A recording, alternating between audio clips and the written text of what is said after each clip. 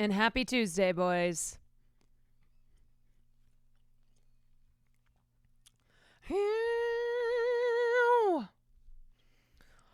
Okay.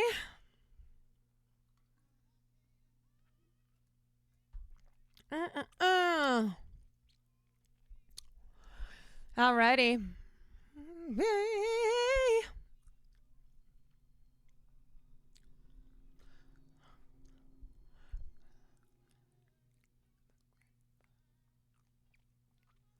How we doing?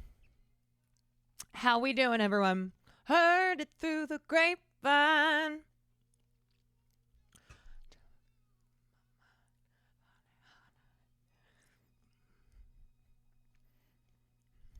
Baby.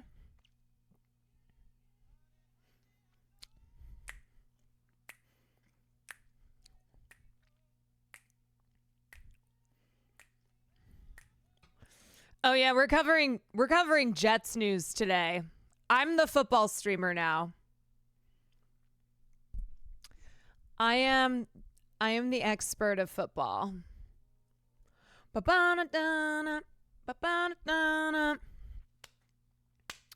color is this? Peach? Peachy? Peachy fucking keen. Can anyone name that movie? What that line is from? Peachy fucking keen. I will die if someone gets this. Everything is peachy fucking keen. Don't look it up. Don't look it up. I want someone to know it.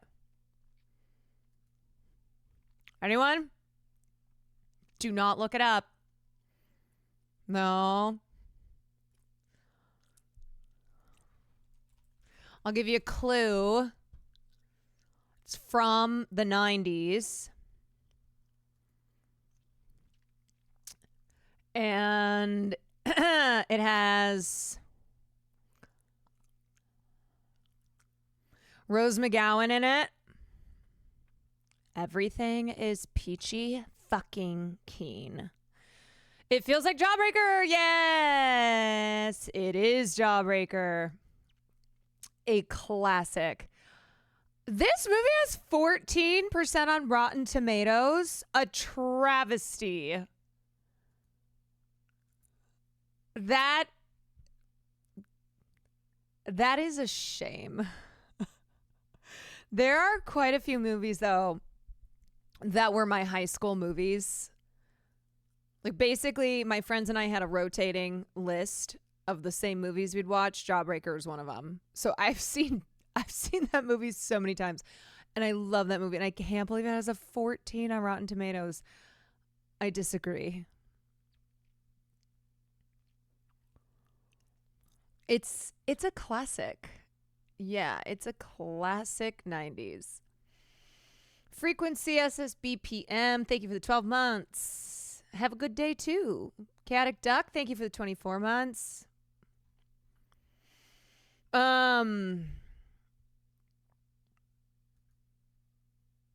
Y'all.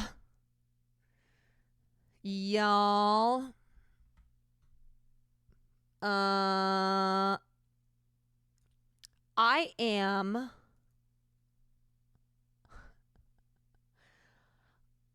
running for president. No. I am realizing that I think I have a little bit of burnout that's been creeping into my life and my mental health. So I'm trying to find ways to be excited for streaming and to feel refreshed and good. And I had lunch with Denims today, and we were talking about it, and we were talking about just news burnout and how it's one of those things where, you know, streamers get burnout no matter what you do. It's the seasonal burnout. Yeah, but I think especially with news streamers, you know, anybody who covers the news, it's It almost feels like a different kind of burnout. Like it's burnout from streaming, but it's also news fatigue. Haas was saying the same thing. Yeah, I mean, and he's somebody who he has a mental fortitude for news that is pretty unparalleled, and it's one that I know I'll never have. It does make me feel a little better knowing that other people are feeling this too, because I'm like, oh my God, am I just weak? Am I just a weakling? And I'm just human. That's what it is. Yeah, I mean, we're less than a month out from the election. Everything feels exhausting. Yeah, women are weak, confirmed. Obviously, all the news out of the Middle East is just fucking horrible. I was talking to my mom today, and I'm like, everything is tainted by this as well. Pop culture, the entertainment industry, I mean, it's all connected. So it's hard for me to find solace somewhere in the type of coverage that I do, because it's all linked.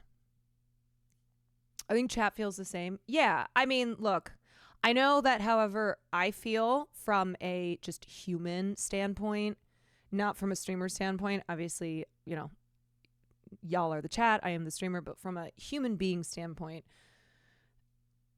it's I know that they are probably feeling the same way that I feel. I found out the guy who played Lucifer on Supernatural. Oh, I thought you were about to say Tom Ellis. I was like, Tom Ellis, Lucifer? Okay, Lucifer on Supernatural and Jacob on Lost is a fucking raging Islamophobe, so that sucked. God damn. Wait, Jacob on Lost. That's Mark Pellegrino. Motherfucker. He was also in Dexter. Yeah, it's because it's acceptable to be Islamophobic. It's normal and it's acceptable. And I think this is something we've always known, especially if you are Muslim. And yet all of the events of the last year have just really blown the roof off of the deeply entrenched Islamophobia. And it's like, woohoo, have a party with it. You're all good. Don't worry, you won't face any consequences. Jacob got shanked by Ben and deserved it. I'm grateful the streamers are giving adequate coverage to what's happening, because we won't get the same kind of coverage in the mainstream media. That being said, thank you, Kelly, for all the work you've done. Thank you, Funky. And we'll keep doing. Sometimes you got to take a day off. Yeah. That is the beauty of Twitch, is I say this all the time, like, we don't answer to a network. I'm not being silenced by the network heads, by the powers that be. But it's also, you're a one person shop. It's the Kwan News Network. Hogan, thank you for the gifted. Slapping Bacon, thank you for the prime. Bloss Spam, thank you for the 24 months. Frequency, thank you for the 12 months. Charisma Carpenter posted some garbage. God damn. You know what? That's enough. You get 2 for the day. Yeah, it's, this is why I've tried really hard to highlight people in Hollywood who are not raging Islamophobes, who are not raging Zionists. They're few and far between, or at least the ones that are vocal. But that's why I really try to be like, this is, here's Nicola Coughlan. Here's Melissa Barrera. Permission to hit the bong, Big C? Abso-fucking-lutely. Do you know why Twitter is now Brat themed? Because Brat Summer is never ending. We are stuck in perpetual Brat summer. It's never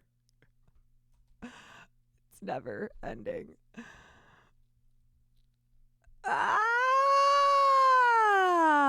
Anywho, it was good to get lunch with Denims and just talk to someone who's like, oh yeah, totally, I get it. I understand. And she's like, this is why I take my days off. So, okay, I know I've said this a million fucking times, but the problem is I just don't know a set day to take off because sometimes I have things going on. Like, I'm definitely taking Friday off because Friday I have a thing that I know of in advance. So I know I'm taking Friday off. But yeah, I don't know what will work best for me. Like, do I take, how about one weekend day and one day during the week? I know. And then I just know because I try to take Saturdays and then every time I'd be like, oh, well, I had to miss this day because I had this thing, blah, blah, blah. So I'm like, okay, I'm going to stream Saturdays. So that lasted like 2 days. So I don't know. So what Sandwich does is she does every 3 days and then takes off the 4th day. So it's not a set day, but it's just like she streams 3 days and then always takes the 4th day off. You can always do a gaming day or something. I mean, that's what Sundays were supposed to be. Sundays aren't gaming. Sundays are dinner and a movie. It was supposed to be a totally different from the rest of stream. But then, there's the stress of trying to do film night, and we no longer have Twitch watch parties. So that sucks. We don't have that option there. So I don't know. I mean, I still have Sundays. Sundays are good.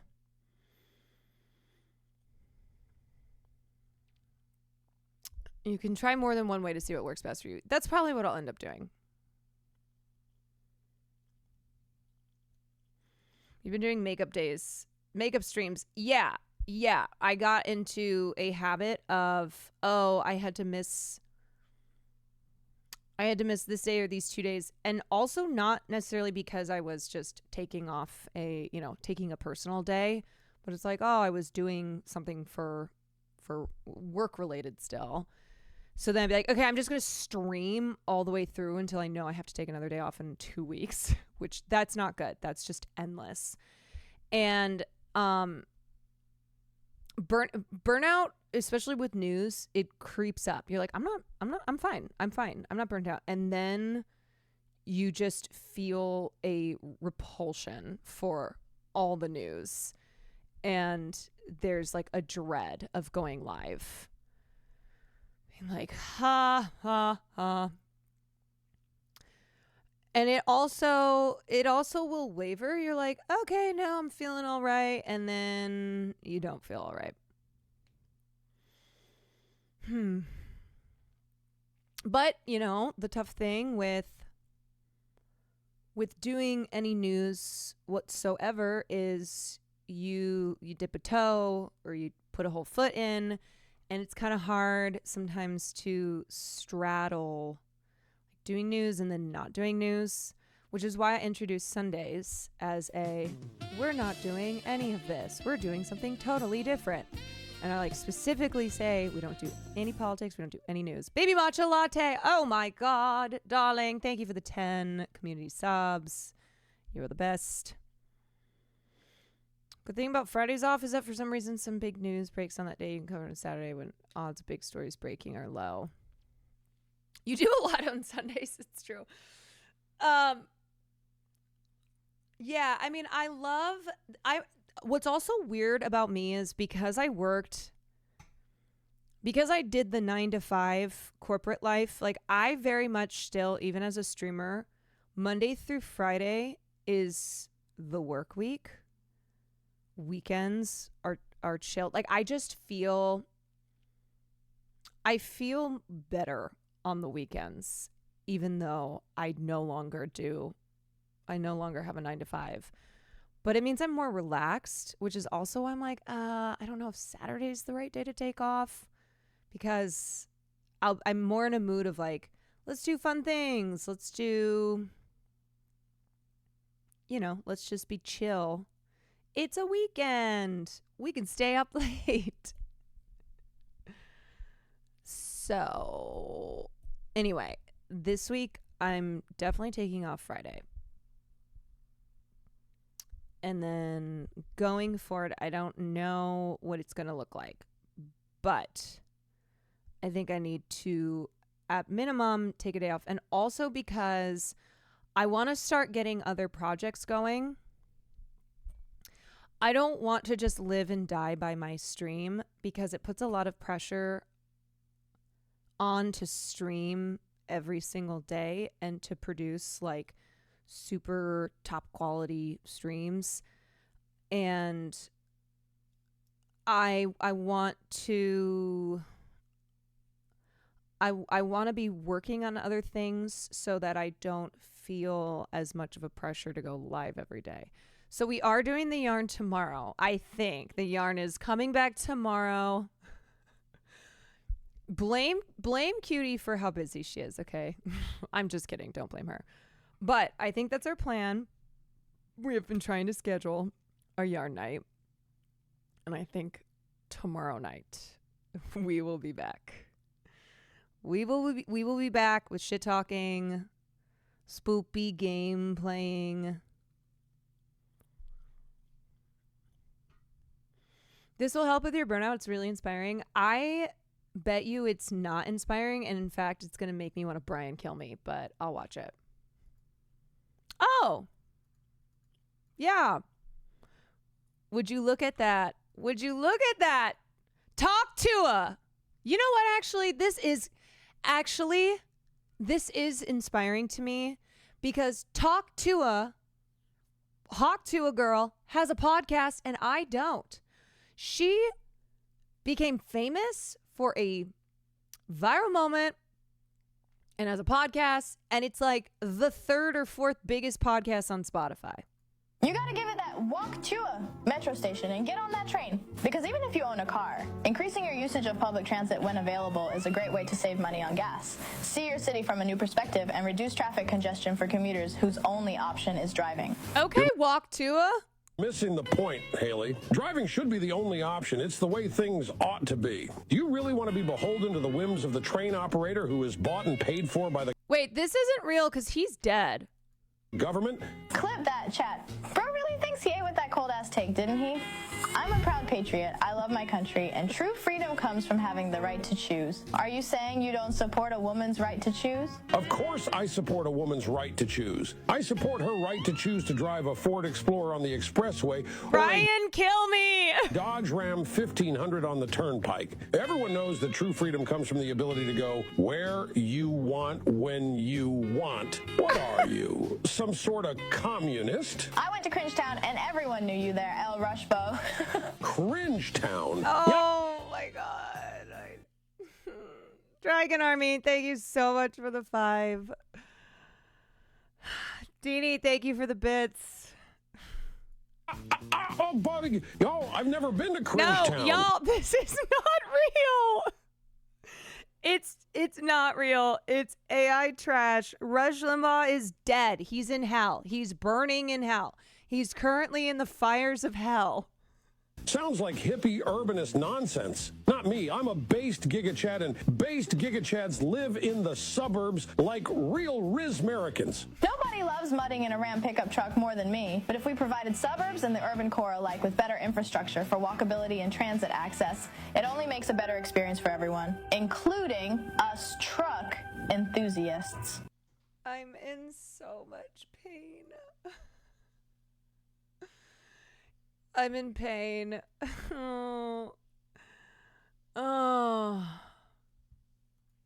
Wouldn't that be sick, actually, if Hawk to a Girl came out and was like just super progressive on her podcast? She's like, let's talk about Marxist theory.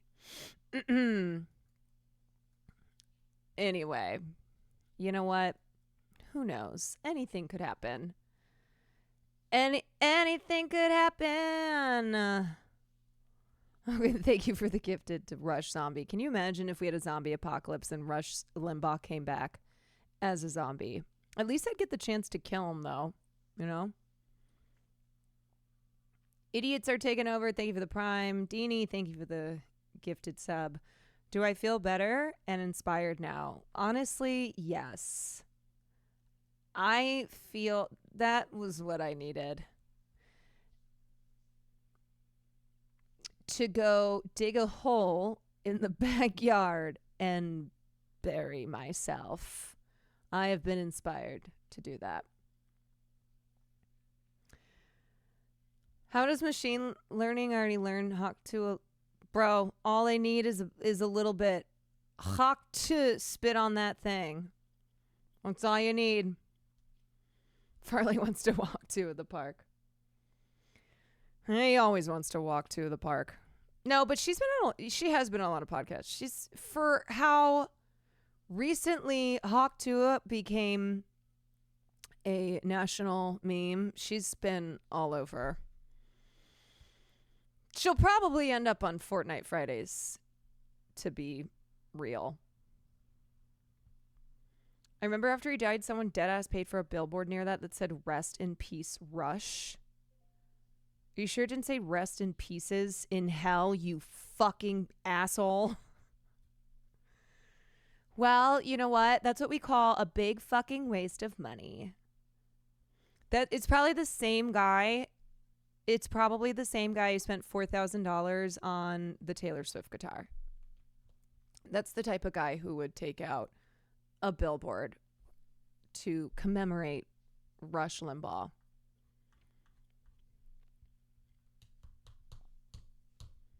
Just make an AI streaming version of Caroline and take more days. Yeah, you know what? I'm just going to embrace AI. I'm going to create an AI me. It's going to be like, hello. Oh, God.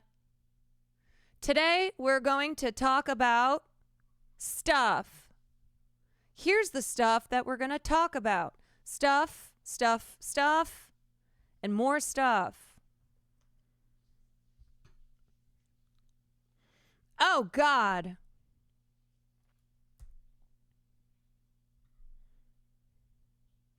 Every streamer did the talk to the AI of me bit already. No, I know. I want a hologram.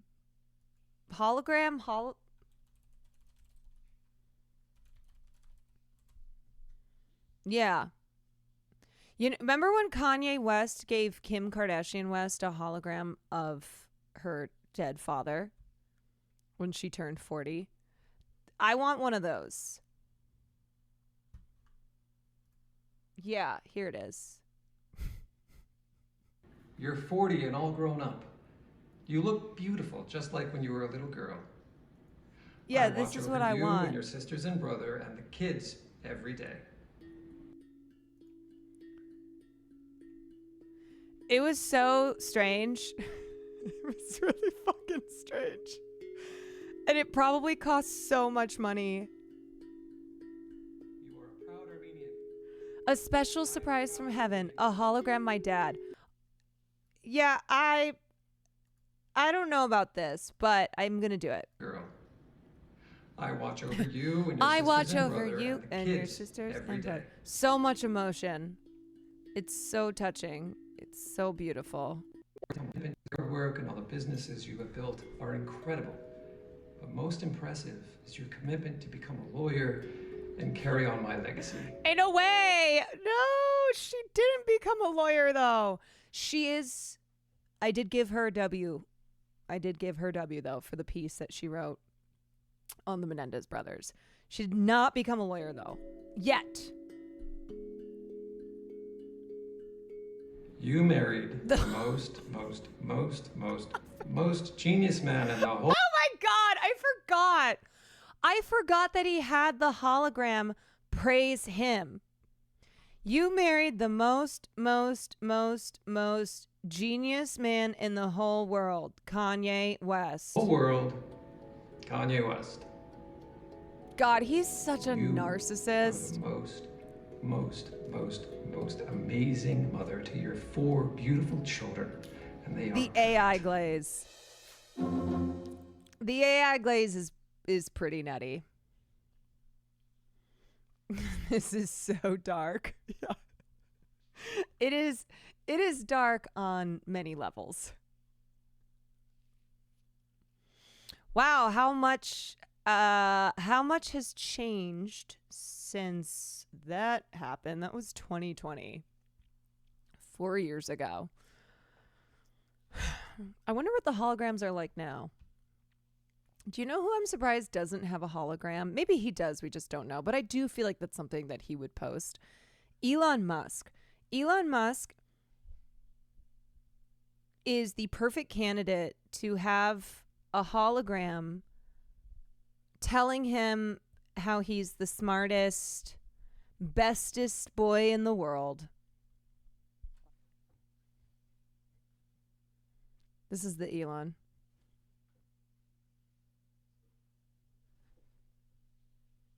I've never seen anybody jump like Elon Musk jumps. It's almost like he's intentionally trying to...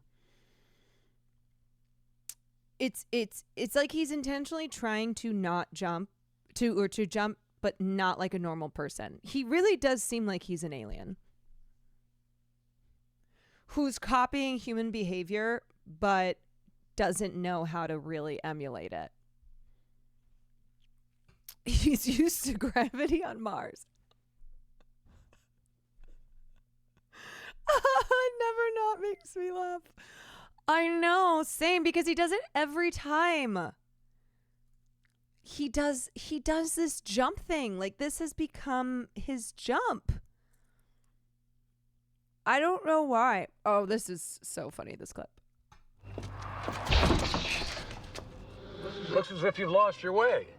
Pierce? Continue on this path and you might miss your last chance to see the Pierce Hawthorne Museum of Gender Sensitivity and Sexual Potency on the Central Quad. The museum and this hologram were donated in compliance with a court order I'm not allowed to discuss. Let's just say some women can't take a compliment. Unbelievable. What I am allowed to discuss is Greendale. And I'll say this, don't turn your back on it. Take it from a man with no legal right to be there. You're in a special place. A crappy place, sure, but only because it gives crappy people a chance to sort themselves out. Did I sound gay at the end? You want to do another take? God damn it. Maybe Elon is the, maybe he is the hologram. Maybe you're right. That would make sense. If Elon Musk is actually a hologram. Will you look at that? Everyone on their cell phones. Nobody's saying a word to each other. Call me a grandpa, but I still like commenting face-to-face with folks. You know what I mean, buddy? Yes. You're heading up to the mountains too, huh? Gonna do some skiing? No, I just need to take care of some important business. Oh, what kind of business? Oh, are you a fisherman? Yes, yes, that's all. I'm just gonna fish and hunt. Oh, you're a hunter. What do you prey upon? Nobody! That's ignorant! Well, you must have a favorite kind of prey. Allegedly, that's ignorant. You know, excuse me for saying so, but you seem kind of transparent. That's ignorant. I'm just cold. I'm saying it must make it easier to sneak up on your prey. What year is this from? I'm weary of this conversation. Can we please stop talking, please? Ignorant. Well, whatever it is you're after, I'd hope you get it. Oh, I will. Trust me, I will. Yeah, 10 years ago. You know, South Park has predicted many a thing, up there with, of course, Simpsons. Diorcus, thank you for the tier 1. Yeah, this is one of my favorite tweets. Is this anything?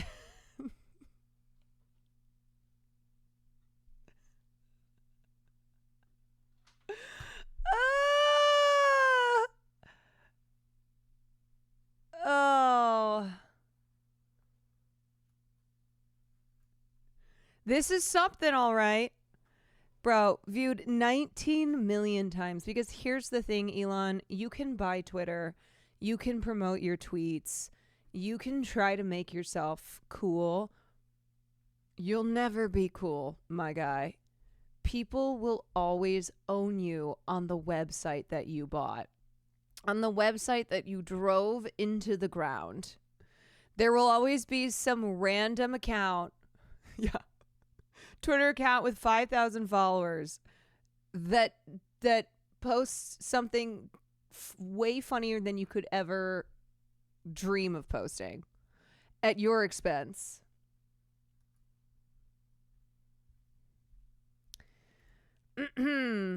Okay, you know what? Let's talk about the Jets. We're going to cover football today, y'all. I am the new football streamer. I am the new Jets streamer. For all Jets updates, this is the place to go. Also, you couldn't see his look, but he gave me a look. He did one of these. This is like when Will covers, when he tries to cover award shows. And I go, you tried to tell me about the Oscars last year when you were like, yeah, this is what I think's going to happen. And I was like, no. But I love when you do it, though. I love when you tell me things. What'd you say? Get mogged on. What's this? Get mogged? That feels like a hate crime. Get mogged? This motherfucker. Okay. So, the big news. Just in watching the game. Big news and in the Roberts Jetsland is that Robert Saleh. An eventful morning. Robert Saleh, who was the head coach of the Jets, and he was also the first Muslim head coach in NFL history. So, breaking barriers. And he'd been with the Jets for 4 years, and he got fired today, which, okay, so at first I was like, damn, that's crazy. But coaches get fired all the time, right? Well, they don't get fired during the middle of the season, especially pretty early on. And it's the first time in Jets history that this has happened, where a coach was fired during the season and also 4 or 5 games into the season. It's pretty early. So the news was very sudden. Of course, I asked resident Jets expert, what are your thoughts on this? Because what I had seen too is I had seen Robert Saleh, who's Mitt's cousin, and their family is Lebanese. And Robert Saleh was wearing the Lebanese flag as a patch on his jacket. And I guess he's worn it in the past. Like, I think he wore it last season too. And I think this was also something where it had been encouraged by the NFL executive vice president of club business, who'd been like, hey, we want to encourage players to represent their heritage, blah, blah, blah. And then coaches added patches to their team gear. So he's worn it before. It's not the first time he's worn it, but obviously the political climate around Lebanon has changed from last year when he would have been wearing this.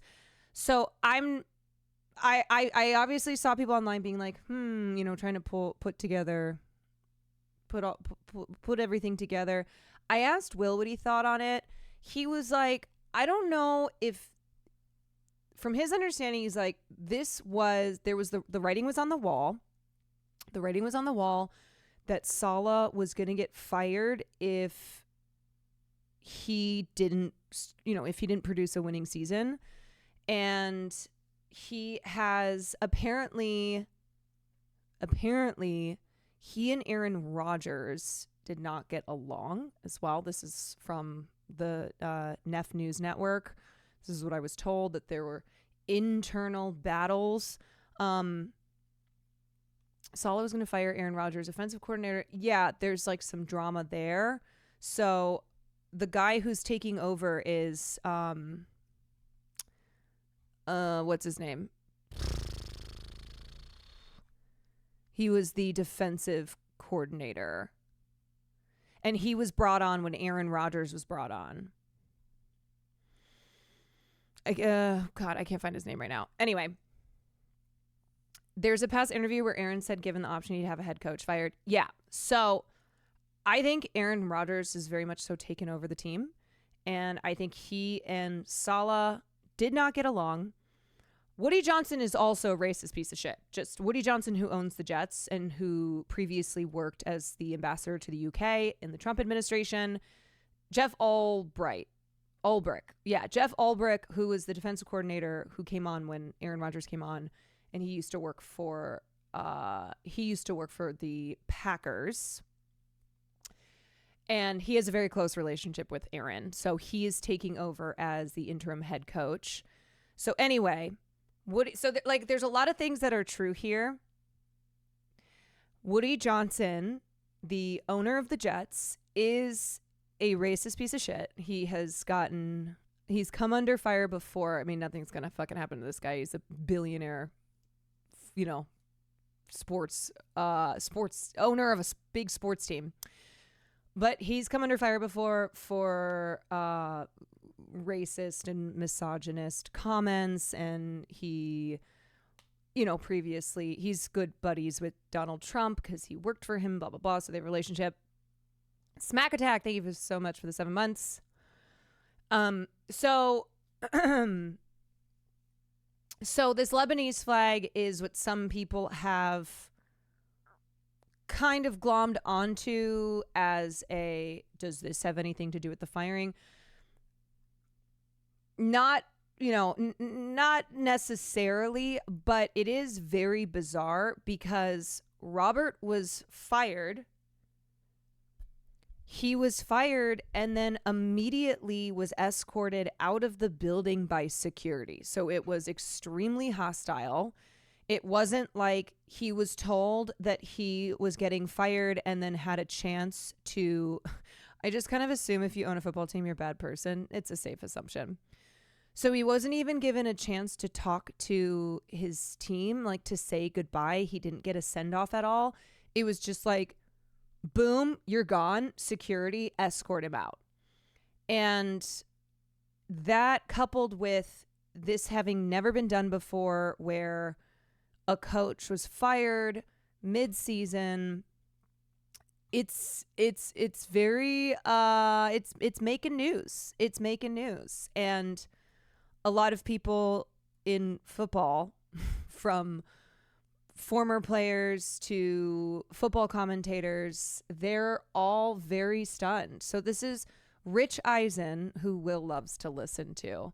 This is Rich Eisen responding to Robert Saleh's firing. And even for people who are closely following the Jets and aware of all things Jets, this was stunning news.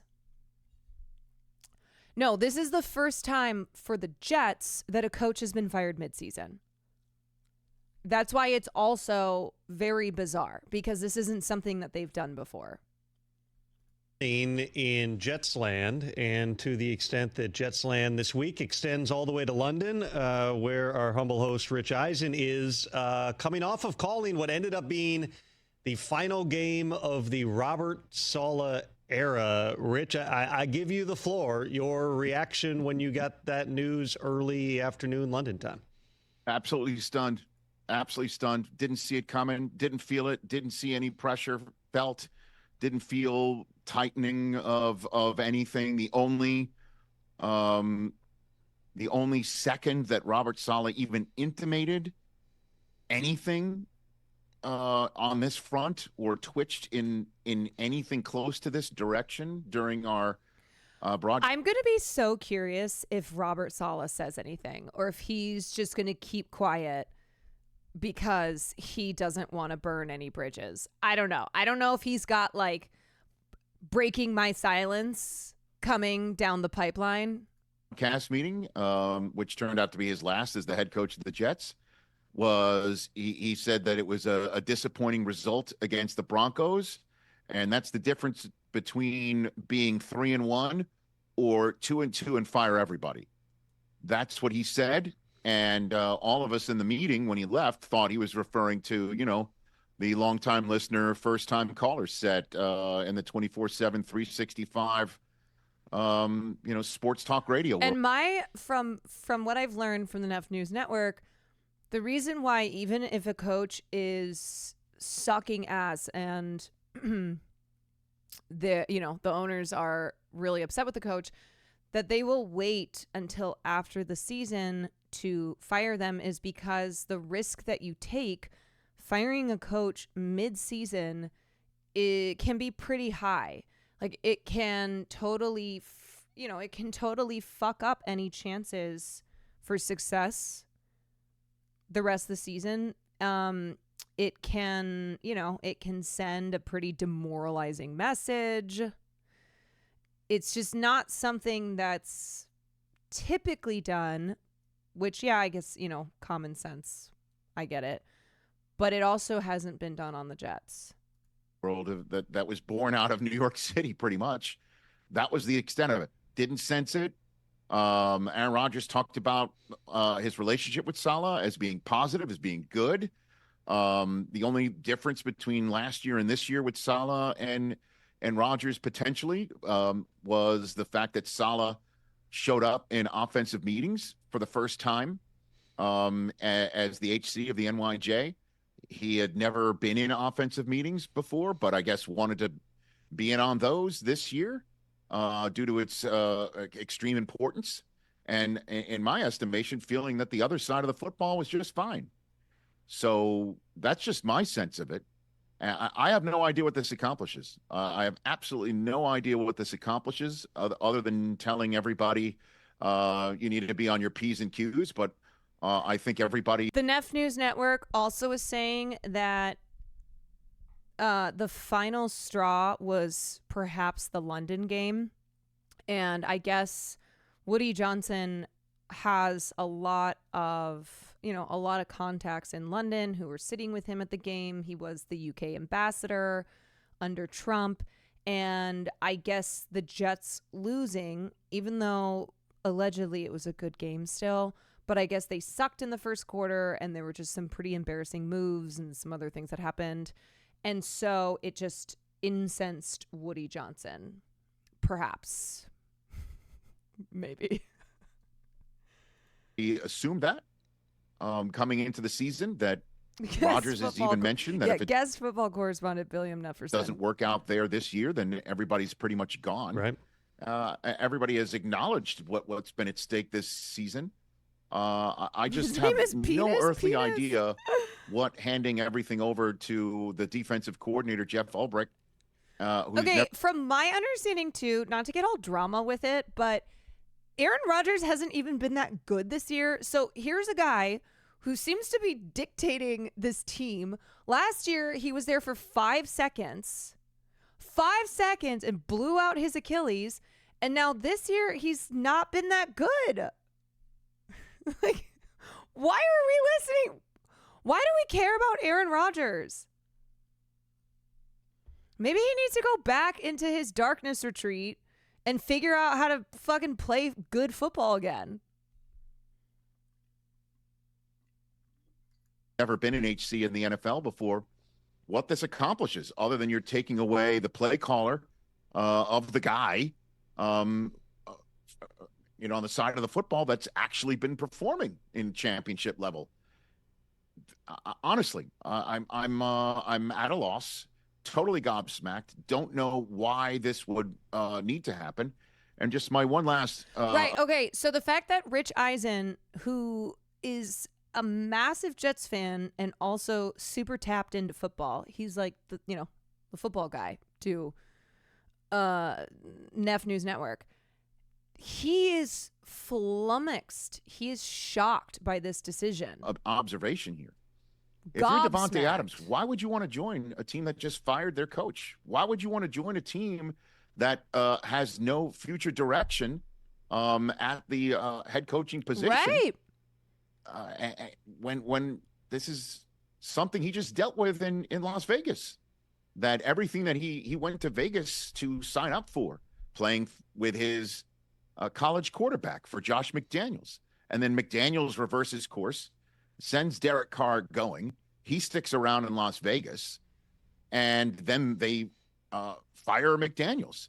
And in comes an interim head coach with whom obviously he doesn't see eye to eye, or doesn't see eye to eye about the future of that franchise and wants out because clearly they're at a crossroads where Antonio Pierce is saying he doesn't even know who the starting quarterback next week for the Raiders is going to be. And so he's going to want to join a team that just fired their head coach.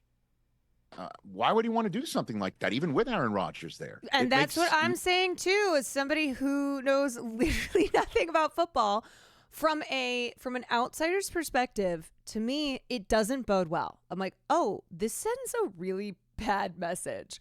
Why is this a team that you want to come work for, that you either, want to play for or work for in another capacity? And if I were a Jets fan, which obviously I am, I would be kind of freaking out. I'd be like, what the hell is happening here? We're in week 5.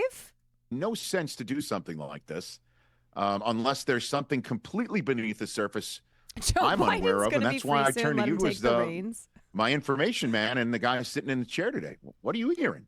Well, this has all taken place here, obviously, very recently, Rich. So what was Aaron's contract? I know that they put a lot of money into him, so it basically is Aaron Rodgers. It's not the Jets. It's Aaron Rodgers because they're betting so much on him. Had some conversations this morning. The first thing I would point out is Robert Saleh joins a long list of head coaches. Did you mention you got escorted by security? Was on to talk to players? Yes. Appearance and a loss on the international stage in London. The difference between Saleh and those other coaches is his owner happens to be the former ambassador to that exact country that you were playing in. Perhaps had some friends there for the game. Perhaps Aaron got paid this was a bigger deal. Like egg on the face with all of his British friends there, Tom. Woody Johnson. There are a lot of connections here, but at the same time, Rich, when you realistically step back, 2 weeks ago. Can you imagine Woody Johnson saying to Robert Saleh, like, "You embarrassed me in front of my friends," and they're just all these old fucking racist Brits. Aaron Rodgers sucks my shitty bungus post diarrhea. Fuck that guy. Hey, Andre, do you want my Rodgers jersey? What were we talking about with the Jets? They went in, they took care of business against the Titans. You're 2-1. You were seeing those flashes of Aaron Rodgers. Everybody seemed pumped up that this is headed in the right direction. You have an ugly loss. It is impacted, obviously, by the rain and the elements last week against Denver. And then you played a Vikings team that's been a buzzsaw and has absolutely demolished the Houston Texans, and they beat the 49ers, and they just went into Lambeau. I get it, Tom. I know what team. Happened. No, I know what happened in terms of the wins and losses. And I'm sure you want to talk egg on your face. Sam Darnold's the winning quarterback who's 5-0. And I'm sure he might be looking around Woody Johnson and saying, what the hell is going on around here? But firing the head coach after 5 games, and he's never replaced the head coach in the middle of the season. And I know what this is just first blush, and I'm looking for an answer to what may be unexplainable, other than the fact that he thinks this might spark something. I don't know. It's not that side of the ball that needs sparking. Well, I would say this too, Rich. Just in watching the game, and the Robert Saleh that we've known for so long has been the energized guy who's on the field back in the San Francisco days and flexing to his defense and getting pumped up. It's one of the things where in hindsight, I noticed it during the game on Sunday morning. And now that you think in retrospect, you start to pull apart a little bit more. Robert Saleh didn't look quite the same on the sideline. And I wonder if every time you're seeing him, and whether it's offense, defense on the field, he's not talking, there's not a lot of emotion. I wonder to the extent that Woody Johnson certainly has ears and eyes open to a lot of things and what the perception of the franchise is. And you just wonder when you've got a guy like Jeff Ulbrich, who's very well. Well, the other thing is Woody Johnson didn't pick Robert Saleh. That was not his decision because he was still finishing up work, his ambassador work during the Trump administration. So it was his brother who was, making the decisions while he was doing his ambassadorship. And his brother is the one who chose Robert Saleh. So I think like there was also not that connection between Woody and Robert to begin with because he didn't choose him. Respect in the building. He's a former player. He is a Yo, where else can you get this kind of football analysis? Energy guy himself, that you can convince yourself that this is going to just change the energy around the building to the point on Davante. Thank you. I'm pivoting. I'm pivoting now, and I'm a football streamer. Adams, I mean, think about this. I don't know precisely, Rich, Davante Adams' sleep schedule, but as of yesterday, before that game with the Saints and the Chiefs, it was still clear from people I talked to, the two teams that were the most likely landing spots were the Jets and the Saints. Well, the Saints have Derek Carr suffer an oblique injury. His status is unclear at minimum going forward here. So Davante Adams goes to bed to that news and then wakes up this morning to Robert Saleh has been fired, and suddenly the two most logical destinations for him, the landscape of that has changed. But the thing with the Jets is Aaron Rodgers is still there. Girls. As we discussed on the show yesterday, Aaron Rodgers was throwing passes in that London game that very much looked like he was relying on Davante Adams or someone else to make a Davante Adams-like play for him. We'll see over the next 24 hours what this does to the Davante Adams trade talks, because there's still reason to believe if this is going to happen, it makes sense for it to happen now. There also are not a lot of instances. I mean, last year it was at the trade deadline, the Raiders fired Josh McDaniels 3 hours later. So I think timelines are kind of out the window on how all this stuff plays out, but it still makes sense in the Adams. Also, I have to say, too, them firing Robert Saleh when they had one of the most attractive coaches in the NFL. It's really a big L. It's a big L on top of everything else. Where it's like, you guys had a sexy coach. He's hot. And you fired him? What do you want ugly coaches? Case, if he's going to be a New York Jet, it happens today on the same day that they've just made a change at the top. Rich, and I just want to push back a little bit, too. I think this strengthens the case that Davante Adams is going to the Jets because he knows who's in charge. Andy Reid. Aaron Rodgers is in charge, and why wouldn't he want to go play with this guy? Now, I understand that that's going to be, a widely held belief that Rodgers is in charge.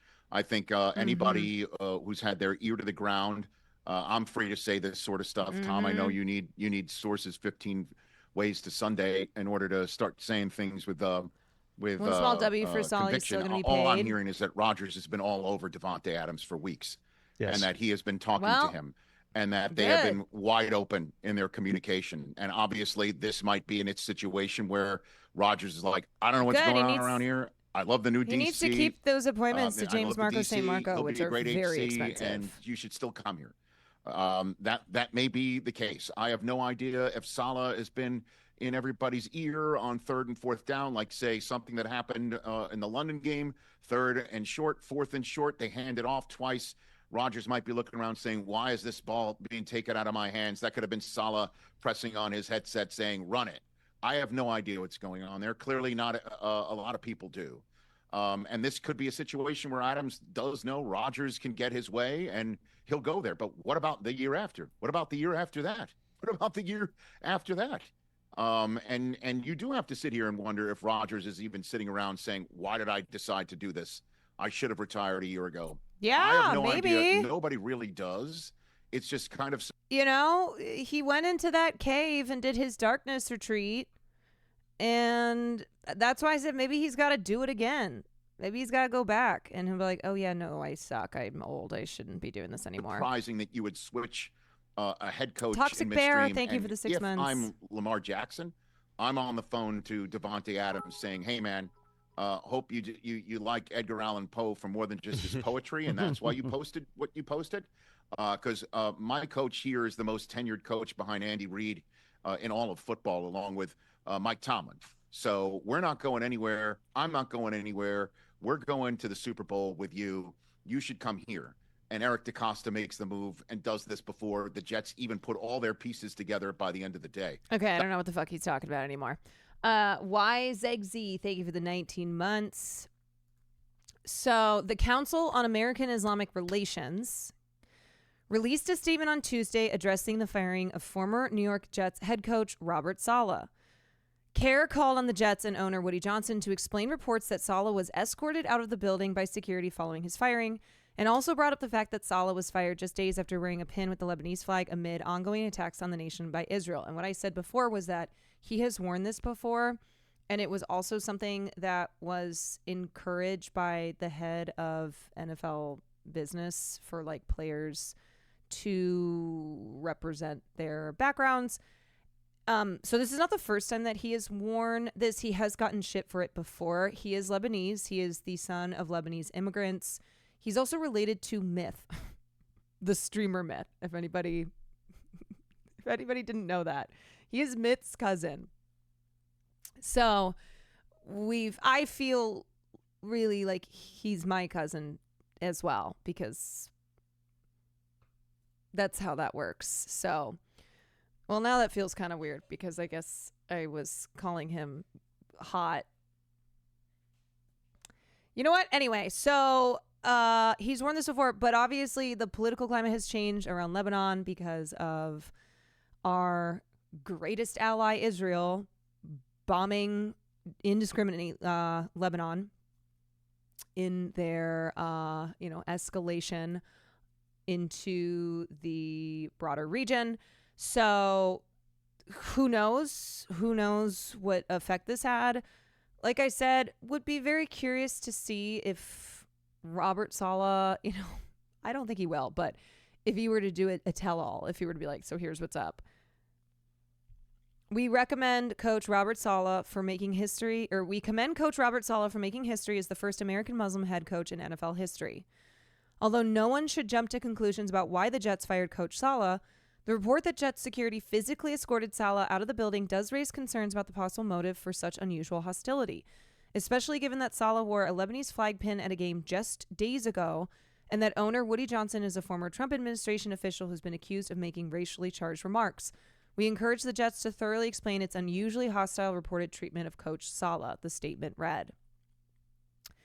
The Jets have not responded to requests for comment. Both of Saleh's parents were born in Lebanon, immigrated to the United States ahead of his birth in 1979. He previously wore the Lebanese flag on his arm during a game against the Giants, just weeks after the Hamas terrorists attacked Israel on October 7, 2023. This is Fox News, by the way. Saleh wore that patch during the week that NFL Executive Vice President of Club Business Peter O'Reilly released a statement encouraging players to represent their heritage via decals to the back of their helmets with their flags, while coaches added a patch to their team gear. Saleh's decision to wear the patch in London on Sunday came amid Israel's ongoing strikes on Lebanon and Gaza as it seeks to combat Hamas and Hezbollah. CARE's point that Johnson has been accused of making racially charged remarks references an investigation in 2020 that never confirmed whether Johnson made those remarks. Johnson was accused of making racist and sexist comments to staff while serving as ambassador to the United Kingdom under the Trump administration. Johnson was investigated in July 2020 by the State Department watchdog after the allegations. Johnson denied the allegations in a post on Twitter. I followed the ethical rules and requirements of my office at all times. These false claims of insensitive remarks about race and gender. I'm sorry, y'all, but like a guy his age and of his wealth, this guy's a fucking billionaire. He owns the Jets. There is just no way that this man did not make these remarks. You would be, please find a billionaire white dude who owns a football team who has not said racist or sexist things. That's what would be more shocking. He's one of two heirs to the Johnson & Johnson fortune. Casual wealth. The investigation's findings have never been made public. At the time, Johnson was not involved with the Jets as he was tending to his diplomatic duties for Trump.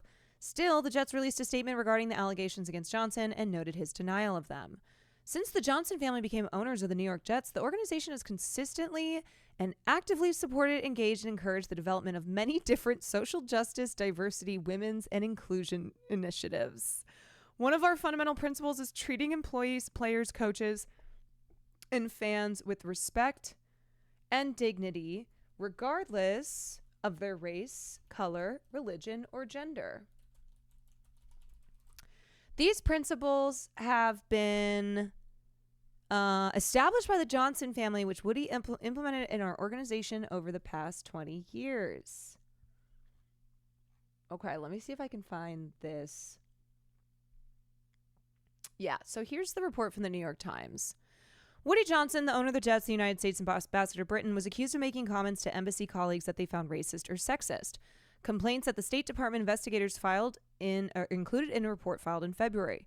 The report has not been released publicly, but according to interviews with half a dozen current and former embassy employees, Johnson regularly made his female and black staff members uncomfortable or worse with comments about their appearance or race. Yeah, no shit is what I say to this.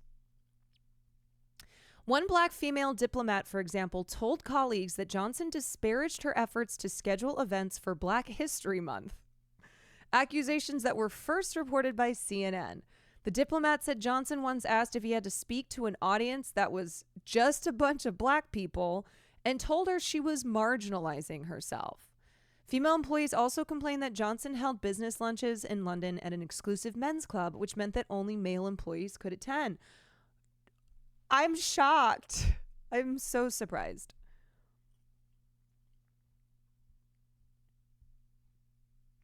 Yeah, and you're telling me that the Jets have stood by the guy who owns the Jets?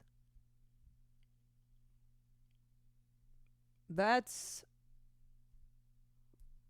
insane. Woody Johnson, wait a sec. Woody Johnson allegations. Hold on. This is paywalled.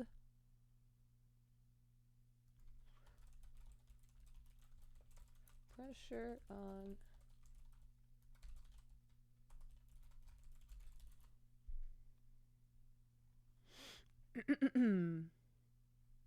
Wait, apparently Woody Johnson didn't consult the Jets GM or staff before firing Robert Saleh, so he just fired him. I'm telling y'all, there's something going on here. Kwan News Network investigates, and what we have found is that Woody Johnson is a piece of shit. To not consult the GM or staff and then just making this, this decision to suddenly fire Saleh, and then him reportedly being escorted out, not being allowed to say goodbye, not being allowed to talk to the players, being removed by security. Methinks that something is going on that involves Aaron Rodgers.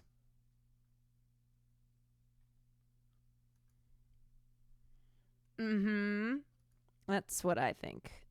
That's what I have come to the conclusion on. The most recent head coach to be fired by the Jets, Adam Gase, was fired after the conclusion of his second season and was reportedly not removed by security. Do you know what would be sick, though, is if it turns out that Robert Saleh and Aaron Rodgers, Robert was going to fight Aaron Rodgers. And that's why security escorted him out. That he found out that Aaron Rodgers was behind his firing and was like, let's go, bitch. Let's go. The Jets were off to a 2-3 start this year after losing to the Minnesota Vikings 23-17 in London on Sunday, as New York is among the most penalized teams in the league this year. The Jets have struggled this season despite veteran star quarterback Aaron Rodgers starting all 5 games this season. Or perhaps the Jets have struggled this year because veteran star quarterback Aaron Rodgers has started all 5 games this season.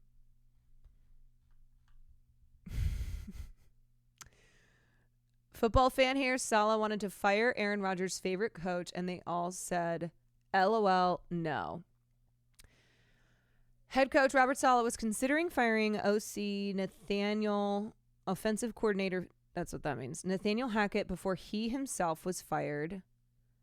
Yeah, I'm telling you. Something's rotten in Denmark. Something is rotten in Denmark.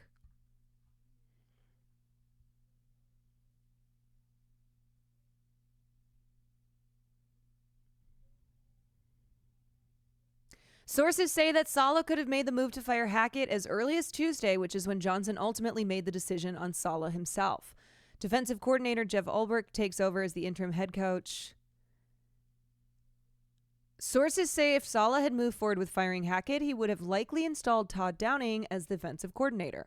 Downing was most recently the Titans' offensive coordinator before his dismissal following the 2022 season, and he came to the Jets last season as their passing game coordinator.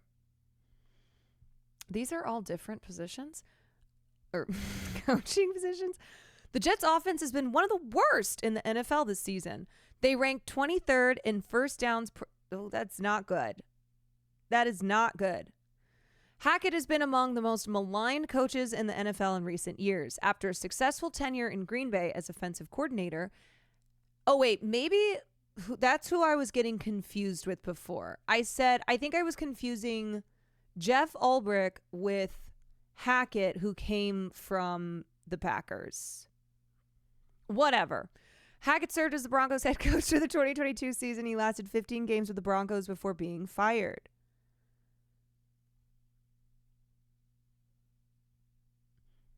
Johnson told reporters Tuesday he expected changes would be made on the fence without specifying what they would or could be. Yes, you were, but you got it now. Okay. Followed for the football. Well, that's good because that is what I do here now. Everybody in this chat can attest that if you want the hottest football takes, if you want just top of the line analysis, I'm your girl. I'm the one who's got it. I love football.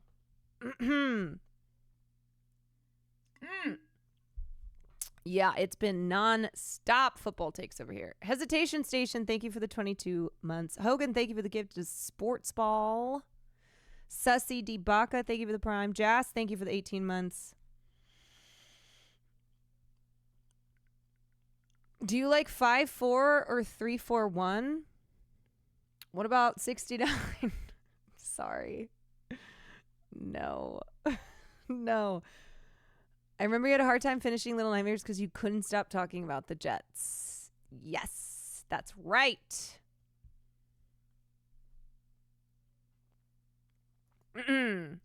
So, anyway, I just need somebody to come out and drop some more tea. Spill it. Spill it. Let us know. Let us know what Aaron Rodgers, what fuckery he's been up to. I don't trust that guy, is what I will say. Football fan here. Jets are an awful org who has sucked and made bad choices at the management level since 2011 are blaming their struggles on the coach. Yeah, look, y'all, I'm not, I am obviously, how much of what you know about the Jets is against your will? 100%. I am obviously not rooting for the Jets to go downhill. The rest of the season, the next game is going to be big. Because if they win the next game, they'll be number one in their division. If they lose, it's going to be an uphill battle for the rest of the fucking season, and it's just going to be misery. It's just going to be like standing out in the mud as it pours rain, and you just drown in your misery. So it's not that I want that, okay? I want to be really clear. But it will be interesting to see what happens now that Robert Saleh is gone and they can't blame him. And now Rodgers has gotten what he wanted. He's got his buddy. He's got Hackett. He's got, he's got Woody Johnson, Mr. Penis Squared, who's obviously, who's obviously given him a lot of power. And now the question will be, what happens with the Jets? We'll see. Because if they get their asses kicked next week, and if they have another losing season, then I wonder who they are going to blame as the problem. So, clip from a pod where Rodgers said he would fire his coach if he could. Let's see this, and then the analysis is done. Yes. But you put in fire your coach, would you do it? Yes. Yeah. Yes. Why is this so dramatic? You put in a good word with him elsewhere? Yeah. If you could fire your coach, would you do it? Yes. Yeah. Yes. But you put in a good word with him elsewhere? Yeah. If you I'm sorry. It's so dramatic.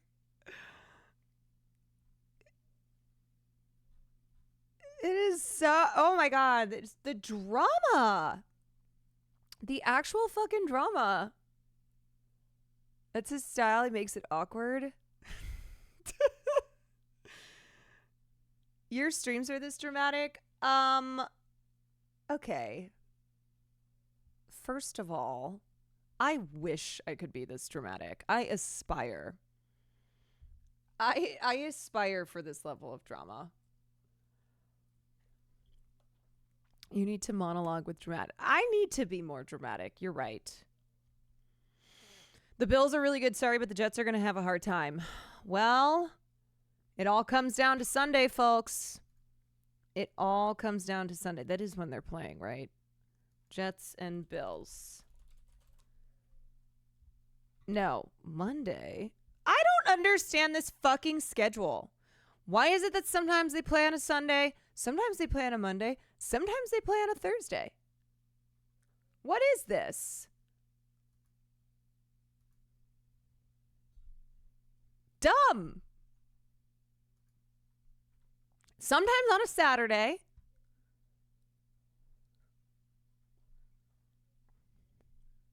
Anyway, okay, they're playing next Monday, the 14th. And I'll be breaking it down for y'all, okay? So next Monday, after the Jets game, I will be breaking it down. I'll be giving you the 411, letting y'all know what's up. I guess that requires me to watch the game, though. Okay. Okay. All right. We are gonna want to take a look at Hurricane Milton stuff. Before we get to that, let's talk about another Netflix show that's been canceled. Improvise and just give a review. So, yes, it would be very interesting to do that because I don't know a lot of the positions. So it would be descriptions of the positions. You feel me? No, you were just watching this, Sag. I hate to be the bearer of bad news, but it's Jover. Hold on, let me grab some water.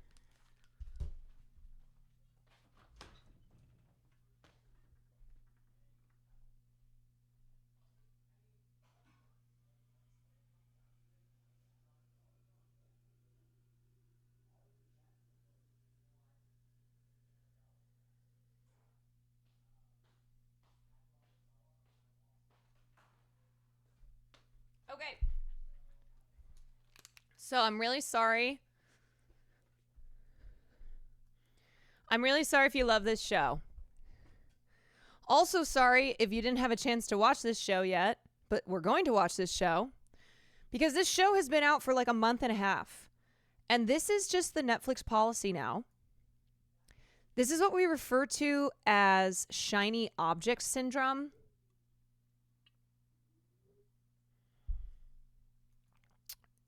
Shiny object syndrome, where, ooh, this thing is really shiny. And now we've got another thing that's shining, and so our attention is over here. And so what Netflix does is, first of all, seasons, as we know, seasons of TV are not long like they used to be. So it's one thing if, like, okay, you got 2 seasons of a show and then they canceled it. But within those 2 seasons, you had 20 episodes a season. So you had a lot more, right? You had a lot more to work with. But now it's like 8 to 13 episodes. And what's frustrating is what writers have to do, because you've got limited series, but that's not what a show like Chaos is.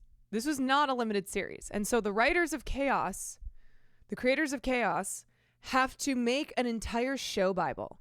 They have to build out multiple seasons and give those to Netflix. And only to have Netflix turn around and be like, okay, bye, we're done.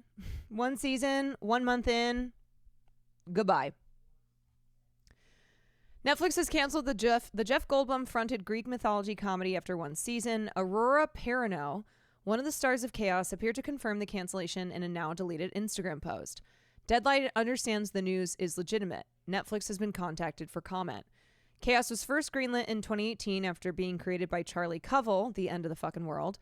The series was produced by Sister, the UK drama powerhouse, and Deadline understands that preparations were well underway for a 2nd season. Goldblum stars in Chaos as Zeus, who begins to fear his reign is ending as he spots a wrinkle on his forehead, making him paranoid and spiteful towards his devotees. Meanwhile, 3 mortals, Perrineau, Misia Butler, and Layla Farzad, set off on a journey to fulfill their identical prophecies. Season 1 was ambitious in scale and boasted an ensemble cast that included Janet McTeer as Hera, Naban Rizwan as Dionysus, Cliff Curtis as Poseidon, David Thewlis as Hades, Debbie Mazar as Medusa, and Stephen Delane as Prometheus. The show also featured Susie Izzard, Billy Piper, Killian Scott, and more. Chaos was left open-ended, and Covell has spoken about a vision for 3 seasons. There's definitely more, the writers said last month. I also didn't want to do an ending that was a total cliffhanger. But what a lot of writers are doing now, what a lot of showrunners are doing now, is that they are making a first season of TV that ends in a way where it's not a cliffhanger because they don't know if the show's going to get canceled. So at the very least, if your show gets canceled after a season, it wrapped up, it doesn't leave audience members going, wow, damn, what a massive cliffhanger that we are never going to get to see the next episode of. I hope it feels satisfying as a season 1 in its own right, and there's always hope for the more because I would really love to do more. In her now deleted Instagram post, Perrineau said, I bet you she posted this and then got a call from her team. They were like, delete now. Mayday, mayday. Well, this one hurts. I find explaining how I'm feeling to be really difficult, but I'll try. When I started auditioning for this show, I knew it was special, mainly due to the fact that Charlie Covell's scripts resonated with me in a way most things hadn't. I knew all these people, and I loved them all, every flaw, everything. For one of the first times in my life, I found myself really proud. I'm, of course, proud of everyone's work and the care they gave to this project, because let me tell you, they left everything on the floor. But I've also found myself proud of me, and that is something I've struggled with. When I got cast, I couldn't believe that someone saw me, a girl who's not only a minority, but also a survivor of sexual assault.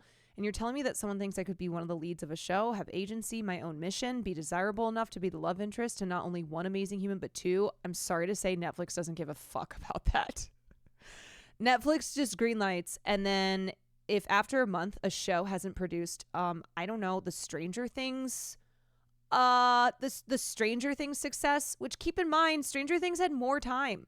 Stranger Things was given time to live on Netflix and draw more people to the platform. And Stranger Things also came out before the massive boom in content So you didn't have like 18 million shows clogging a streamer platform. Yeah, so Netflix doesn't do marketing for shows that are not Bridgerton or Stranger Things. And pretty much their metrics are, if we don't see a massive bump in subscribers, we're just going to cancel the show. Because the way that, the way that income works is, before streaming services, TV shows would make money mostly off of viewership when they were on cable, but streaming services don't work that way. One subscription, one account on Netflix is just one income stream, and it's also something where you can't gauge how a show is doing when it lives on a streaming platform, because people, subscribe for all sorts of reasons. They might subscribe for a specific show. Maybe they subscribed for a show, but they're still subscribed. Maybe they're subscribed just to have, the library of content.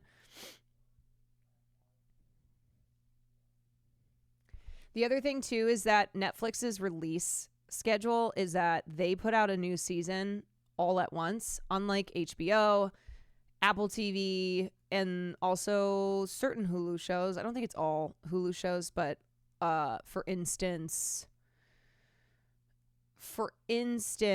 oh my God, why can I not fucking Shogun? Shogun was released one episode a week. So anyway, yeah, it depends on the platform. Some of them are all one episode a week. Some of them depends on the show. Netflix drops a season of a show all at once. They don't do the once a week thing.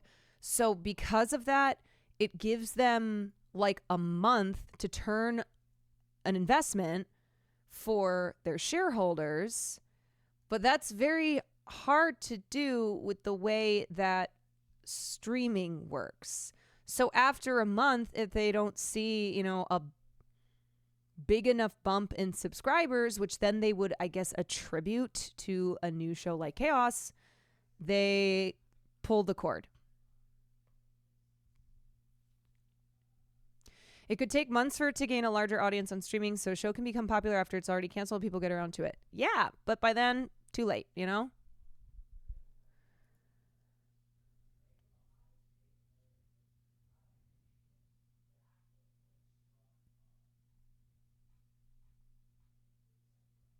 Dropping all at once doesn't help the conversations going regarding a show. Yes, because here's the thing. When you drop one episode of a show, you have people who watch the premiere. They're waiting for it. They're ready for it. They're excited about it. So they watch the premiere. And then you have what happens when a show's premiere is good. You have word of mouth. You have people talking online. You have Twitter, you have Twitter hashtags. You have something that's trending. And more people go, oh, shit, people are talking about this show. I gotta watch it. So then they go, okay, I go to HBO. 2 episodes are out. I'm going to watch the 2 episodes, and now I'm caught up. And so it gives a show more time to breathe. I also think dropping a show 1 episode a week creates excitement, creates conversation. I think when you drop a season all at once, obviously that feeds the binge watching nature that we have now because of streaming. But I don't think it's the ideal viewing experience. But that's how things used to be. This is not anything new. The 1 episode of a week is how it used to be.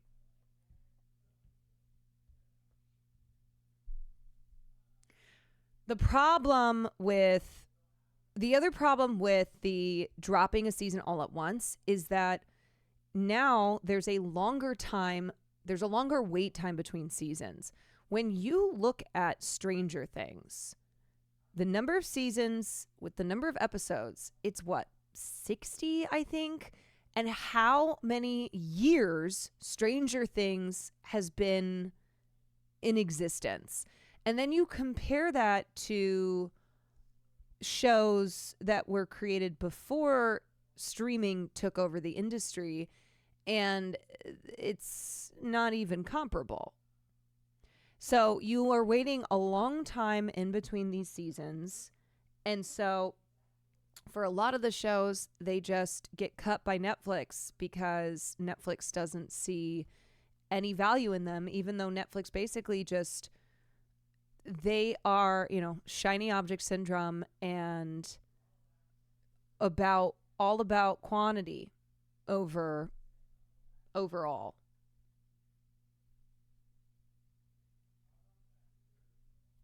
Toasty Tara, thank you for the 4 months.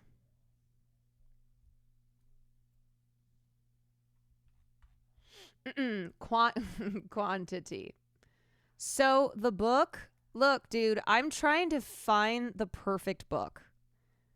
I'm trying to find something that you're actually going to read, that you're going to like, that you're not just going to turn in, you're not just going to meme about. So I'm still searching. Okay, because I'm almost done with Steve Jobs' autobiography. Okay. How much time do you estimate until you're done? Like a week?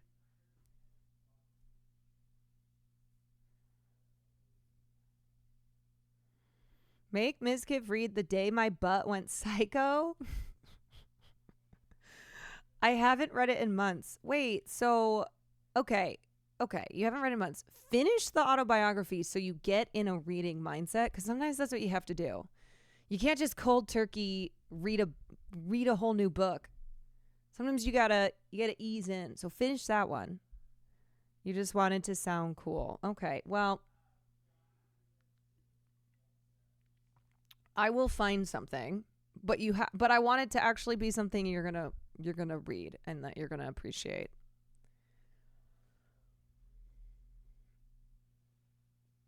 I need someone to do this with me. I will pick something. I will pick something that I haven't read but that I've wanted to read. That's another factor here. I have to find something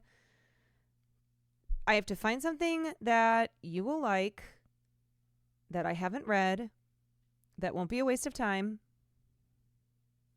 The World Cannot Give. It's a sapphic romantic tragedy. Ooh.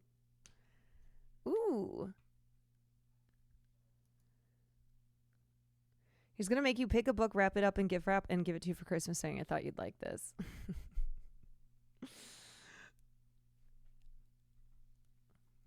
Re-gifting books. Something that more people do, I think, than they would admit. I think if we're being honest here. All right. Anyway, RIP to Chaos. Sorry to Chaos Watchers. I'm going to come in once a week and bother you. See you on October 15th. Okay, sounds good, boss. See you in a week. I will hopefully find something by then. Also, Chad, I'm trans and getting hormones tomorrow. Woohoo! Congratulations. It's very exciting. Yes, I know you've already read The Hungry Caterpillar. Yes, I know. I've already ruled that one out. Okay. All right. Let's look at Milton. Okay. What is Florida canc? Good God. We want to get you an up. No, actually, I think I want to watch. Good evening and welcome from St. Pete Beach. Okay, so we talked about Milton yesterday. We've been tracking Milton. We've been keeping eyes on Milton. Milton is expected to hit the coast of Florida tomorrow night, but of course, there is really dangerous rain and winds that occur before the hurricane makes landfall. And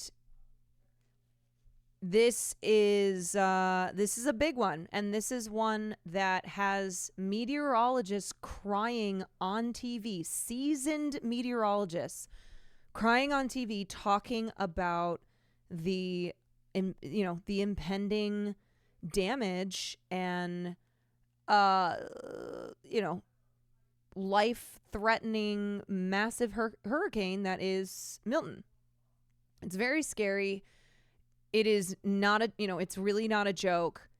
It's one where if you live in the areas of South Florida that have been declared evacuation zones, get out ASAP. And if you can't, like, try, it's one of those situations where the mayor, the head of FEMA, everybody's like, get out or you'll die, which puts the onus on individuals who, if individuals are not able to because of price gouging, because there's no fucking gas left, because all the hotels are booked up, because they are blocked from leaving, because they don't have the financial ability to do so, because they are homeless, because whatever the reason is,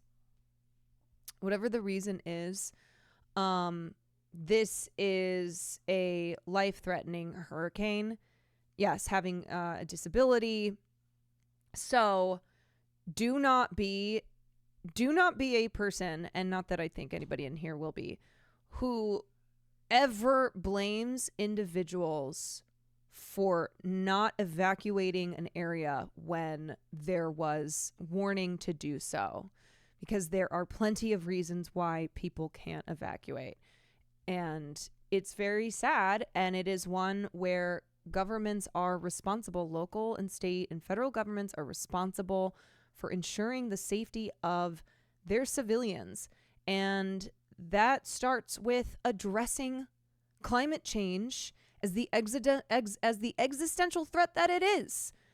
Okay? Because it is a massive fucking problem, and to ignore climate change, which Florida has done. Ron DeSantis signed a bill earlier this year that it's basically a version of don't say gay, but don't say climate change. And climate change is now not a consideration in infrastructure policies, in funding, anything. It's climate change. Who is she? We don't know. We don't talk about her. My grandparents are in the evacuation zone and can't leave because of my grandpa's condition. I'm so sorry. I am sending, I'm sending all the love and safety that I can to those in Florida. I will never be a person who's like, ha, you live in Florida, which I have seen people do, mocking people just for the fact that they live in Florida. And also like, oh, you didn't get out, even though the mayor and FEMA and everybody is saying like, hey, get out or you'll die. It's not as simple as that. And the other thing too is that there are people who have been misled by lies and disinformation fed to them by the leaders in Florida and throughout the rest of the country, who have lied to them over and over again, who have minimized the real repercussions and consequences of our changing climate.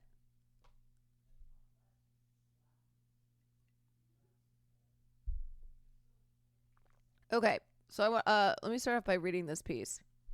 Milton is the hurricane that scientists were dreading. Climate change set up the Gulf of Mexico to birth a storm this strong, this fast. As Hurricane Milton exploded from a Category 1 storm into a Category 5 storm over the course of 12 hours yesterday, climate scientists and meteorologists were stunned. NBC6's John Morales, a veteran TV meteorologist in South Florida, choked up on air while describing how quickly and dramatically the storm had intensified. To most people, a drop in pressure of 50 millibars means nothing. A weatherman understands, as Morales said mid-broadcast, that this is just horrific. Florida is still cleaning up from Helene. This storm is spinning much faster, and it's more compact and organized. In a way, Milton is exactly the type of storm that scientists have been warning could happen. Michael Weiner, I feel like that's maybe not how you pronounce his name. So I'm Michael Weiner. Michael Weiner, a climate scientist at Lawrence Berkeley National Laboratory in California, called it shocking but not surprising. One of the things we know is that in a warmer world, the most intense storms are more intense, he told me. Milton might have been a significant hurricane regardless, but every aspect of the storm that could have been dialed up has been. Yes. And climate scientists have been yelling to the skies about this for a very long time. And now it's here. It's been here. And they're saying this is what we have been warning about. A hurricane forms from multiple variables, and in Milton, the variables have come together to form a nightmare. The storm is gaining considerable energy thanks to high sea surface temps in the Gulf of Mexico, which is far hotter than usual. And that energy translates into higher wind speeds. Milton is also taking up moisture from the very humid atmosphere, which as a rule can hold 7% more water vapor for every degree Celsius increase in temps. Plus, the air is highly unstable and can therefore rise more easily, which allows the hurricane to form and maintain its shape. And thanks to La Nina, there isn't much wind shear.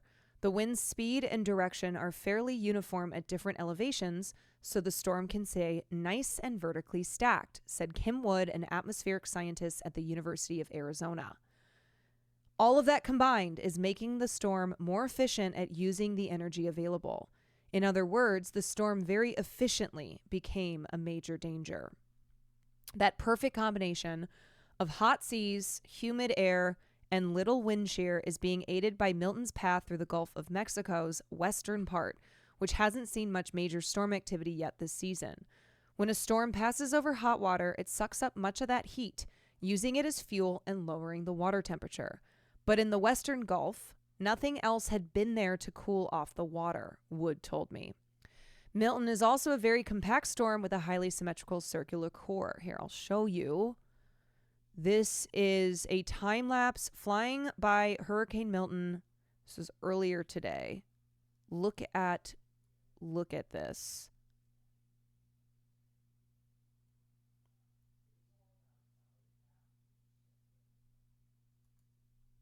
Absolutely insane. And then here's another look. So you can see the shape of the hurricane, which is highly symmetrical and has a circular core. In contrast, Helene's core took longer to coalesce and the storm stayed more spread out. Wind speeds inside, so this is a very compact hurricane. Wind speeds inside Milton picked up by about 90 miles an hour in a single day, intensifying faster than any other storm on record besides Hurricanes Wilma in 2005 and Felix in 2007. Climate scientists have worried for a while now that climate change could produce storms that intensify faster and reach higher peak intensities, given an extra boost by climate change. Milton is doing just that. Rapid intensification has become more common in recent years. Hurricane Otis, which made landfall near Acapulco, Mexico last year as a Category 5, intensified from a tropical storm in a single day, confounding forecasters and leaving residents very little time to prepare for a direct hit of that magnitude. And that's the other thing, too. As we move forward in this warming climate, they need ample time for when a storm is going to be of this size and strength, because people need to evacuate. They need to, get preparations in place. If a storm is switching this quickly from a Category 1, from a tropical storm to a Category 5, which is the highest that it goes 1 through 5 in the storm classification, then that is also a huge problem because it leaves little time to prepare for the impact. Hurricane Idalia, also in 2023, was another example of rapid intensification, as was 2022's Hurricane Ian. Carrie Emanuel, meteorologist and professor emeritus at MIT, predicted less than a decade ago that hurricanes' rapid intensification just before landfall was likely to become increasingly frequent and severe as the globe warms. And in the past few years, that prediction has borne out in additional modeling studies. It's a new addition to the canon of climate change knowledge, so it's not yet firmly established, but this early research points towards a connection between rising temps and these storms' rapid escalation. Climate change might actually decrease the total number of tropical storms and hurricanes, though the mechanism causing the decrease is still being debated. But the storms that do manage to form will likely be more intense, according to Tom Knutson, a senior scientist at the National Ocean and Atmospheric Administration's Geophysical Fluid Dynamics Laboratory. Oof. His recent research found that more storms may make landfall in the U.S. as Category 4s and 5s by the end of this century. Even if we get fewer storms, they will be worse. Trying to ride out storms of that size can be deadly. Overnight, Milton downgraded to a Category 4, but grew in size. It's now back up to a Category 5, I believe. It could also still re-intensify to a Category 5. Florida is now preparing to evacuate potentially more than 6 million people ahead of Milton's predicted landfall. And the conditions it will collide with on shore have already been worsened by climate change.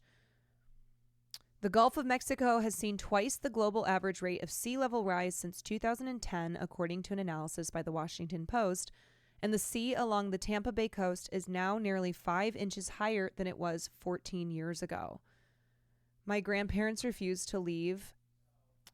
Dude, if your grandparents have the means to leave, convince them however you can. If they are in one of these areas that has an evacuation order, it is going to be extremely, extremely dangerous and a high chance of death for those who stay. And I'm sure you know that. So I'm sorry. That is horrible to deal with. We've tried, but they tough as nails, but I don't know. Oh my God. Tell them you're going on vacation and take them into Atlanta. Yeah. It's, I don't know. I don't have an answer for you for what will get your grandparents to leave other than just continuing to inundate them with the updates from, meteorologists, climate scientists, the mayor, everyone who's saying like this is going to be very dangerous. Some people just don't want to leave. Yeah. I mean, this is where I'm not saying all these people, some people are just fucking adamant. Some people are like, nah, I can weather it.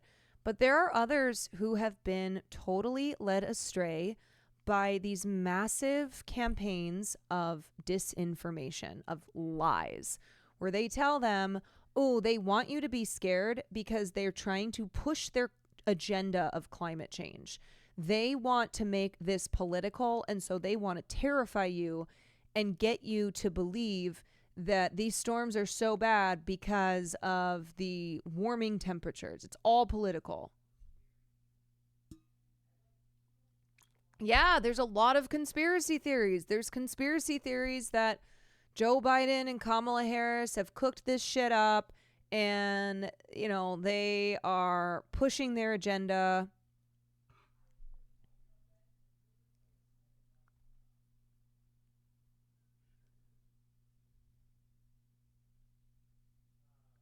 And at a certain point, I mean, it might be something where evacuation orders, it's not like, hey, evacuate up until the storm hits, because what you don't want to get stuck on the road either. You don't want to get stuck in a situation where now it's even worse because the evacuation came too late.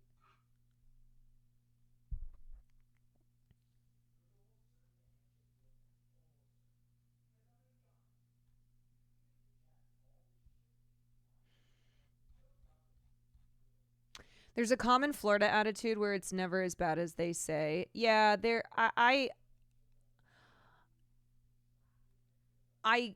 I get that. Not like I agree with it, but I think that is something where people who have lived a long time, grown up in an area that is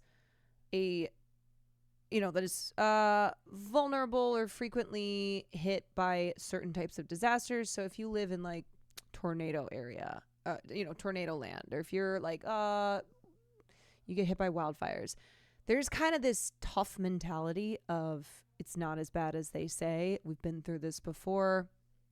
Earthquakes, yeah.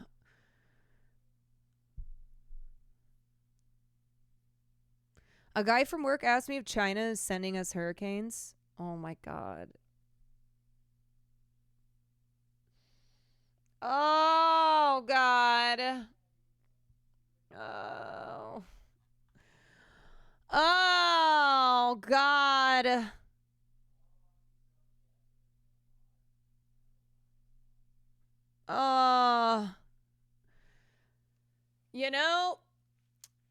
Every politician and lobbyist and corporate stooge who has benefited, who has made money off of lying to people who are vulnerable in believing the most outrageous shit. This is what we mean when we say like they have blood on their hands, man. It's of course one of those where it's hard not to be frustrated with people who believe this insane shit, but at the same time, don't reserve your anger for that. They're not the ones who you should like throw all your ire at. It's the ones who profit off of lying to people and convincing them that China is sending hurricanes. Dude. Yeah, it says made in China underneath each cloud. Oh, God. My work bestie and I have been trying to get our coworkers out of unsafe mobile homes and into real houses. You're doing good work there. And also, if it's not as bad as they say, it's a blessing. It's better to over-prepare and it be not so bad than to fucking die. Yeah, dude, it's like when Hurricane Hillary, when the tropical storm hit California, and people, especially in places like Florida, were mocking Californians who were hunkering down and preparing. They're like, it's just a little bit of rain. First of all, it wasn't just a little bit of rain, okay? Okay, I say as somebody whose apartment flooded. But second of all, that's that attitude of we're tough. We can withstand this shit. They're exaggerating because of a political agenda. Or, first time you've been through this.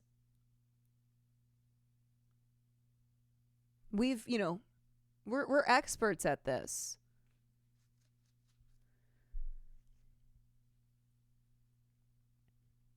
Rainfall is one of the best understood areas of attribution science, the discipline that models how much worse climate change likely made any given weather scenario.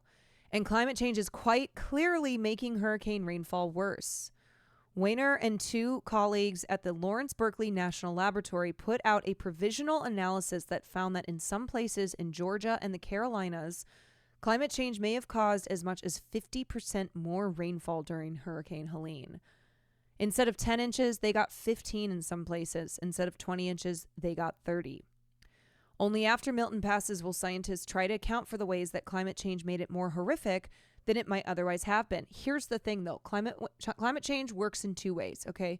It works in the actual destruction of these natural disasters, the worsening of these natural disasters, but it also works as a tool that anti-climate change corporate fuckers and the politicians who, are being paid to advance an anti-green legislative agenda, they use climate change but in a way where they make the effects of climate change even worse by denying the reality of climate change so that we don't have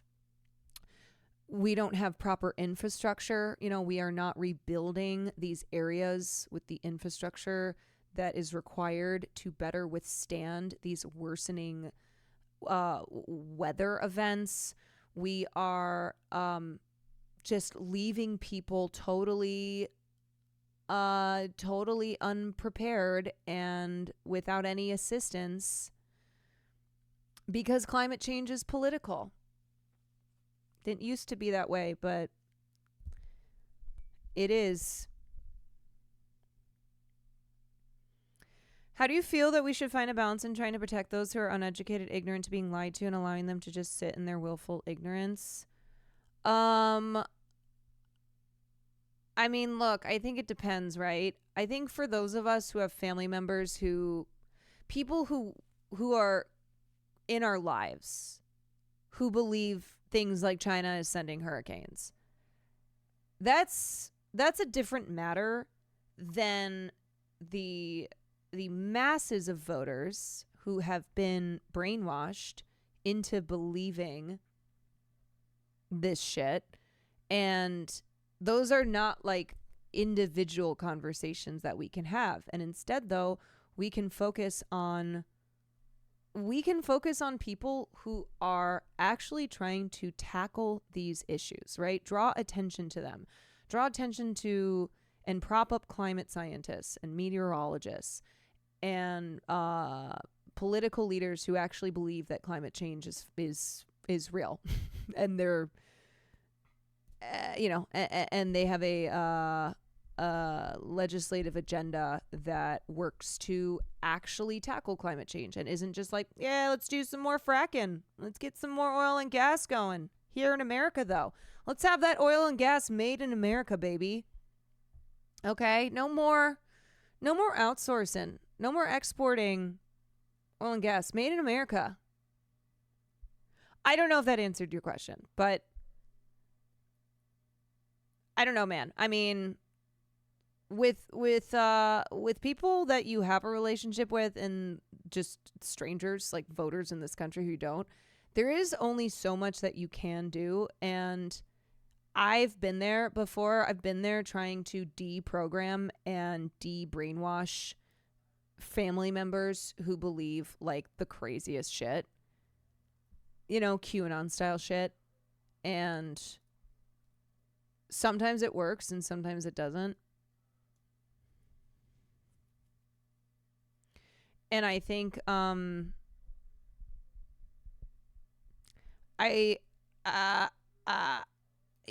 I think it's something where when you vote or when you are engaged in political action, you do it for everyone, right? You don't just do it for people who believe the same things as you, who align with you politically.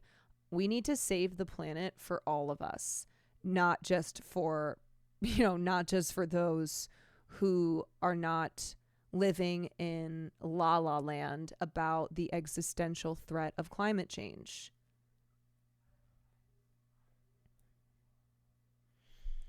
My parents came around, but it took a minute. Yeah, and then sometimes it's like they come around and then if you don't see them for a while, they regress. It's kind of a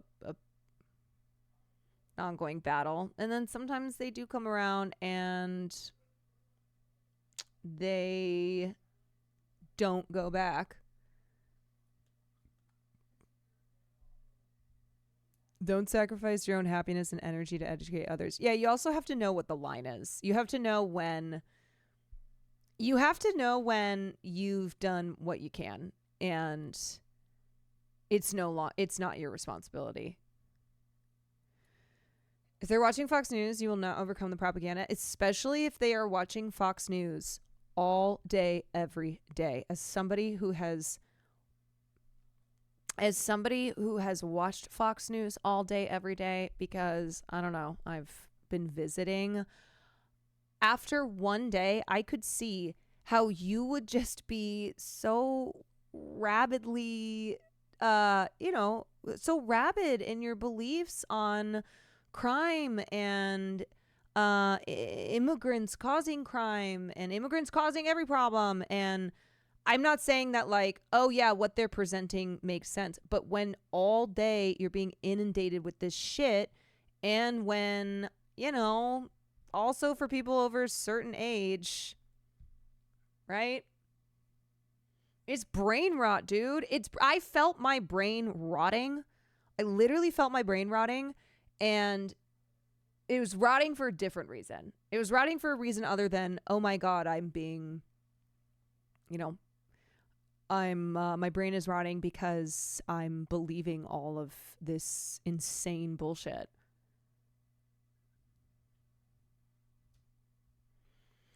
It really is a network designed to trigger chemical responses like heroin. Yes, it's content, man.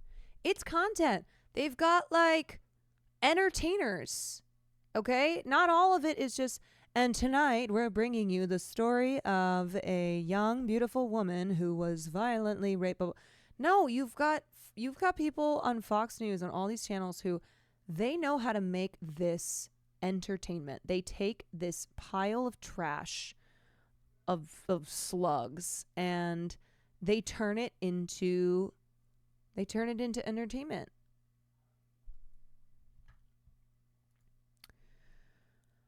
Only after Milton passes will scientists try to account for the ways that climate change made it more horrific than it might otherwise have been. Perhaps still a major storm, but not so intense and so fast that it stopped a veteran meteorologist cold. And the world is expected to keep warming dramatically over the coming century. Storms such as Milton are a preview of the types that will become more common. We are having a hard time dealing with storms this wet, Vecchi said. How are we going to do with storms that are even wetter? Surely those too will be shocking, but they should not be surprising. We have known all along that they were coming. Beach, where neighborhoods like this still bear the scars of the last hurricane to come through here, Helene. Now the area tonight bracing for what's about to come. Hurricane Milton, now barely 30 hours away from making a historic landfall here along Florida's Gulf Coast. It could wind up being the strongest hurricane to hit the Tampa Bay area in a century. Officials warning it's an extremely dangerous and life-threatening situation. As expected, Milton's intensity has fluctuated, right now back to a Category 5, which is where we begin tonight with Al Roker and some new tracking updates. What's the latest, Al? Lester, we are watching this system intensify now. 165 mile per hour winds, Category 5, moving northeast at 9. Now, the track currently brings it a little further south of Tampa, so they may be spared the worst of that storm surge, but it's still going to be bad when we make landfall sometime between 12 and 3 a.m., maybe an hour or so on either side of that. Now, the storm surge is a big deal, 10 to 15 feet south of Tampa going towards Fort Myers and Sarasota, 5 to 8 feet as you get further south. But as the hurricane exit, it could see a storm surge on the eastern end of Florida, and we're also looking at a high risk of flooding anywhere from Ocala, Orlando, Sarasota. Heavy rain, 18 inches or more. That's going to cause catastrophic flooding. And Lester, also tornadoes possible from Daytona Beach, Sebring, all the way down to Key Largo. Lester? And the other thing too, when a storm, I'm not saying this is going to happen with Milton, but if or when a storm does decrease in the severity that was predicted, that will be used as evidence of, see, these people lie to you because they're pushing an agenda. And so people who already are not trusting of science will take that and go, yeah, we were right. You can't trust these scientists. So I'm going to keep not trusting them. All right, Al, thanks very much on the way here. It's like, do you think these meteorologists, do you think that veteran meteorologist who was crying on air, you think they have a seedy political agenda here to control the masses? That, like, they are not people who have dedicated their lives to science and are attempting to do their jobs?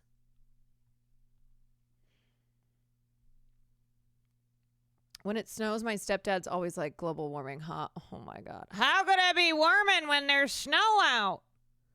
When there's places that are cold? Today we saw roads leading out of the flood zones filled with traffic. Many who witnessed what Helene did. And you want to know where that comes from? That comes from motherfucking massive oil corporations, okay? Who spent kajillions of dollars and decades of putting out propaganda with taglines like that.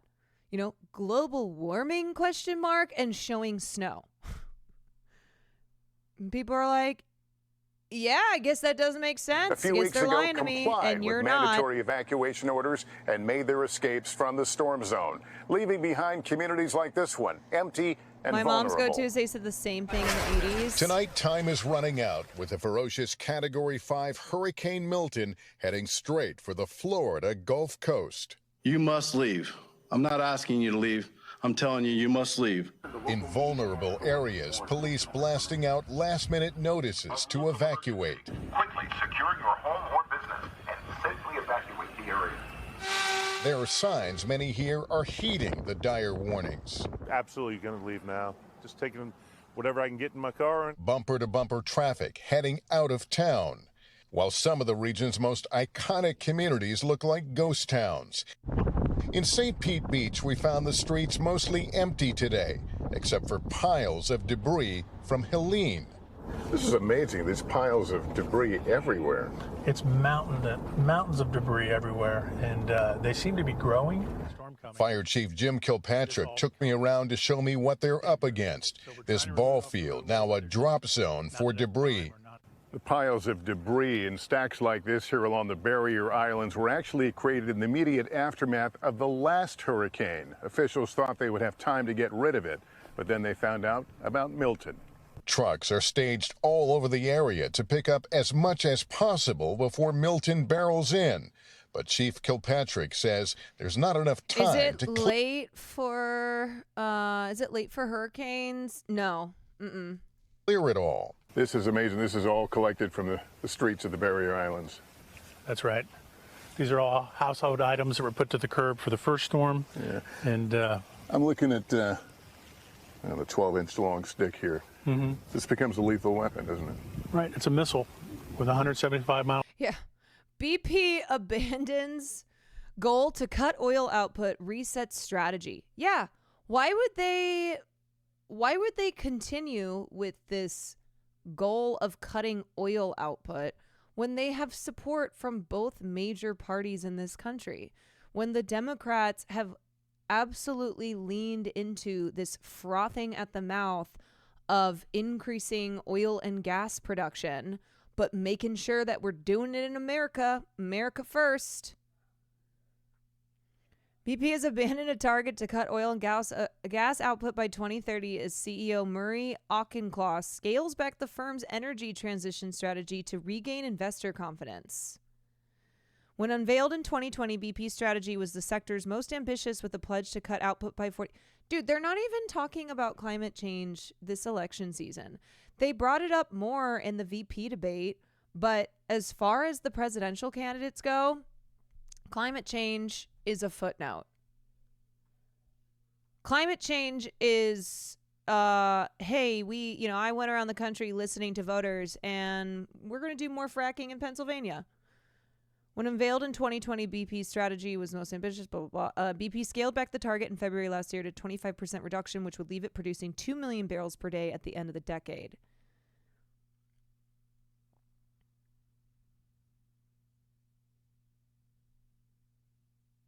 The 54-year-old Canadian, previously BP's finance head, has sought to distance himself from the approach of his predecessor, Bernard Looney. This guy's last name is Looney. You can't make this up. Who was sacked for lying about relationships with colleagues, vowing instead to focus on returns and investing in the most profitable businesses, first and foremost in oil and gas.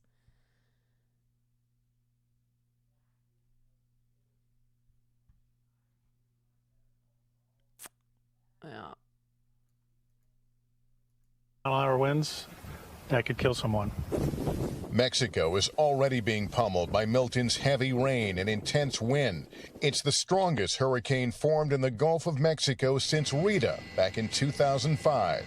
Its stunning scale apparent in this view from space. It's going to be a catastrophic impact, potentially across two of the major population centers in Florida.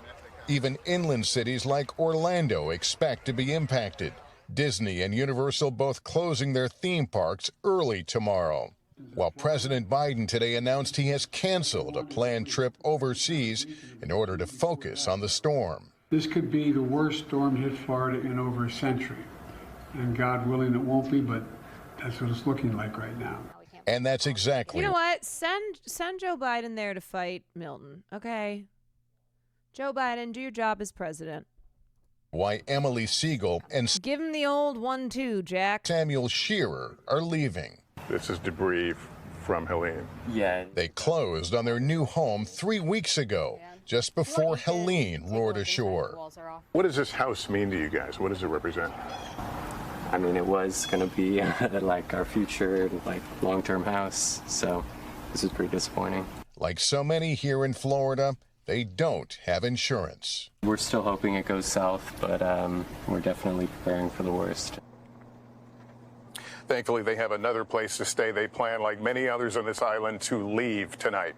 And as Milton sharpens its aim, Tampa is bracing for a potential direct hit. Tom Yamas is there. And Tom, that area is especially vulnerable. Yeah, Lester, that's right. There's a combination of factors, including the shape of Tampa Bay, the fact that it's shallow near the coastline, and that's why that storm surge damage from Hurricane Helene was so severe. It's the reason why these piles are so big. And we've just learned from county officials here in Hillsborough County that most of the piles still around the Tampa area will not be picked up. They tell us too many workers have evacuated, that there's just too much debris and not enough time before conditions worsen. For more than a century, Tampa has avoided a direct hit from a major hurricane. But as Milton barrels across the Gulf, experts warn this time Tampa could be in the bullseye. Large portions of the Tampa Bay area are going to be uninhabitable. You're not going to have power. You may not have other essentials. According to one report, Tampa is one of the most vulnerable places in the country when it comes to storm surge. And the National Hurricane Center warns Milton could bring a wall of water up to 15 feet. I've never seen a hurricane with that trajectory before, so it kind of spooked a lot of people. Think this is the one that's going to hit Tampa?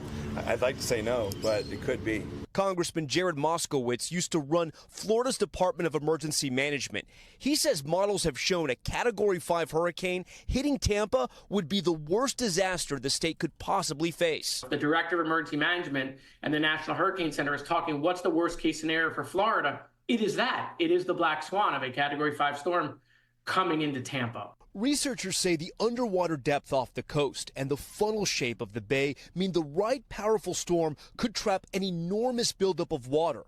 Another challenge, Tampa's dense population. More than 3 million people live in the area, and not everyone has the ability to pick up and leave. Tonight, some hospitals choosing to evacuate vulnerable patients. Folks came from as far as Louisiana and Missouri with ambulances to help transport and move these patients safely. Bob Fritzinger was moved from a hospital in Pinellas County, which sits on the Gulf, to safer ground. What are they doing about incarcerated people? I saw earlier today that there were I can't remember what area it was, but they were using prison labor to set up sandbags. So what's being done? We just use them. We just use their labor and then leave them be. It's really working. I mean, they're running up and down the halls. Tampa resident Jennifer North will ride out the storm inside this shelter with her daughter Liliana. No. I don't live too far from here, but my house is quite old and there's a lot of trees.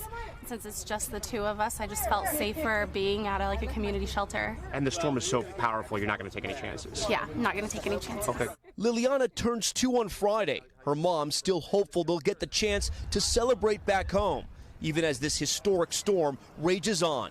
Tom Yamas, NBC News, Tampa.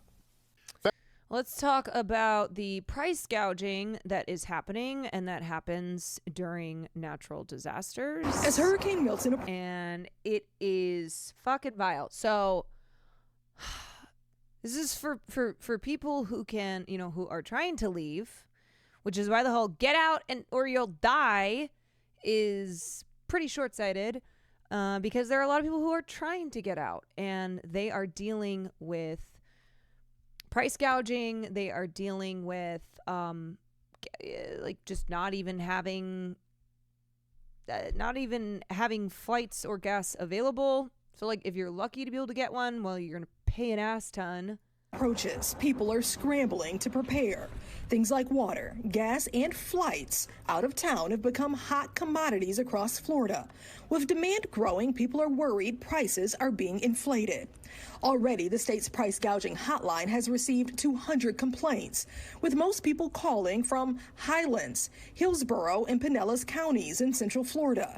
But in Miami-Dade County, officials are offering their own warning. If you suspect that there is price gouging, there's a very easy way to capture that information. Take a picture of the receipt, take a picture of the price, take a picture of whatever sign is indicating the price, and of course your invoices and bills. Miami-Dade State Attorney Catherine Fernandez-Rundle asking consumers to take pictures of items and locations they believe are overcharging for essential commodities. Okay, yeah, that's great for like the follow-up investigations, but it doesn't stop people from still being forced then to pay those prices. At the federal level, Secretary of Transportation Pete Buttigieg took to X Monday night after people started questioning price. I am in WNC gas station down the road from me. Charged my neighbor 3 days of the storm $53 for two 20-ounce bottles of water, a 20-ounce bottle of Gatorade, and a pack of crackers. Yeah, that's price gouging. And there will be people who try to say, oh, well, hello, supply and demand.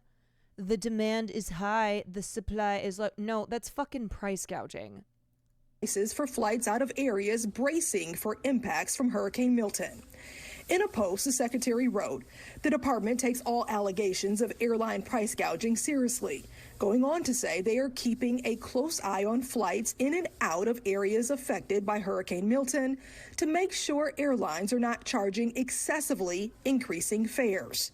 When we took a look at same-day flights from Orlando and other available airports, we saw varying flight prices, but limited availability. Something Katie Nastro with Going.com says can happen in situations like this. When it comes to natural disasters and the movement of people in a very short window of time, you're going to see prices increase due to the mere fact that last-minute flights, by definition, when we're specifically looking at airlines or airfare, are going to be expensive. And there's another factor here at play, with so many people looking to. Yeah, but that is not something that is okay. Just because okay, well, it's always, it's always been that if you try to buy a flight last minute, then you're going to be paying out the ass. Do we understand how that's still a problem though? And then you add that in with a disaster of this size where these airlines have canceled a lot of flights already, and so the demand is very high and the supply is low, and so they charge even more than they would with just normal with normal what could be argued as price gouging. To move. But it's demand airlines have worked to handle. American Airlines and United Airlines both added seats departing from Tampa and Sarasota late Monday and Tuesday to help people evacuate. Those airlines, along with Delta and Southwest, are offering travelers the chance to change their tickets at no extra cost if they are flying to or from a Florida airport.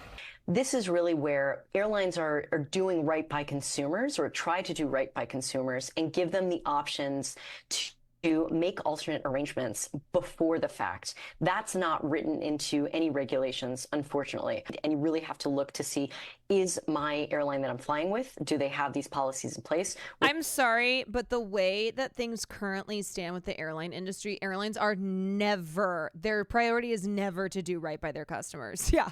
Airlines simply do not do right by their customers, okay?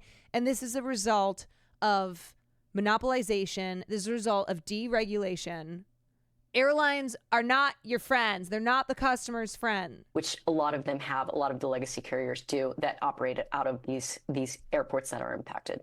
Now, if you suspect price gouging of essential commodities, things like lumber, ice, water, generators, gas, or shelter, you can report it to the state's hotline at 1-866-9-NO-SCAM. The Florida AG's office tells us not only are they investigating complaints from this hurricane, but also investigating 190 complaints related to price gouging from Hurricane Helene. Good luck, Sasha Dr. Jones, Thicksnack. NBC6 responds. Good evening and welcome. Let's take a look at this more perfect union tweet. As Hurricane Milton nears landfall in Florida and over 1 million people have been ordered to evacuate, corporate price gouging has begun. There are numerous reports of airlines and hotels suddenly jacking up prices as people need to flee. Accusations are being leveled against United Airlines for dramatically increasing prices. Hey, United, what's up with the price gouging in Tampa for people trying to evacuate? Your prices aren't nearly as comparable to American or Southwest shady. Look at those prices for economy. Multiple stops and economy in the thousands. And they were comparing it to Southwest here at $3.99. Similar accusations are being made regarding American Airlines. Shame on American Air for price gouging flights out of Tampa due to Milton. These flights run little over $100 on the weekdays. It's no longer survival of the fittest, but survival of the richest. Also in the 800 to 1,400 range. Other airlines are also facing the same charges from the public. Mind you, this is normally for $60 to $70 nonstop flight. That is fucking disgusting. This video goes into more depth on the issue. To evacuate. I'm about to show you why it's almost impossible for anyone to evacuate, and it will piss you off. One-way ticket, American Airlines from Fort Lauderdale to Columbus, $812 a person, what normally should be less than $200. $1,000 a person, $1,700, $2,100 a person. My wife's flight was canceled for tomorrow morning at 7 a.m. The only other flights out of the entire state of Florida right now are out of Fort Lauderdale, and they are jacking their prices up. But hey, you can just drive, right? People are wondering about evacuation and why when typically gas out of stock, when you typically get the evacuation orders, it's already too late. Most of the gas stations where I'm at, as well as other counties and cities, are completely out of gas. By the time evacuation orders are going into place, people that are living in trailer parks, they can't afford that plane ticket out of here. They can't afford to be stuck in standstill traffic on I-4 and 75, risking their life over fuel because it's not available. The fact that people are able to price gouge these emergency evacuation tickets to for these airlines, ridiculous. The airlines need to be held accountable for this. Yeah. And I am going to push for DeSantis to get something like this put into place. They should not be able to price gouge. There should be a mandatory lock-in on a flatline fee evacuating flights out of the state of Florida. No more than $100 per person. This is crazy. And this is the type of thing that should radicalize you. It's not radical. It's not radical to think that this is criminal, but let this radicalize you, right? If you're somebody in Florida who votes for DeSantis, votes for Republicans every year, but also for people who are sucking Pete Buttigieg's dick, okay? This is the Secretary of Transportation. Pete Buttigieg has been a terrible Secretary of Transportation. When he's out here oh yeah, we'll be investigating all this. Why are you not getting ahead of the problem when we know this is going to happen? Because this is what always happens.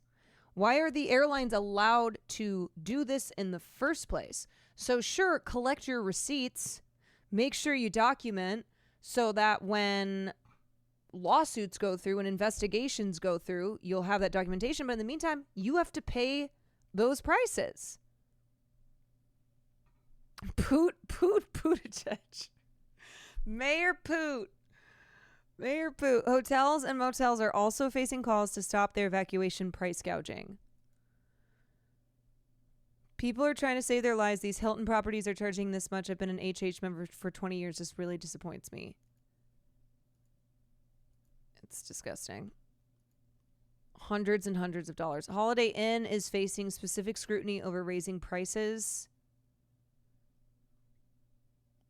Holiday fucking Inn. Holiday Inn's like, oh yeah, we're going to charge $400 for a night.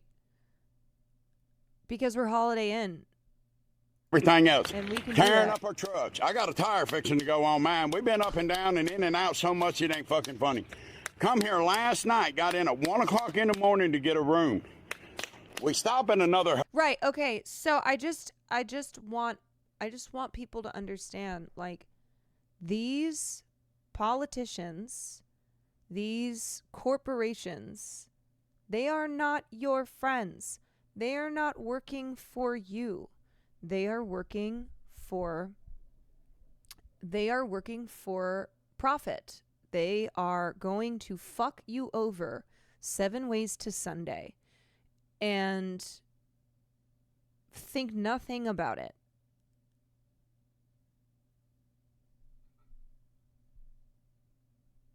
And the ruling that it's okay to prosecute people for sleeping in public, that decision can negatively impact people in these situations.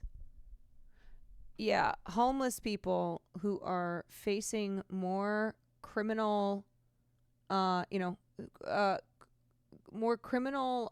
consequences, criminal charges for being in the streets. They literally do not care if you live or die. No, they don't. They do not. Transportation Secretary Poot Buttigieg, I'm just going to call him Poot, says his department is closely monitoring the airline corporation specifically. And in Florida, where this practice is illegal as well, you can make a report to the Attorney General's office.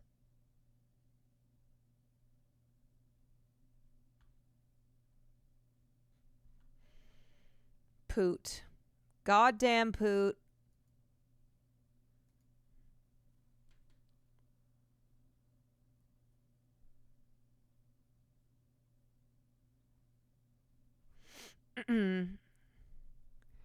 Poot Buttigieg.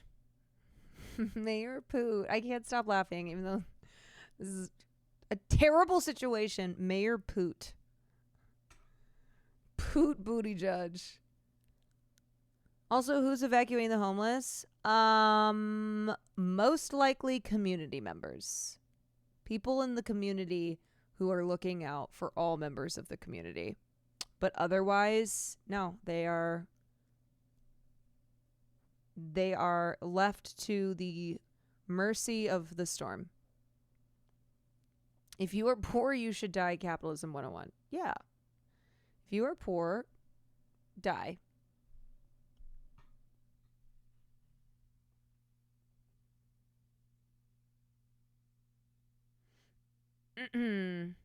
Okay. This is a really awesome clip. I actually don't feel like watching her whole. I don't feel like watching her entire appearance on The View, but I think this sums it up pretty well. I think this sums it up pretty well when she is asked the difference between her and Joe Biden. Yeah. Listen, I plan on having a Republican in my cabinet. You asked me. Oh, okay. Yes, right. You asked me what's the difference between Joe Biden and me. Well, that will be one of the differences. I'm going to have a Republican in my cabinet. Okay, so honestly, at this point, just fucking give us Joe's corpse. Give us Joe's corpse.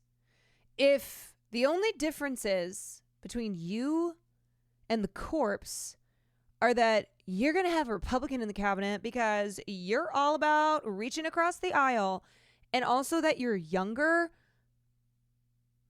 I guess we'll just take the corpse then. I don't fucking know. I don't feel burdened by letting pride get in the way of a good idea. Yeah. Oh, you've been unburdened by what has been.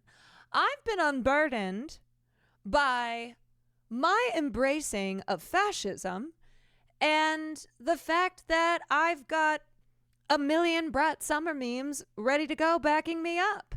And everybody who's, focused on taking down Chapel Roan rather than wondering in the first place why I'm embracing fascist policies. But I've been unburdened by what has been, so... Right. Yes, queen. Yes, queen. Listen, I plan on having a Republican. Oh, my God. Honestly, I know she's said this before, so it's not the first time that we're hearing her say, I'm going to have a Republican in my cabinet. But it's also not surprising at all. This is not surprising. This is what the Democratic Party is.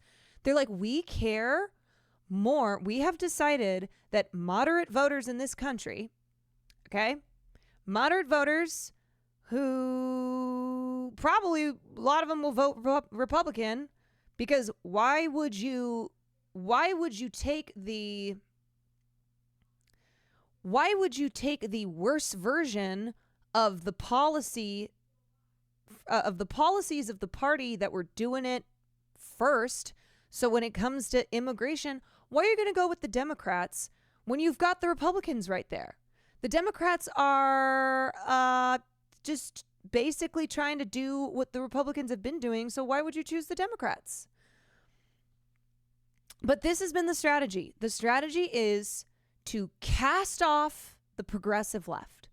We're gonna silence and ignore, and there is no working relationship anymore with the progressive left. Fuck you guys. Fuck you guys. And if you don't vote for us, or if you vote for somebody else, then that's a vote for Donald Trump. So it's your fucking fault. And everybody's going to blame you because we have told them to. We have looked at you and said, you will be the reason if we lose, that we lose. And so we will be we will be unburdened. We will be unburdened from the responsibility of losing the election ourselves because it's your fucking fault.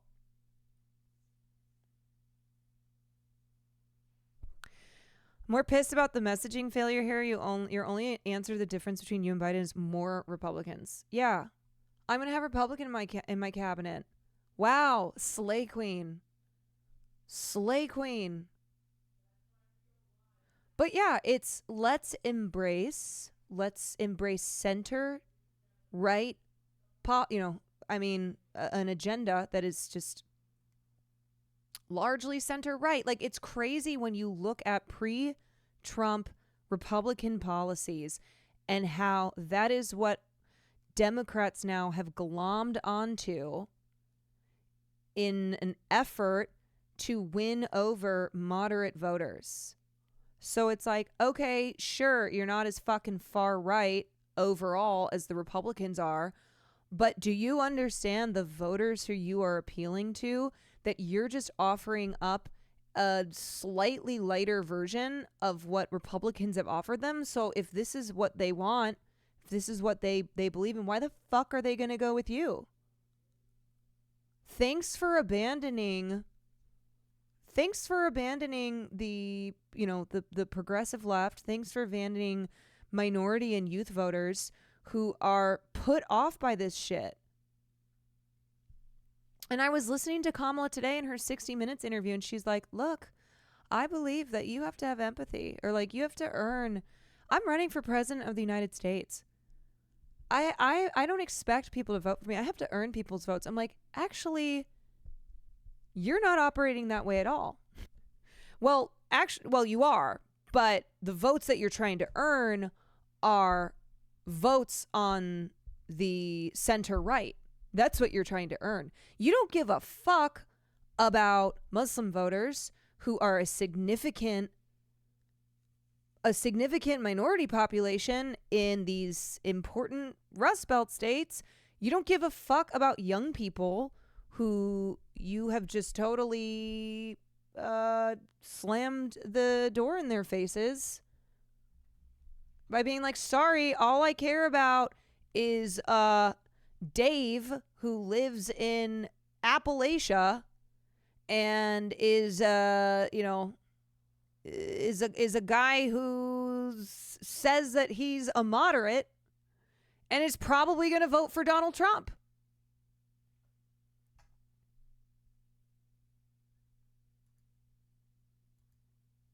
Man, the Democratic shift rightward, man. And knowing that the blame, if Kamala Harris loses, which do not, if you think that this election is in the bag for Kamala and the Democrats, it is not. It is not. If Kamala loses, you know that the blame is going to be cast on Muslim voters. It is going to be cast on young people. It is going to be cast on progressives. It's anybody's race to lose. Yeah. Man.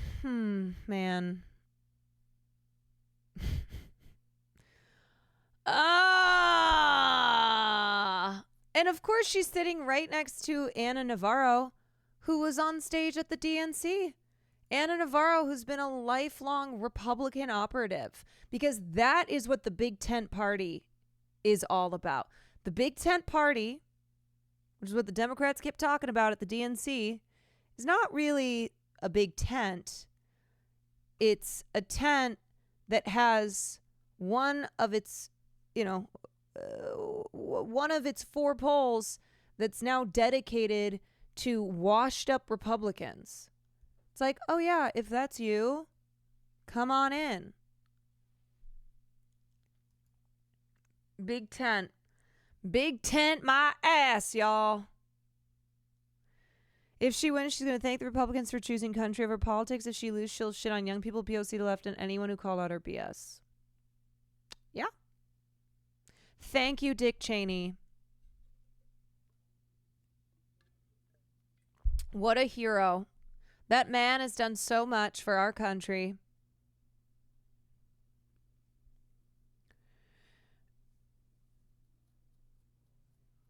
It's just so frustrating, y'all. It is so frustrating. It is so fucking frustrating that 4 years ago we had the Democratic Party saying that they would dismantle the migrant detention centers, that they were the antithesis to Donald Trump's fascist draconian measures at the border. And now we've just shifted. It's pathetic. It's honestly, it's gross. It's pathetic. It's demoralizing.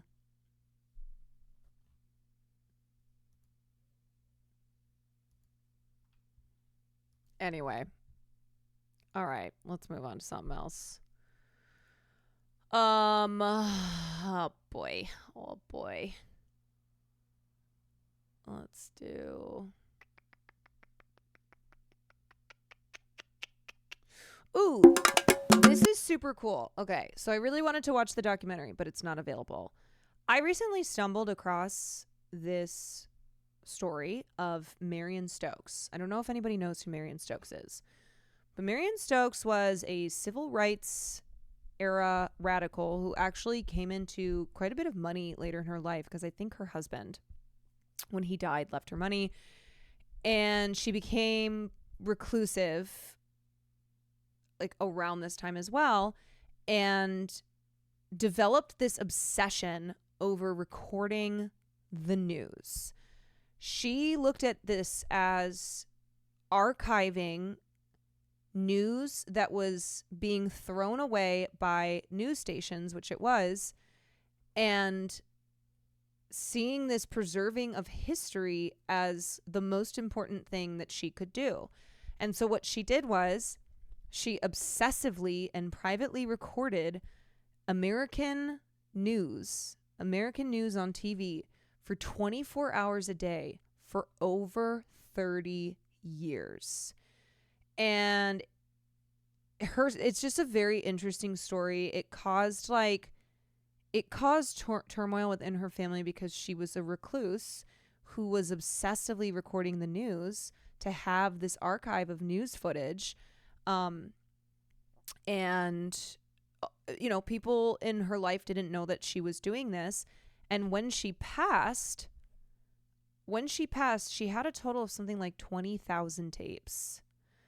So there is a documentary called Recorder, and it delves into the life of Marion Stokes and how she was taping nonstop 24/7 for 30 years as a form of activism to protect the truth, because that's what she looked at this as, where she wanted to have these recordings in order to prevent the media from pretending like they had, they had never said these things on TV, because they were getting rid of their archives. They weren't hanging on to it. And we didn't have something like the internet or the Internet Archive at that time, where you could easily go and look up like, oh, this is what CBS said when they were talking about this global crisis. And her obsession started with the Iranian hostage crisis in 1979, and this was at the dawn of the 24-hour news cycle. So we used to not always have a 24-hour news cycle, and it started at the end of the 70s, beginning of the 80s, and that is now what we have today. But this is when she started obsessively recording and was like, I need to record and preserve all this, because we need to this is the truth, or at least the truth of what people said, not necessarily what they were saying was the truth. But anyway, it's remarkable. It's absolutely remarkable what she did. And now the Internet Archive is taking her tapes and they are archiving it online. So it comes,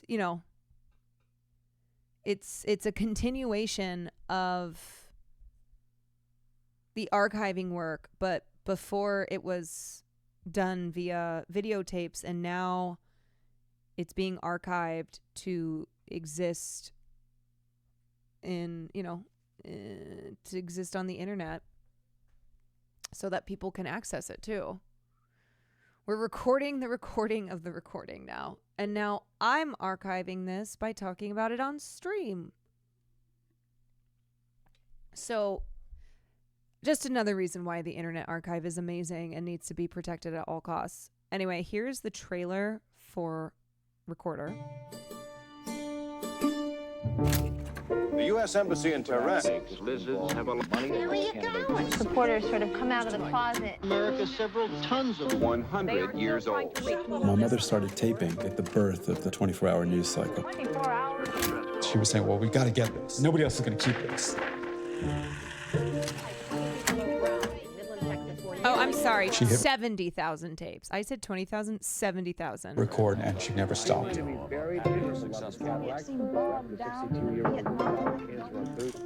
She was very mysterious and very private. She lived in the richest part of the city. She had 9 homes packed to the gills. She was a hoarder. She hoarded everything. Who decides what's normal? I think maybe a re-examination of what is normal is in order at this point. My mother was enormously controlling. It was a long point of contention between her and me about my boringly conventional intellect compared to her. She was definitely spied on by the FBI. You don't want me in there. No, you make it work. You have kept me out of your institution. You want to stop faith in the democratic process. Make it work. The child fell while playing with other toddlers yesterday morning. I don't think a lot of people knew the real Marion. Taping these programs for my mother was a form of activism. She wanted people to be able to seek the real truth. You need to deal with people who are living a different reality than yours. She was obsessed with how media reflects a society back to itself. Those in power are able to write their own history. A lot of craziness produces a lot of brilliance. And I think there's something kind of brilliant about what Marion Stokes did.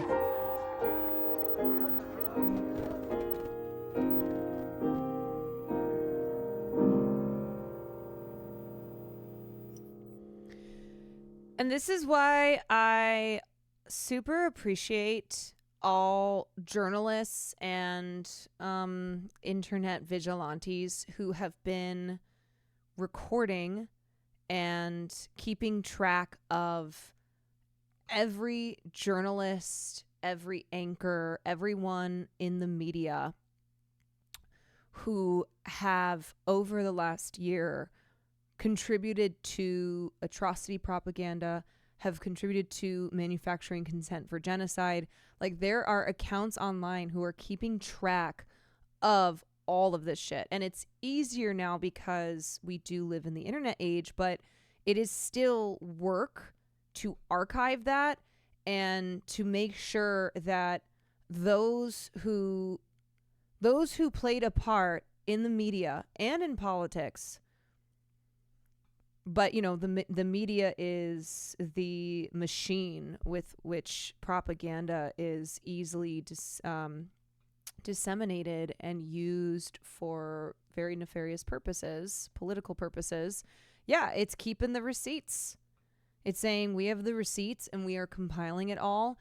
And not just, not just people in the media as they're, talking on air, but also on places like Twitter, also on Instagram, and not just media people, but powerful figures, celebrities, public figures, You should not be able to, holy moly, spitting nickels, spitting subs. Thank you so much for the 10.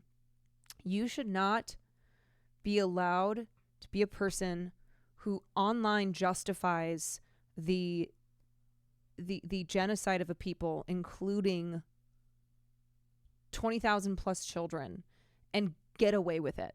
It should haunt you for the rest of your life.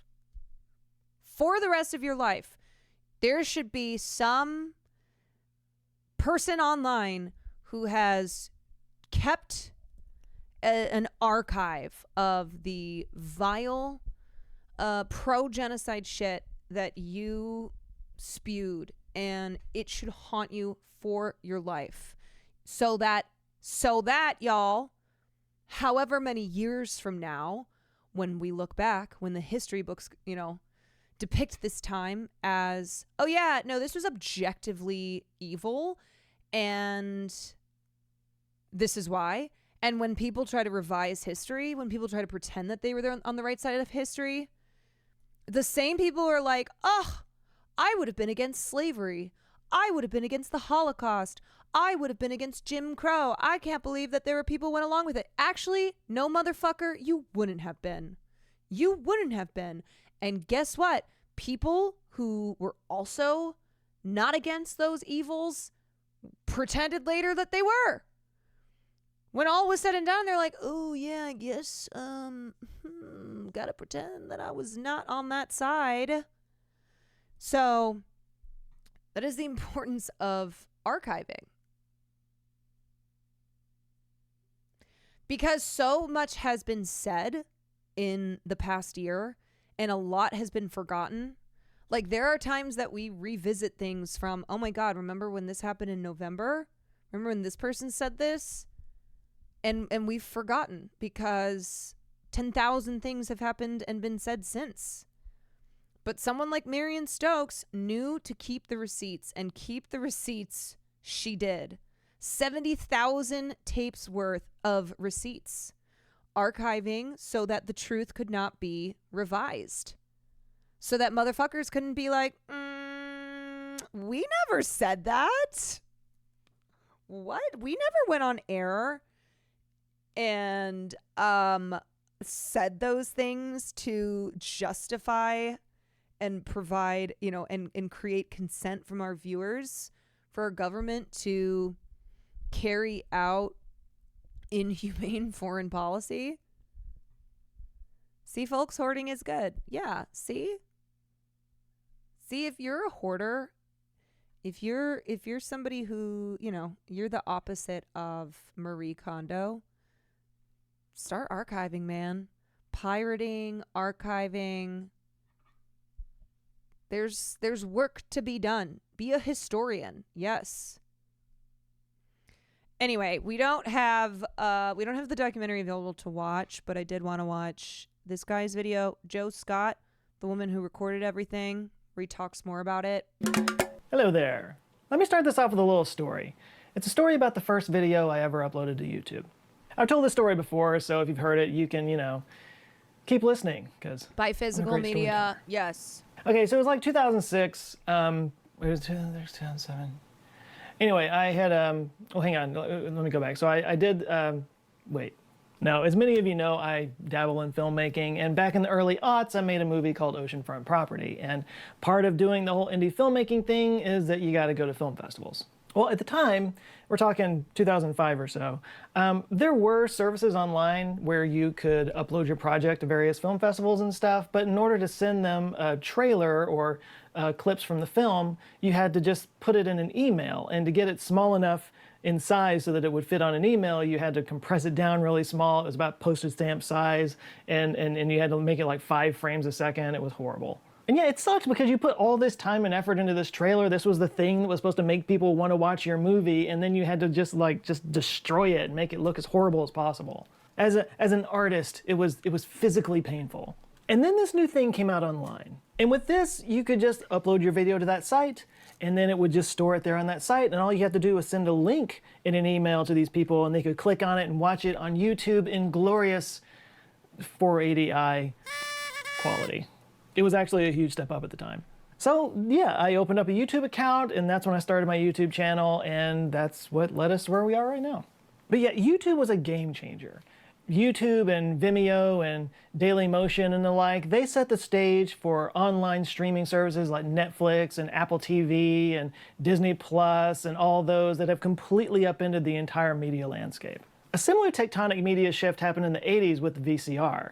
For the first time, you could record something and then just watch it whenever you wanted to. Up until then, if you weren't in front of your TV when the Some of you are too young to know the VCR. But the VCR was legendary. Also, what would happen is if you had a big family, then sometimes you would record over what someone had recorded, and nothing you could do about that. Thing happened, you missed the thing. The VCR freed up people's lives and gave people a way to save moments that are important to them for posterity. I mean, how many of you have parents with shelves full of old VHS tapes that can't even be played anymore? But for one person, the urge to record things became a 35-year obsession. An obsession that has created a priceless media archive. Marion Stokes bought a VCR and began recording TV shows on it in 1977, and she never stopped recording them until her death in 2012. Over 35 years of never-ending recording, she amassed over 40,000 videotapes, equaling 840,000 hours of content. They included everything from local shows to national news stories to commercials. So when people began to hear about this collection after she died, it wasn't surprising to hear her being labeled as crazy or weird. But, as Dennis Hopper's character in Speed once said, "Poor people are crazy, Jack. I'm eccentric." Once again, I'm sorry. I think she would have like 8 to 10 tapes. Like she had various TVs set up throughout her house, and so she would be simultaneously recording. Like that's what she did for all those years. So it wasn't just one singular recording. If my movie references are too new for you. She probably spent tens of thousands on tapes. Well, as I said, she came into quite a bit of money. So during her life, she was a civil rights activist. She was an outspoken socialist. And then her husband had invested or something or other and made quite a bit of money. And then he died. And then she basically became pretty wealthy and was just living by herself in her home and spent this money that she had on tapes and dedicated the rest of her life to it. You yeets. Marion Stokes would qualify as eccentric. She was rich. She had strong opinions about media and technology. And she was obsessive. Now look, we all have our obsessions. I'm sure many of you have been called a geek or worse for having gone down rabbit holes and getting all wrapped up in some tiny little thing that you just, for whatever reason, are super into. Maybe you collect baseball cards, maybe you collect Beanie Babies, maybe you collect Star Wars memorabilia or airplane sick bags, whatever. Look, if it makes you happy, great, do you, boo. But what if it starts to take over your life? What if you start to lose living space to it? What if it strains your relationships? At this point is where somebody might be called a hoarder. But let's get real for a second. Sometimes the difference between a hoarder and a collector is based on things like gender, social class, and wealth. I mean, for example, an institution that collects items can be just as irrational as a single individual that collects items. So yeah, the word obsessive can be used to shame or label people. But what if that obsession can be used for the greater good? In the case of Marion Stokes, that's exactly what she was trying to do. Marion Stokes was a former librarian who worked for the Free Library of Philadelphia from the 1940s to the early 1960s. She also engaged in several civil rights issues. For example, she helped organize buses for the 1963 Civil Rights March on Washington, D.C. She was also the Philadelphia chair for the Fair Play for Cuba Committee in the 1960s, fought for integrating Girard College for boys, and was a founding board member of the National Organization for Women. Another way she helped promote social and civil rights issues was a show that she ran with her husband, John Stokes Jr., called Input. It was a weekly panel discussion series that ran on a CBS affiliate in Philadelphia from 1968 to 1971, and it focused on social topics including activists, clergy, and scholars as panelists. Some of the guests during its run included folk singer Pete Seeger, psychiatrist John Fryer, and physicist William Davidson. And I think it was this belief in the power of television that drove her to do all the things that we're about to talk about. Stokes was a voracious note-taker and diarist, and she loved making lists of things. You could say she just enjoyed documenting stuff. To an extreme, which is why she qualifies as a hoarder. For example, she amassed over 50,000 books in her collection, and she also had multiple copies of everything. Oh my God, she was not just a librarian. She was a library. She was a whole ass library, man. 50,000 books. I think I might have 50. That Apple ever produced. Yeah, she was like one of the first Apple fanboys, and she talked all of her family into buying stock when it was only $7 a share. Her assistant, Frank Hilliman, estimated that she read 11 newspapers a day, and she never threw any of them away. In order to house all of these collections of hers, she had 9 homes and 3 storage facilities. According to her son, Michael Milidis, in 2019, he said, quote, "She had been collecting books and newspapers for most of her life, but the television thing really took off from the 1979 Iranian hostage crisis. That was when she became obsessed with the way stories were reported and how they changed. I was 18 at the time, and it struck me as strange, Bro, can you imagine having multiple houses to house your books? And it's like, yeah, I'm gonna get another house because I've got more tapes and I've got more books. My mother was strange for her whole life. She was kind of considered an eccentric local celebrity in Philadelphia. She only ever left her house to record those Input shows, and then she would go to the bar to have a martini once a day. She stepped back from her public activism in the 1960s out of privacy concerns, but she still wanted to find a way to keep everybody informed about what was going on. And that took the form of taking television. She wanted to capture it all. As her son said, it was the Iranian hostage crisis that really set her off and put her into this recording frenzy. She didn't believe the news broadcasters and the stories that they were telling. She was convinced that the early facts did not line up with what they were saying later on. So she started recording so that she could have concrete evidence that the story was changing. And then she never stopped.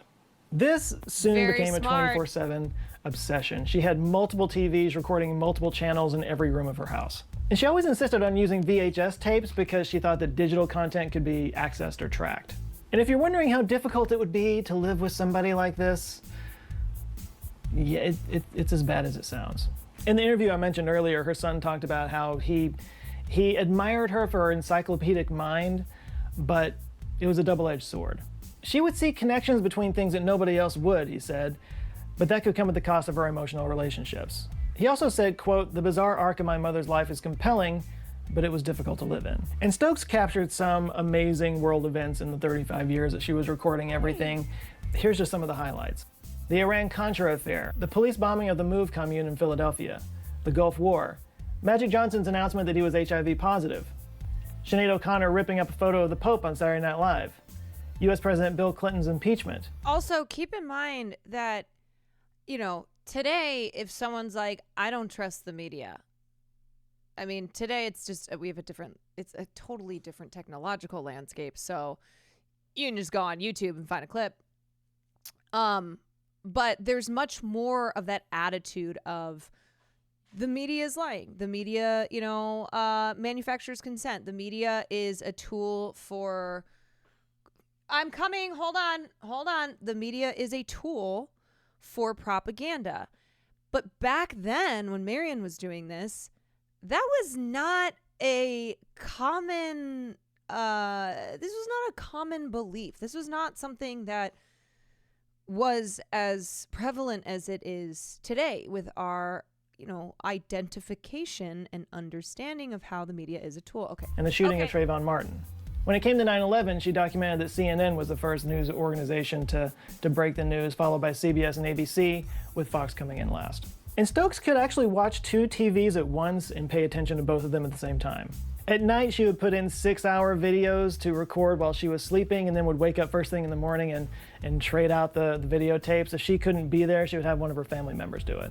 She would even end dinners at restaurants early so that she could go home and change all the tapes. And when she became too old to keep up with the pace of all the changing out of video cassettes and everything, she hired an assistant, Frank, to help her out with it. When visitors would ask why her house was filled with TVs and VCRs running on a constant loop, she would just say, "I'm archiving." Marion Stokes died at 83 years old on December 14th, 2012. And for the first time in 35 years, the recording stopped. If they hadn't stopped that day, just a few hours later, they would have captured footage of the Sandy Hook shooting. Also, what's interesting too, without her knowing it, is she predicted that we would be at a point where we don't, even though, we are in the age of the internet, sorry, I think I just interrupted a moment here. I'll go back a little bit. But that we would be at a point where a lot of these things are lost. And that's why something like the Internet Archive is so vital. And that's why physical media is so, so important to hold on to and to collect when you can, because a lot of media is gone forever. In 35 years, the recording stopped. If they hadn't stopped that day, just a few hours later, they would have captured footage of the Sandy Hook shooting. Damn. Her son would later say, quote, "I remember being very grateful that wasn't the last news she saw." For nearly half her life, Marion Stokes put everything else aside so that she could archive and record everything that happened in the world. It gave her life a bit of a rhythm and a purpose. And a deep, abiding belief guided all of that someday somebody would find this useful. Enter the Internet Archive. The Internet Archive is a nonprofit organization dedicated to creating a free internet library. In fact, they've been recording national TV news since 2000 in digital formats to create a searchable archive. According to Roger McDonald, a librarian for the Internet Archive, quote, "Television has been our most pervasive and persuasive medium. But we've never really had much of a pause and rewind button on our experience of it to reflect back on television news, to compare and contrast and mine it for knowledge." McDonald heard about Stokes' collection and he emailed her son for more information. Now, they have taken on huge collections before, but in the 9 months. In the 100 and 200 tape range, this was a whole other thing. He saw value in this collection because a lot of old TV news programs were not saved by the news stations. They would use the same tapes and record over them to save money. So despite having no idea how to manage all those tapes, he decided to take on this archive and do something with it. The tapes were sent to the Internet Archive storage facility in Richmond, California in 2013 and 2014, and it cost the Stokes estate $12,000 just to ship them. And the Internet Archive is working on digitizing these tapes to this very day, and it's going to take a while. Yeah, each tape has to be loaded into a machine by a person to be digitized, and you can't digitize at 2x speed. You have to do it in real time. So this is 35 years of video on multiple stations. So yeah, it's going to take a while. But the hope is that when it's all said and done, it will be able to give people a sense of historical sweep and be able to put news events into context. Not to mention give context to how news is reported and how we react to the way that news is reported. So all of that is great, and hopefully we'll get exactly that from it. But it still came from a pretty dark place when you think about it. Because in addition to being a hoarder and a collector and an activist, she was also paranoid. Again, that's why she recorded everything on VHS tapes. She thought that digital tapes could be, accessed in some way, and she was convinced. Sorry, a woman who grew up in the civil rights era, who was an activist, who knew firsthand that the government was absolutely spying and was responsible for deaths of civil rights activists. Oh, I get that. Yeah. I'm not saying that everything that was happening with Marion was totally healthy, but I understand the, who she was and the time period that she grew up in. That the FBI was spying on her, which maybe she felt that way because back when she was more politically active, they were spying on her. So. Dude, thank you, Joe. Thank you, Joe, for making that point. I get that. She's earned the right to be paranoid. There's that. And it's interesting that somebody who valued privacy so much would find her collection on the internet, which has not been great for privacy. Consider this. There are approximately 1.82 billion websites worldwide containing up to 44 zettabytes of data. For example, in 2019, more than 500 hours of video were uploaded to YouTube every minute. That's about 30,000 hours of content per hour. And most of that data, maybe all of it, is very easily retrieved. That embarrassing photo that you thought you deleted off of Twitter or Facebook years ago, it's still out there somewhere. So when Stokes had this opinion that TV news was ruining people's minds, you could say she was ahead of the game on that. We're super polarized right now with all of us kind of living in echo chambers that simply reflect back to us our own worldviews. This isn't something that just happened. This has been going on for a long time, which of course has only been exacerbated by the birth of the internet. But the Stokes Archive and others like it give us the ability to look back in time at the forces that changed our opinions over time and guided our worldviews, and gives us a lens through which we can understand how we got to where we are, which I think is what Marion was hoping for that whole time. So, Marion, good show, old chap. But you know what, if you're going to be stuck in your house all day long for 35 years recording stuff, you might want to make sure you have some good food to eat. So, in that case, I can recommend today's sponsor, HelloFresh. Not only does HelloFresh deliver farm fresh food to your door so you never have to go out shopping. What was I going to say? What I would be interested to see is her news tapes from the 70s. When did she start recording again? Wait, when did Marion Stokes start recording TV? She secretly recorded from 1979 until her death in 2012. So starting in 1979, because specifically the Israeli propaganda changed in the 70s, and it became much more it became much more influential, and also the way that the language that was used in the media to provide support for Zionism, like that, what we have today comes from those changes in the 70s. So I don't know. I mean, she didn't start recording until 1979. So I don't know. Sarah Delgado, Meat Popsicle, Fry Nexus. I don't know if her tapes would really capture that transition there. I still have VHS tapes from all the major networks for 9/11 the following week. Damn.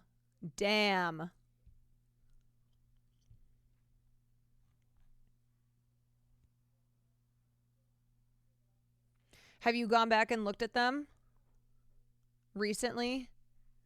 Have you compared the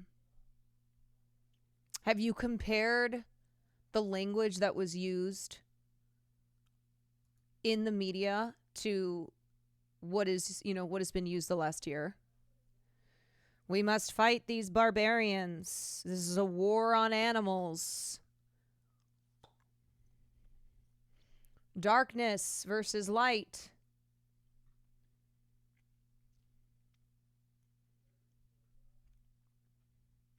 Someone did a lot of work putting together network news broadcast footage during the morning of 9/11. Wow. That's wild.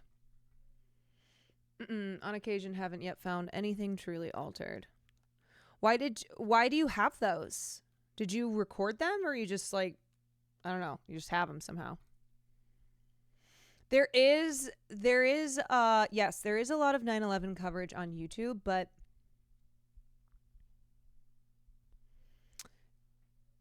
it's one of those where it's harder and harder to find those old clips online, and that's why archiving is so important.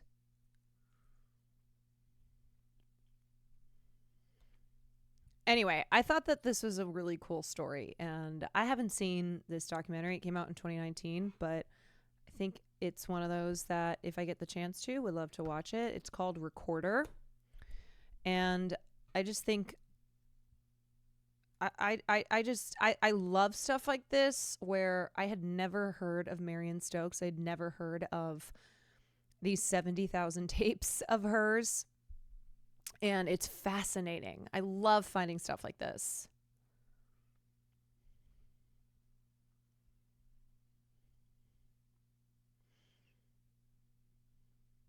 I've literally been looking for footage of MSNBC's coverage of the 2006 midterms. I wonder if she recorded that election night.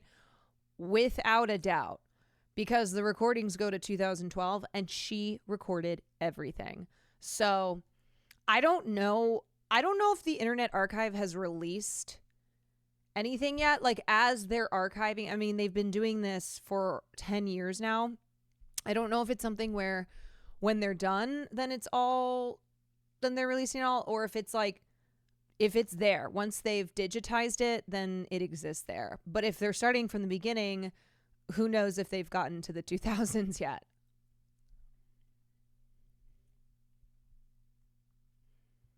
Available with your Kino Film Collection subscription. It's nowhere to be found online, so I'm hoping they'll get to that footage if she did record it. I would put money on that she recorded it. And so there will be a digitized version of it. All right, you guys. Sure. They're still archiving the recordings, puts into perspective how much she recorded. Yeah. Oh, here it is. Okay. Stokes TV Archive Experiment. Whoa.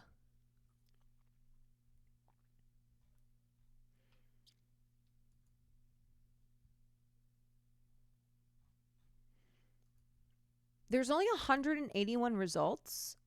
That seems low. Okay, let's look at an example. So here's the first one, NBC News. This is 5 hours of.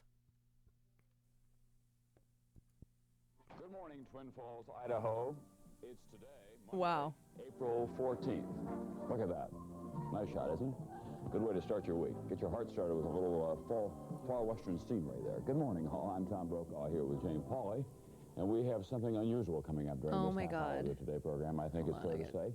This is day 163 for the hostages in Tehran. We have some late developments. Okay, so this is when she started recording. And we have some mail from the hostages during this half hour of today. Donald Cook, one of the hostages, wrote his parents and family in Tennessee a letter that began, "Well, I believe the impossible has finally happened.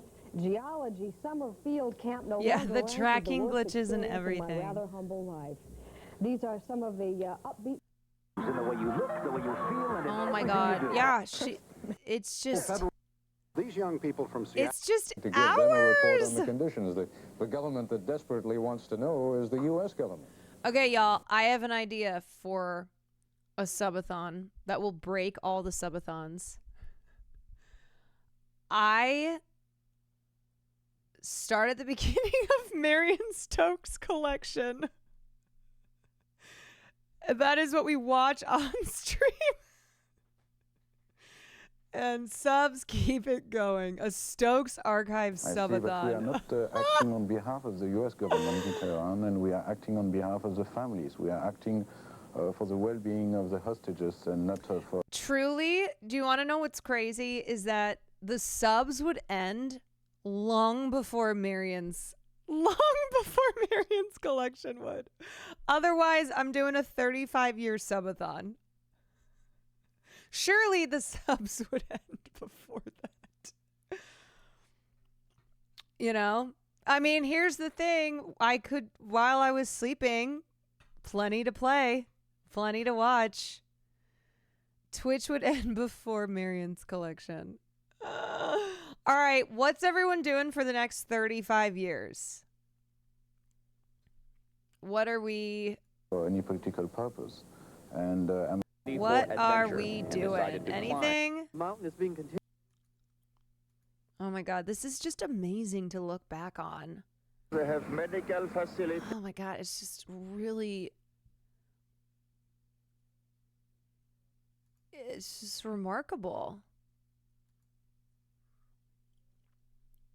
Got nothing going on. Nothing scheduled. Okay, great. Yeah, everybody clear your calendar. Clear your calendar for the next 35 years. Please don't forget to sign out if you haven't signed in.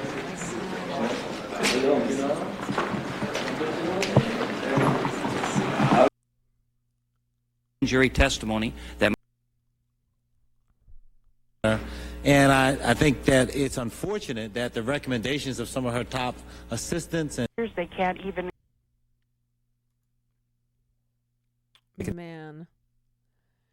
Man, I just... This is really something.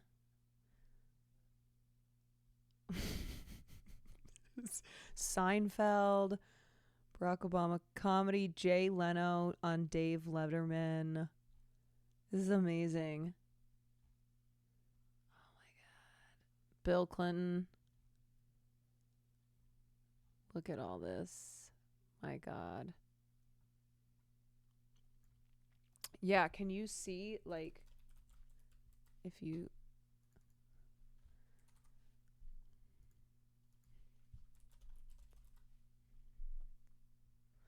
I would love to know where they are in the process of archiving it all. Because it doesn't seem like there's that much, you know? 181 results. The Anita Hill and Clarence Thomas hearings. Yeah. Yeah, I mean, all of that would be in there. I think they looked for major events first. Okay. I was wondering if they were starting at the beginning.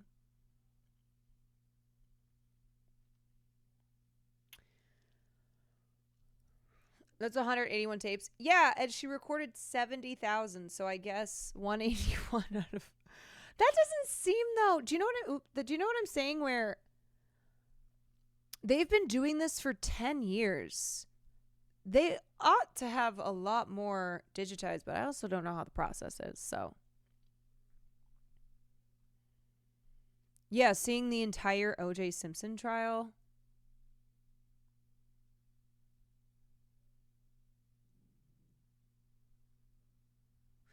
And they need to be cataloged, true.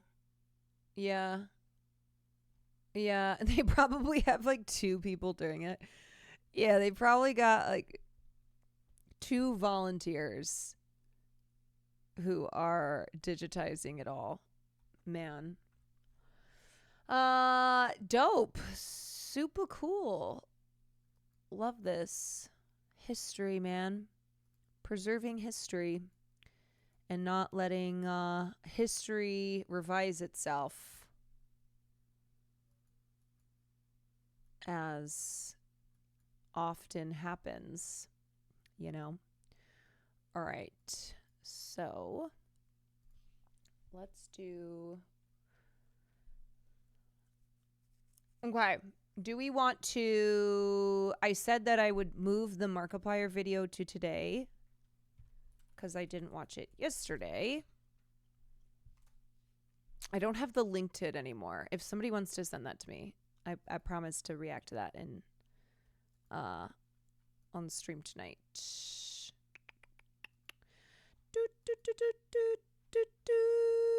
Yes, I've never watched the Markiplier vid, and we were watching this cool interactive video yesterday on interactive videos, and then I got sent the Markiplier vid, and then I was gonna watch it, and then I was like, wait, how long actually is this? Because I know it says 7 minutes, but how long? And then peeps were like, it could be a while. It depends. So I said, okay, I'm going to move this to tomorrow's stream. Reacts are back, baby. Reacts are back. We're bringing them back. All right.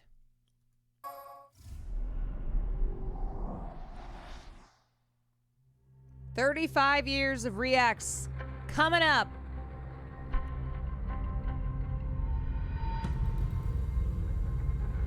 Are you aware of a new, very conservative-leaning movie about Ronald Reagan? Oh, yes. I got stuck in the traffic for the premiere.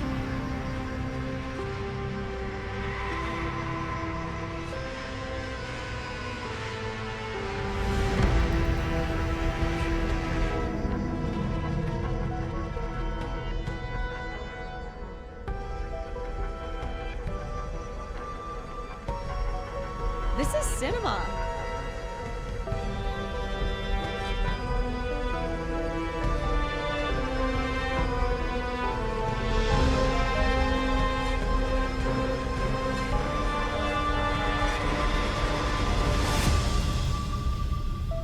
You might want to take a step back there, Captain. Yeah, I'm sorry, no, I'm staring a lot. Huge fan. Been following your career for quite a while now. Me? Invisible Tower, this is Shuttle Marmota, approaching Docking Bay 4. Closing the blast shields. Shuttle Marmota, you're clear to dock. Yeah, copy you. Truth be told, we couldn't afford to show that anyway. But yeah, don't get me wrong, I know exactly where we're at. Check it out. We're gonna land in 5. Captain, we're here early. Gotta say it's an honor. You know, thinking maybe we could hang out or something. Go get a coffee, but you know, beer's cool. Welcome aboard the Invincible 2, Captain. Oh my God, Glad to this have is you a here. Took you long enough, production. but let me give you the grand tour before we embark.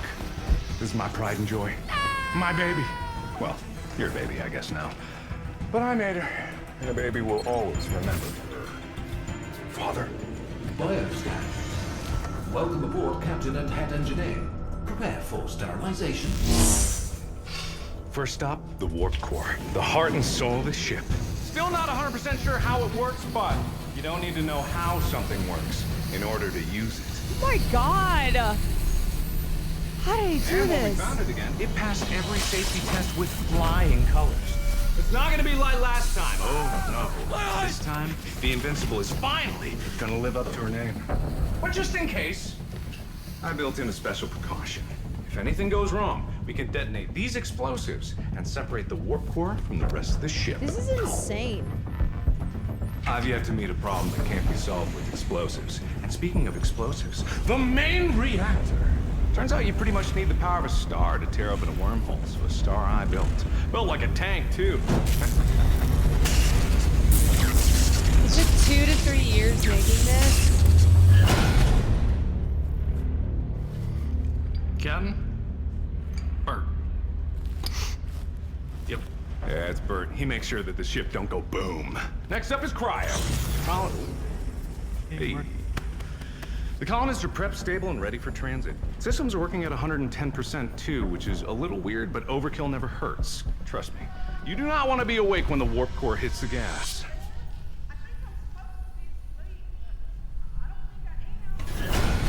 I'm just amazed. I'm amazed at this video.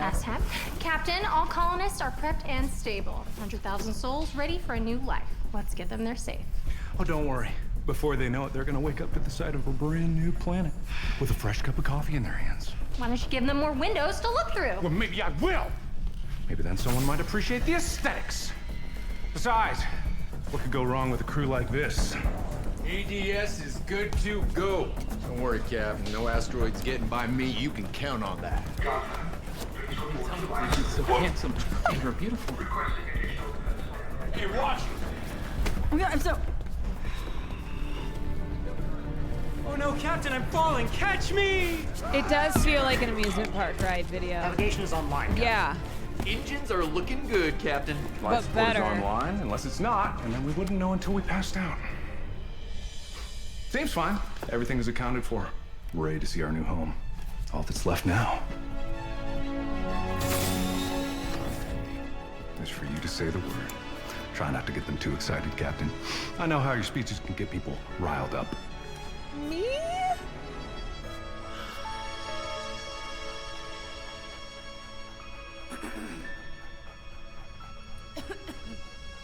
Warp core engaged.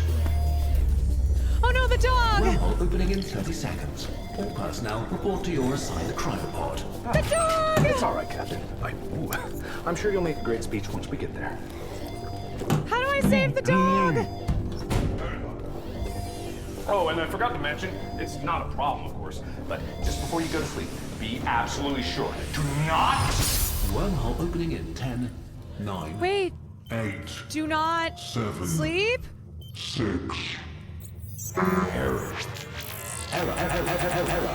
Wormhole opening in 3, 2... A software update is available. Would you like to restart to apply this update? Sorry about that. Don't give up. Software update complete. Good morning, Captain. He We wrote are and directed this currently himself. He's years amazing. Into our journey. Coffee is en route. Current ship status is absolutely catastrophic. Initializing emergency wakey protocol.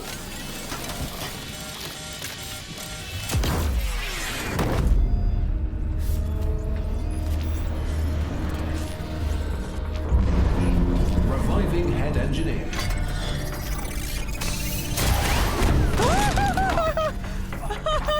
What the hell is... Hull breach detected. Seeing bulkhead. Fire on the bridge. Life support systems failing. Automatic fire suppression system offline. Error. Failsafes offline. Oh shit! Okay. Ah! I don't know. Put out the fire.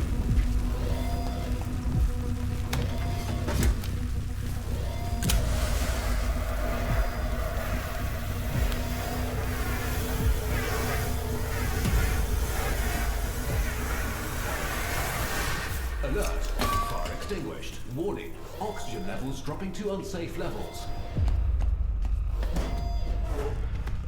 Okay, did I do it? Did I do right?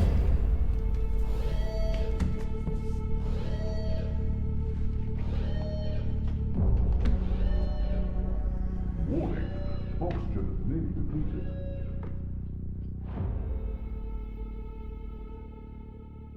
What? What's happening? I died?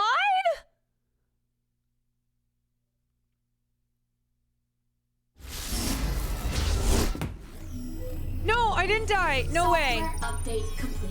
Good morning, Captain. We are currently years into our journey. Wait, am I okay? Am I good? Current ship status is absolutely catastrophic.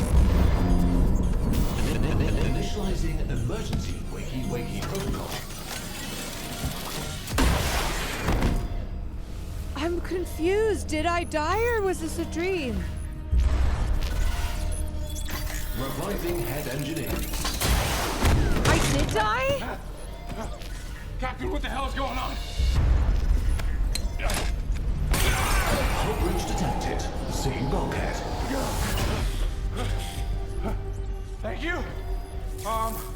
What's happening? Fire on the bridge. Error. Automatic fire suppression system offline. Error. Life support systems failing. I'll get life support. Error. Backup systems offline. Failsafes offline. Alert. Fire extinguished. Okay. Captain.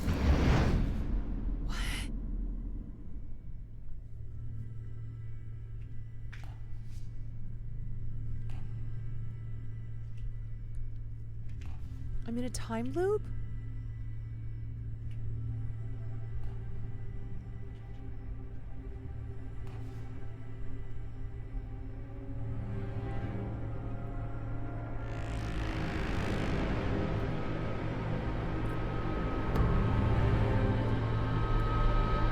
Is that Markiplier? Should I go save him?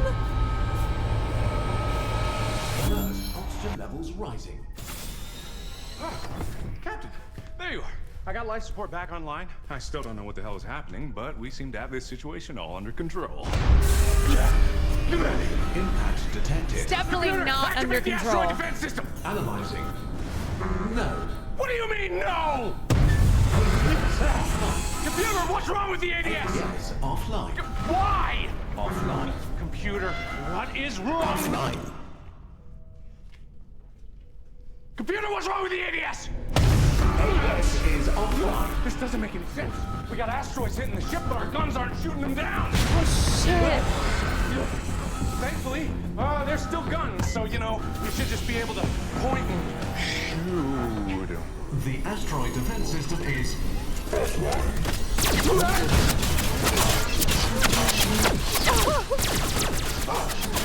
Well, that's new. Okay, Something's gone wrong with the computer. The drones shouldn't be able to attack the crew. I programmed them myself. Right, I know that's not a guarantee, but something's clearly changed. We gotta fix ADS or we're gonna get blasted to bits. Just like old times, eh, Captain? Pretty much exactly like old times, actually. I think this is what happened to the first Invincible. But they didn't have you! I know you got a plan to save us cooking up in that big brain of yours. I can see the wheels turning. You've faced the odds and beaten them 1,000 times Wake before. the crew. This should be a cakewalk. I'm practically salivating with the thoughts of how you're gonna save us. Come on. Tell me. I don't know! What's up? You got him, Captain. Hey, Captain, where are you going? Is this part of the plan? To fix ADS? You can't What pause. we need to do, right? You remember? Oh, God, Captain, get out! Captain! Captain, open the door! Oh no, what did I do? Right now! Captain! No. Computer, override the exterior airlock door! Error. Airlock opening cannot be halted at this time. Captain! No! I dodge.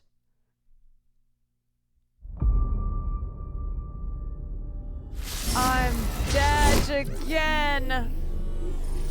Software update complete. Good morning, God Captain. damn You are it. currently aircraft into Milton. Copies en route. Current ship status is absolutely catastrophic. Why am I picking all the... Arriving head engineer. I'm picking all the wrong choices. Did we make it?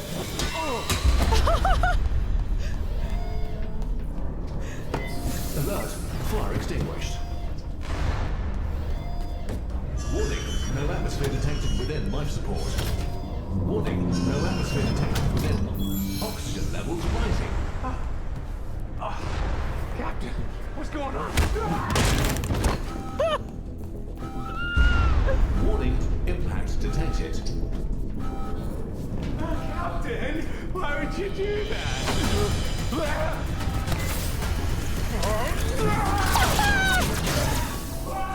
Oh my god, this is like my psycho loop.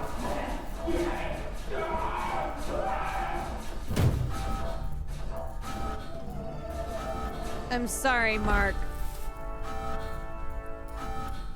It's also running through the correct decisions of Asteroid previous defense choices. system online. Yeah. I fixed it?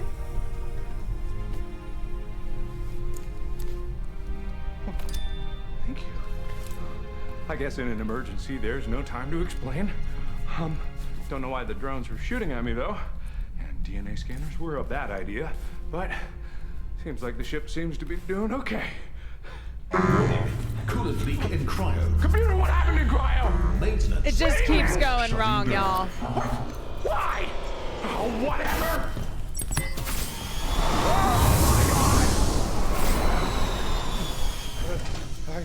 The coolant's leaking into the cryo. It's negative 200 degrees in there. We gotta fix it faster. We're gonna start losing colonists. What should we do, Captain? What should we do? Together. As a collaborative unit of cooperation. A dynamic duo. Equal partners sharing the burden of responsibility. Okay, send Mark in this time. Send him in. Me? But I just did the repair thing. So maybe, and I know it's not my place, but maybe you could take a swing at this one. Lead from the front or something like that.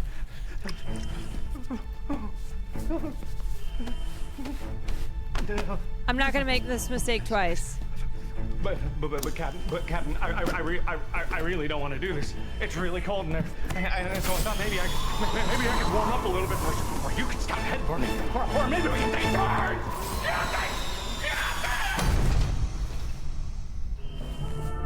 Is this right? Yes? No!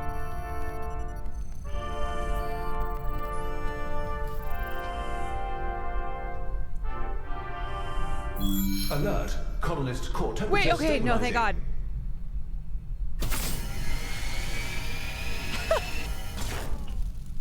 Job's done. Yes, we finally made the right decision. Warning, reactor overload imminent.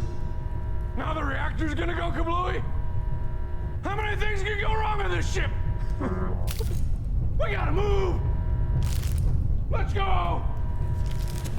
Hurry, Captain! There's not much time! Alert! Main reactor will achieve catastrophic kablooey in approximately 1 minute. Get the lead out! We're almost there! There were codes this whole time? Damn! You! Captain! Warning, venting plasma. Oh! Warning, 30 seconds until catastrophic reactor meltdown. Someone with extensive engineering expertise needs to enter this room. No. Send Mark in again or fix from the outside? You wouldn't.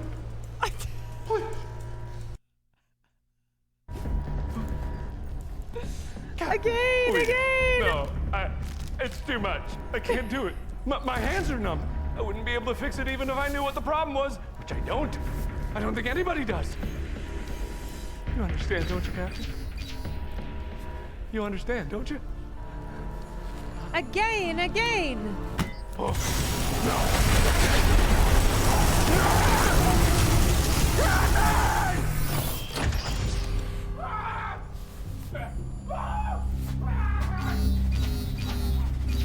Crying.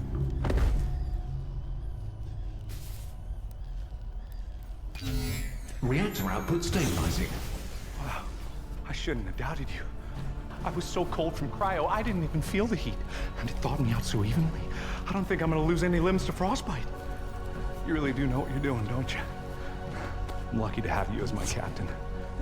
And the ship should be in good enough shape that we can finally take a breath, look around, and figure out what the hell is actually happening here. I think we're gonna be okay. Computer, what's the status of the warp core? Warp core cannot be reached. Clarify. Warp core cannot be reached. You got that plot Can you armor. at least tell us if it's gonna blow up? No. No, it's not gonna blow up? No. Then what good are you, you stupid robot? All right, let's see what the deal is.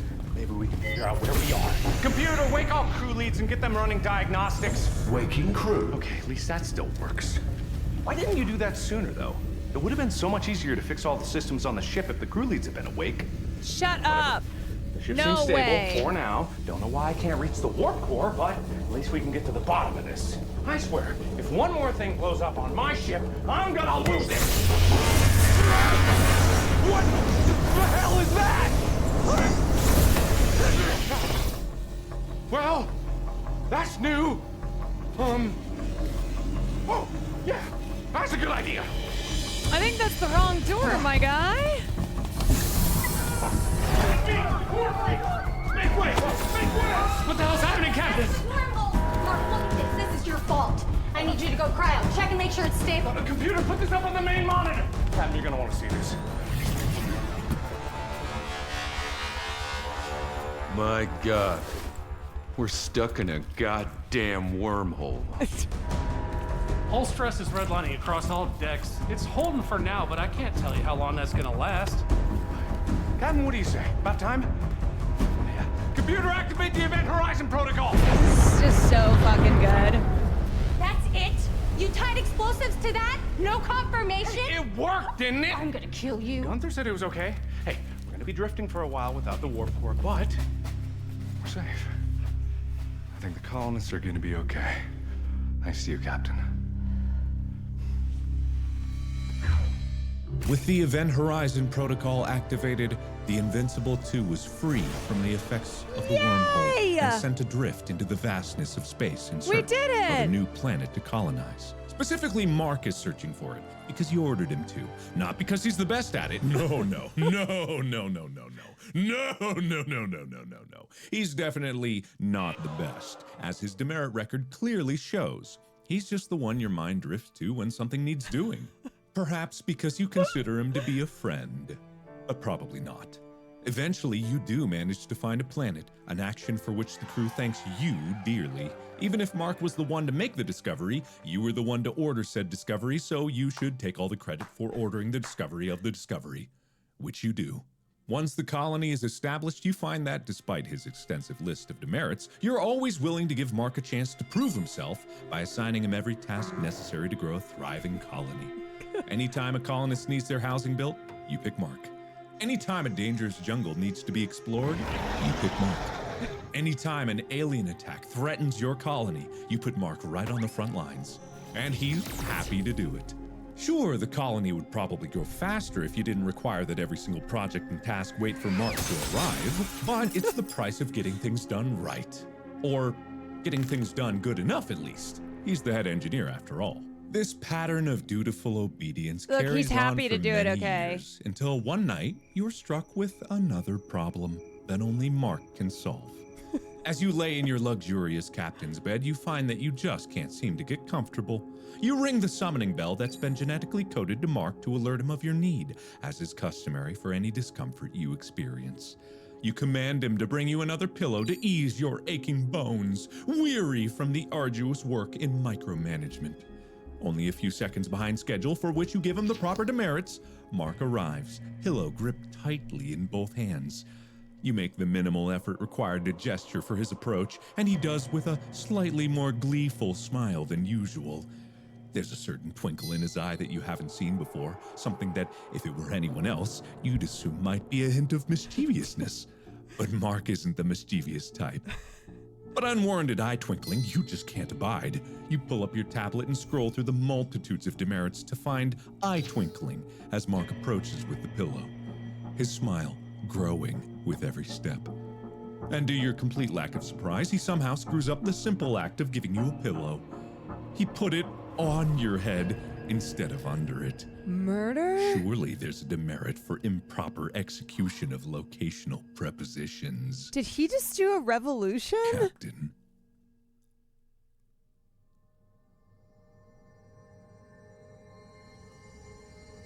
Did he just do a Reaper to the Reaper? Go towards the light.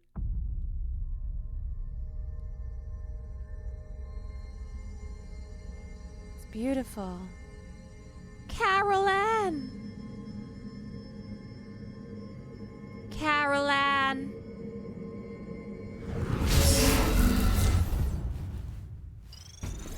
Wait, what? Software update complete. Good morning, Captain. We are currently years into our journey. Coffee is en route. Current ship status is absolutely catastrophic. I'm back? Initializing an emergency wakey protocol. What?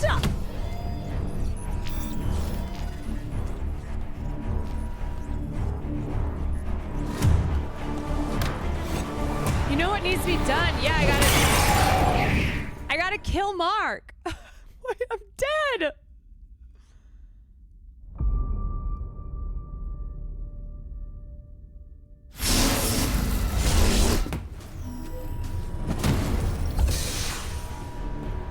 Reviving head engineer. Captain, does this feel familiar to you? Captain, where are you going? Oh my god, I have to kill Mark. Fire extinguished. Life support systems failing. No matter when you die, you start all over. Asteroid defense system is offline. Asteroid defense system online. Warning, cooling leak in cryo.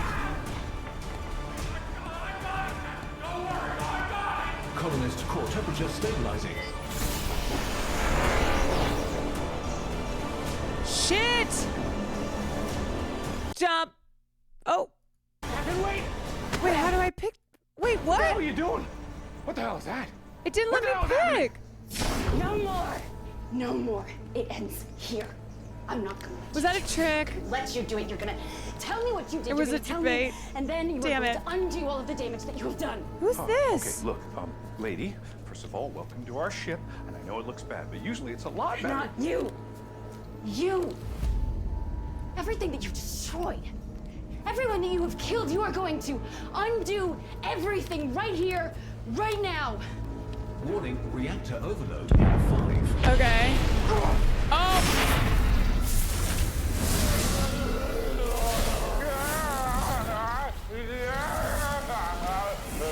Captain, I don't feel so.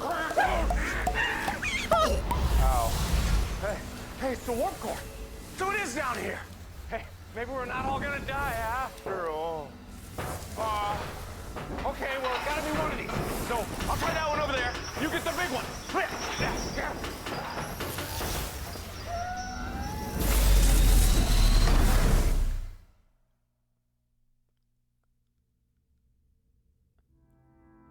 We're still in it, y'all. Paradox detected. Requesting suitable host. Paradox detected. Requesting scanning. Suitable host located.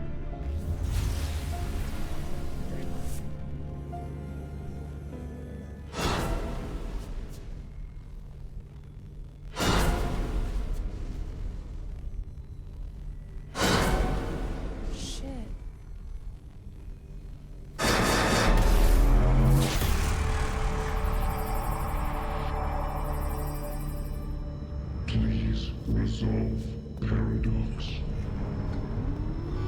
Please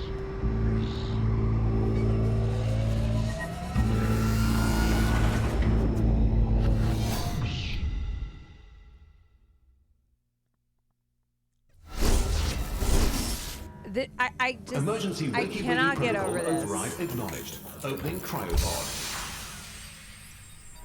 Oh no, we're back. Are you? Are you? Did you? Are Did we? you? We're immortal! Or something like that. I distinctly remember falling through that door and then ending up in the center of a star. And then slowly feeling the flesh melt from my bones. But I'm alive, and you're alive, and I remember, and you remember, right? This is incredible! Computer, activate the emergency repair protocol! Oopsie boopsie protocol engaged. Full system reset in 5.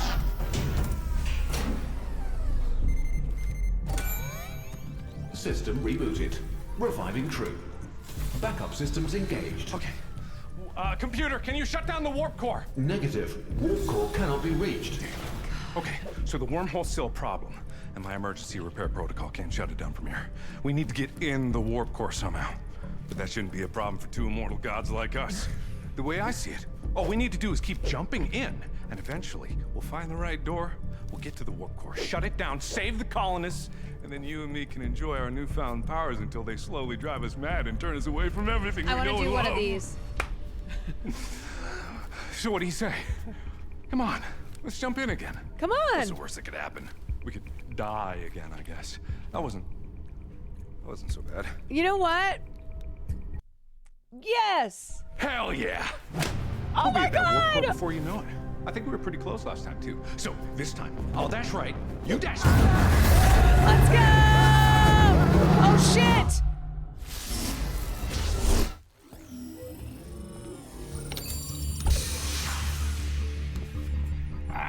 Okay. Okay, that didn't work. Not quite what I expected. But now we know what not to do. So, what do you say? Let's jump in again. We almost had it last time. We'll definitely get it this time. Probably. You know what? Probably. Hell yeah! Shouldn't be long now before we're resting on the shores of our new home planet. We'll be heroes. First they'll give you a medal, then they'll give me a medal, then they'll give you a medal, then they'll give me a medal, then they'll give you a medal. They might give her a medal, then they'll give me Oh no, again!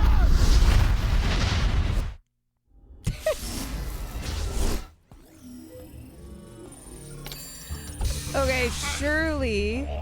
Okay, not gonna lie. Oh, that was my bad. I kind of get distracted by all the pretty Surely colors. this will work. But they do say that failure is the best teacher, so shall we go again? Come on, buddy. Friend, pal, amigo. Come on, Captain. we gotta one more time. Hell yeah! I think we almost had it last time. It was pretty close there. I mean, you kind of screwed up. It's but gotta I be was this doing it. time. So I'm gonna fix what I did wrong. You just do something completely different so that it's better. And we'll get there in no time and save all our people before they can say...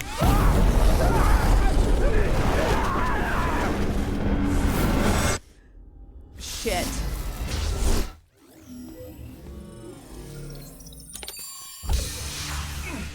Captain? Pretty classic. I'm not the type to assign blame, but I can't help but feel like you could have tried a little harder. Like, I get that I'm the one to pull the most weight around here. Okay, listen, but we could dude. help each other out. Okay. You know? But it's okay. Why don't we try it again? We'll jump back in, and this time we'll work together. We'll work together like a team, like friends do. Okay, buddy, oh pal. Let's go. We go Hell again. yeah. We'll be at that warp core before you know it. I think we were pretty close last time too. So this time, I'll dash right. Surely You fourth dash. time is the charm. Oh God, fuck.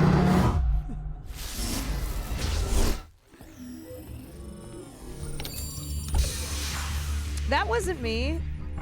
That was not me. That was him. Not quite what I expected. But now we know what not to do. So, what do you say? Let's jump in again. We almost had it last time. I mean, come we'll definitely on. get it this time. Probably. Definitely. Probably. I mean, I think we gotta. Hell yeah! Shouldn't be long now before we're resting on the shores of our new home planet. We'll be heroes. First they'll give you a medal, then they'll give me a medal. I think then it's they'll give you a definitely medal, this time. Then they'll give me a medal, then they'll give you a medal. They might give her a medal, then they'll give me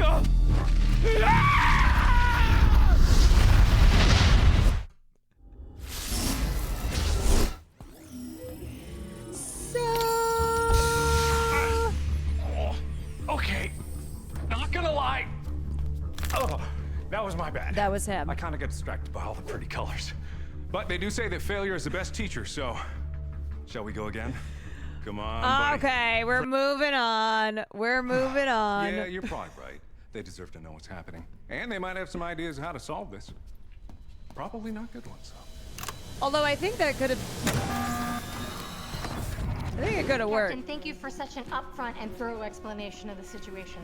The mark of a great leader, always being open and honest with the crew, never holding anything back.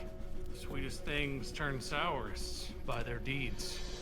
A lily that festers smells far worse than weeds. What?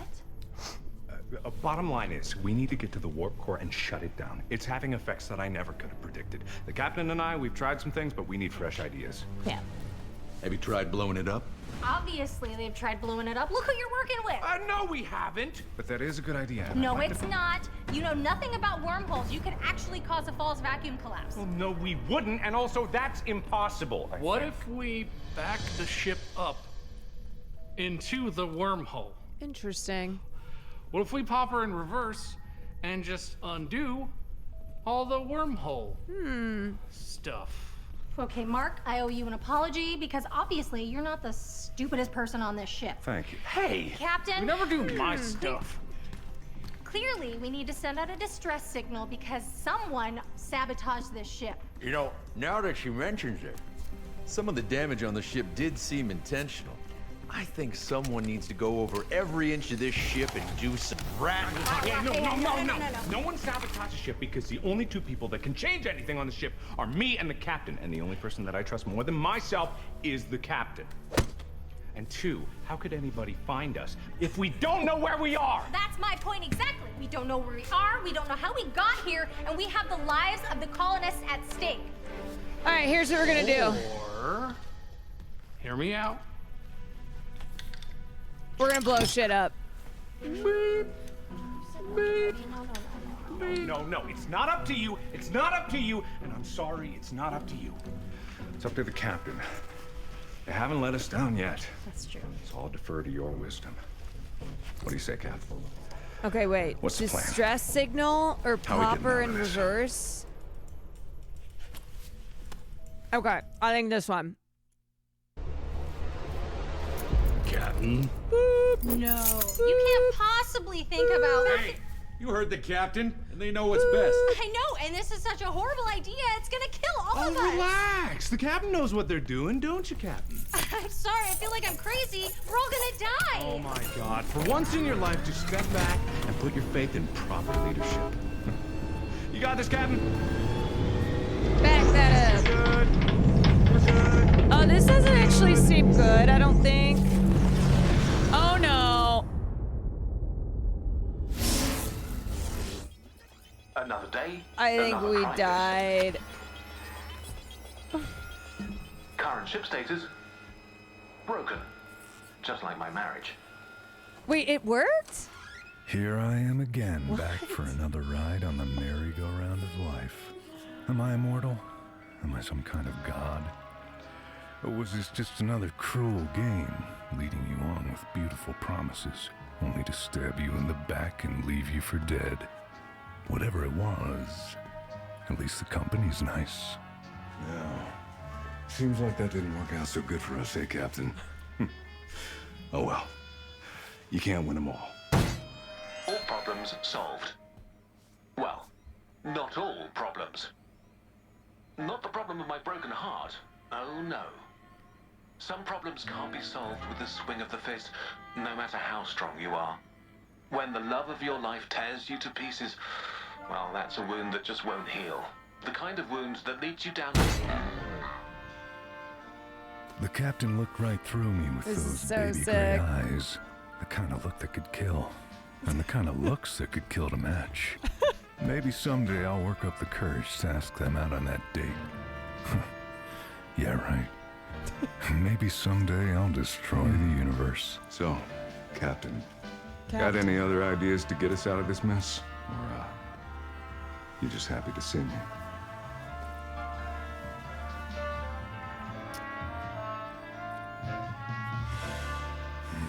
I think we got. Oh shit. I was hoping you'd say that, Captain. I've I been think we itching to gotta get some shoot it. payback on this wormhole for all the hell it's put us through. But why couldn't I shake a terrible feeling clutching my heart? Pulling the trigger felt right. I wanted to do it. But at the same time, in the back of my mind, We gotta shoot the I hole. suspected that this would come back to haunt us No, this is it. in the worst way. Looks like that's that. You did it, Captain. This is the way. I always believed in.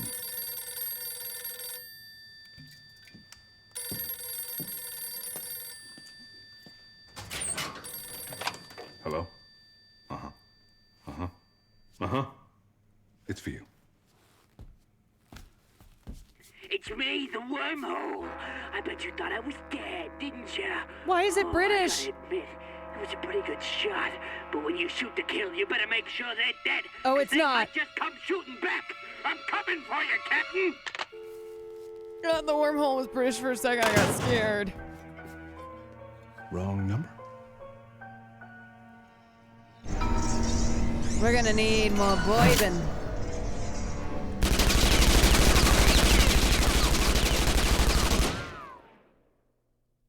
Oh my god, did you see our hats?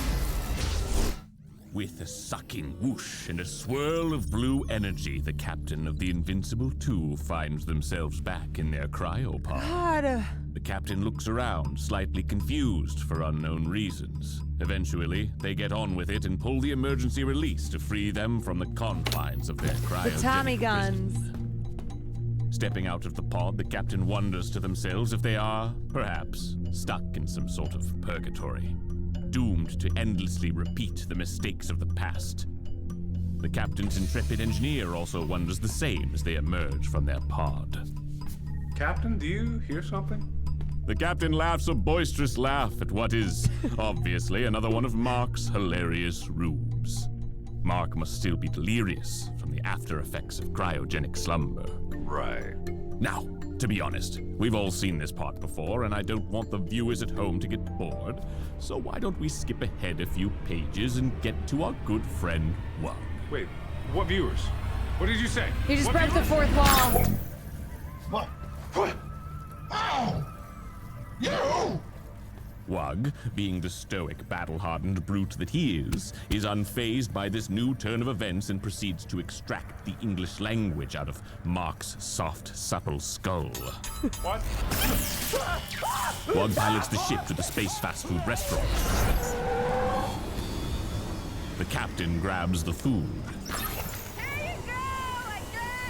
Oh, sorry. That's supposed to be a Wug-only fast food Frick, restaurant. thank you for the 7 months. The ship arrives at the Universal Stability Agency. Wait here! Arrival! Wait here! Wug removes the helmet from Mark's soft, supple skull. Oh, okay. Owie. And so our intrepid adventurers have arrived at the Universal Stability Agency. But is it too late for them to stop the rampaging wormhole that they have unleashed upon the cosmos? The captain thinks back to all the faces of the colonists under their care. Will they be able to save them, or will they be doomed forever to suffer the same fate over and over again? And will Mark ever learn the captain's Not deep, the stock dark photos. secret? What? Only one way to find out. And what was that about a deep dark secret? The bandit enters. What? The bandit leaves. Electile dysfunction, thank you for the raid. What have you done? Not so fast.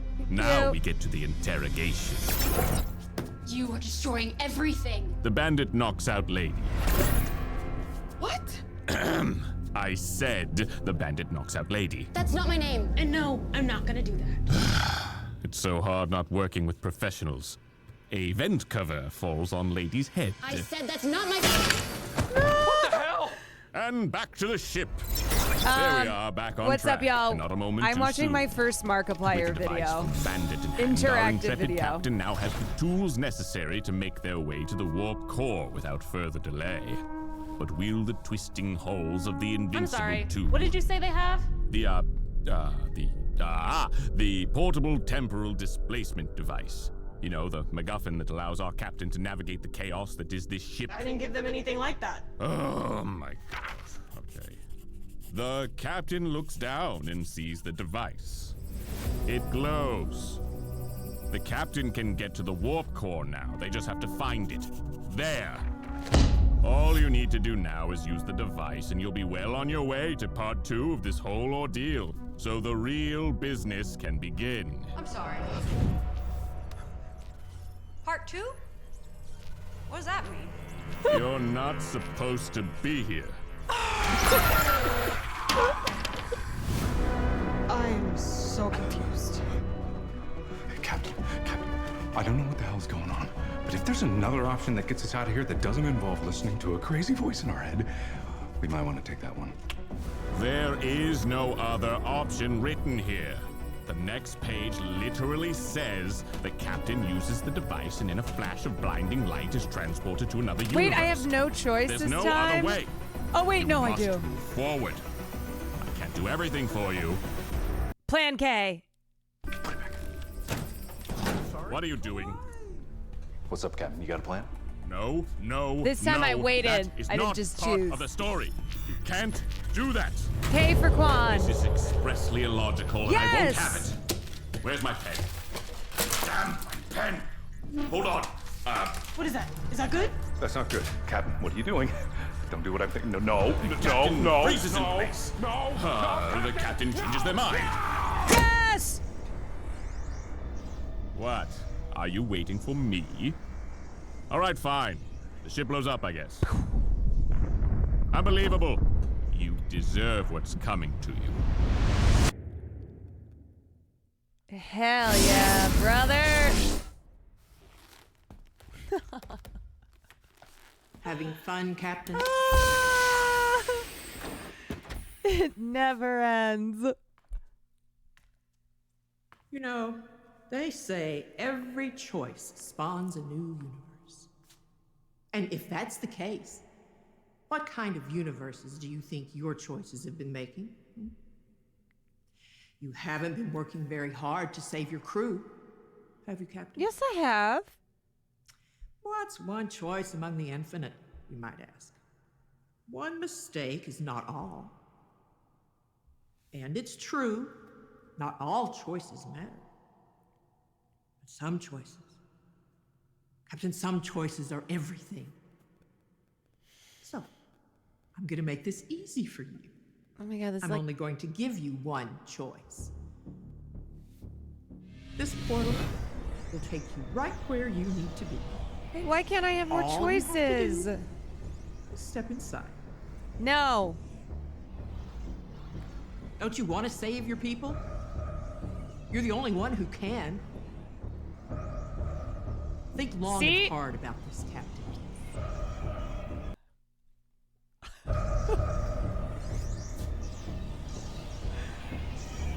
A choice. There's always a choice.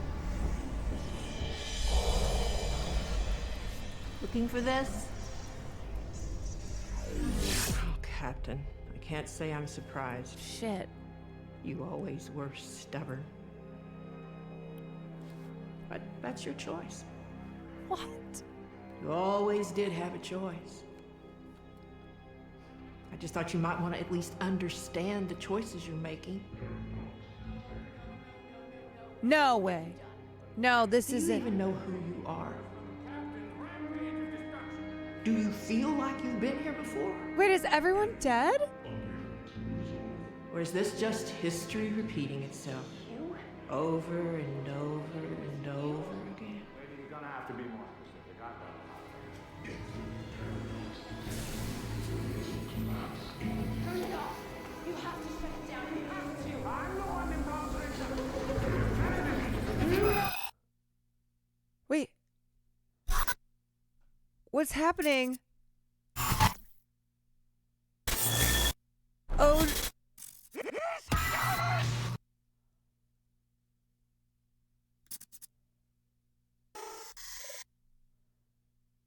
Is this everyone violently dying? Come back!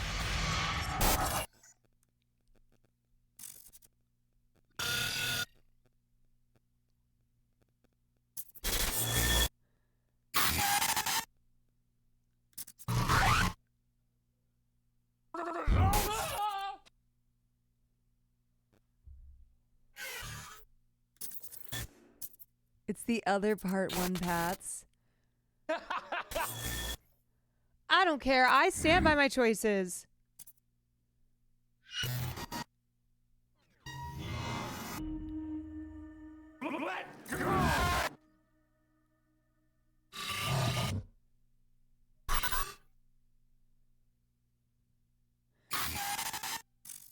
You entered the void without a universe ending all universes?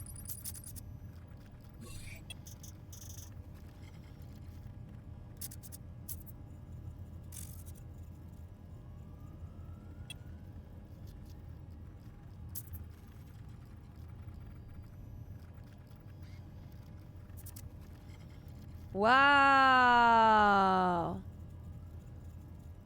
Wait, okay, so is this that was the first part. But we were dead?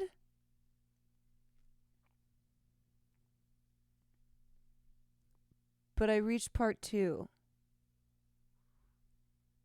But I'm allowed to continue even though Even though I died? Okay. All right. Okay. Okay.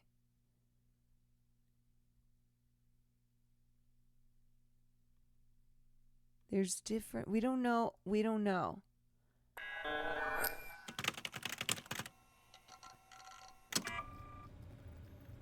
Okay, I have to pee very badly. I have to.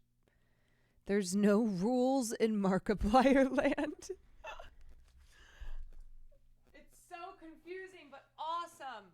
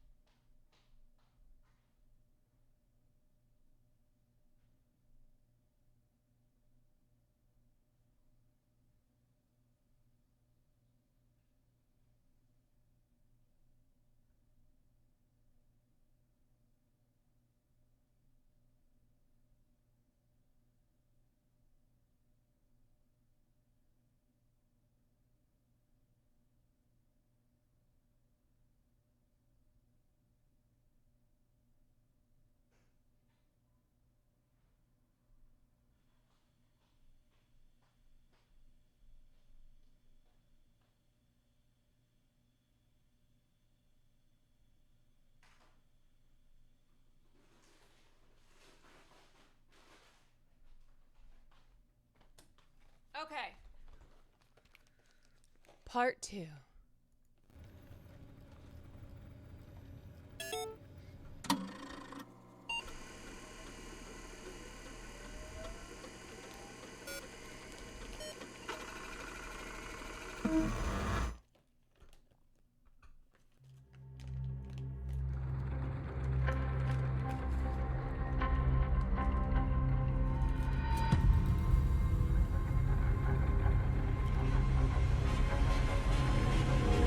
I so want to know what this costs to make.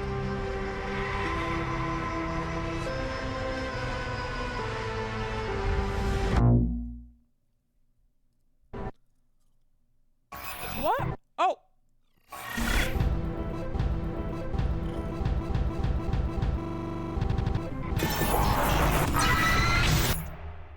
At least $10. I think you're right.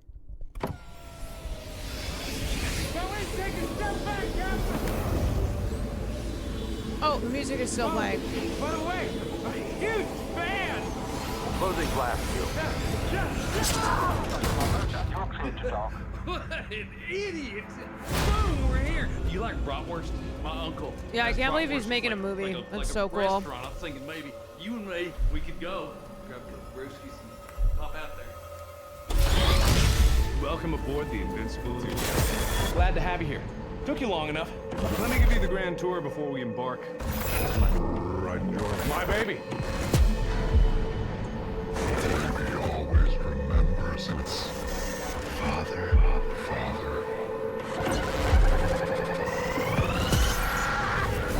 First stop, the heart and soul of this.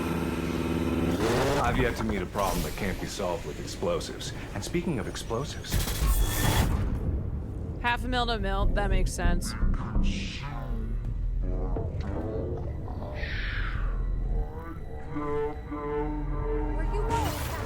Do you think she had the right idea, Captain? Did she give up? Or did she move on? All a matter of perspective. This I episode is suppose. brought to us by Spectrum. Yeah, this is actually about the horrors of Spectrum.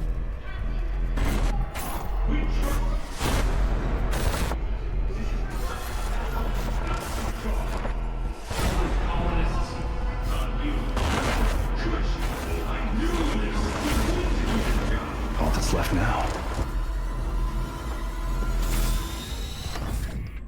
is for you to say the word. Try not to get them too excited, Captain. I know how your speeches can get people riled up.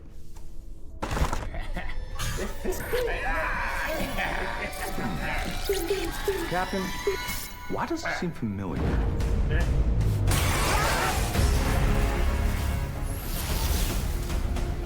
And so, our intrepid captain falls headlong into the spiraling chaos of dimensional calamity, heralding the beginning of the end. My goodness, what an adventure. I swear, this story never ceases to amaze me. By the way, it's good to see you again. Or for the first time, depending on your past choices. Either way, We're I'm in the sure hole, we'll meet y'all. again We're in the for hole. first time in the very near future and/or somewhat distant past. Should this not prove to be the end of all reality, which it almost certainly is, it would be my great pleasure to guide you through my own universe, should the opportunity arise. Which doesn't seem likely to happen at this juncture, but when thinking in infinites, unlikely is just certainty, waiting for its turn.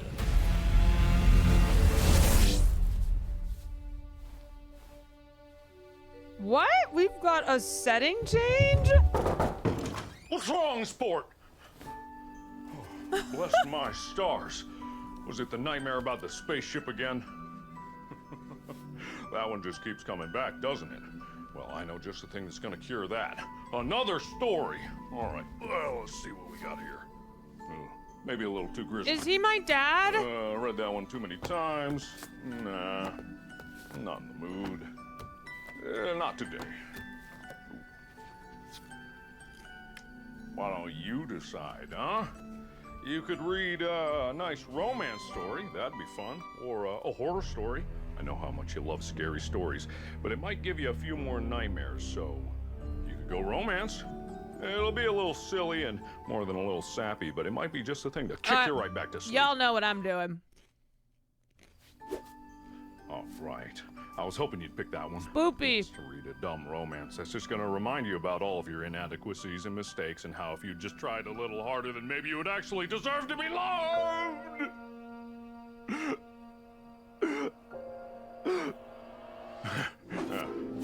Good riddance. Oh, there are pictures. All right. Reader beware. There is something standing directly behind you.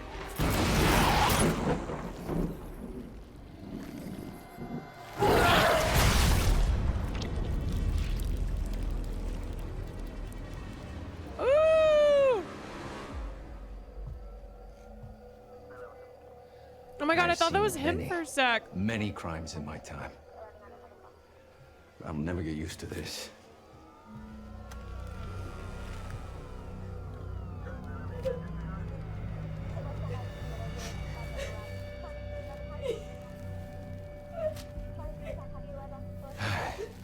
No one ever said this job would be fun, rookie. But we gotta face it. No matter how grisly, no matter how horrible, we gotta solve this case. And we gotta do it by the books. So quiz time, Rook. What's our first step? Hey, don't worry, we got this. Wait, shit! Please don't do this! I have kids! I have many kids! And almost all of them need me. Oh, it never gets any easier. But that's what makes it so fun. Oh my god! Every time is a new experience. Always grisly. Always horrible. Oh, oh man, what are you gonna do to me? Oh, I can imagine so many different things you could potentially do to me. As could I. As could I. Oh, what are you gonna do to But me? it's your first kill. And I don't want to be greedy, so why don't you take a stab at it? Huh? Oh my god! How am I gonna take care of our Manny? Wait, am I missing the QTEs? There. You're gonna be all right. Damn it. The cops. Many cops. Will you follow? You in the adjacent room! We have you completely surrounded! Release your many hostages and come out with your head up! Very, very important. Put down the gun! Right for the horse. It's the diamond. Get all the evidence. You have to put it in.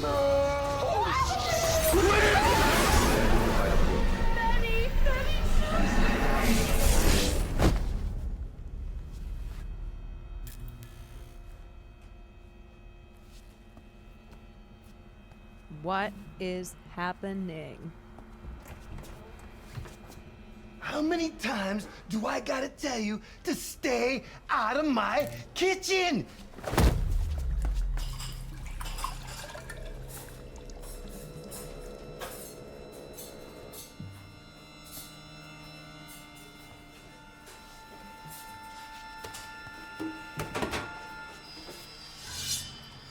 You need to keep your knife clean. You never know when you're gonna need it.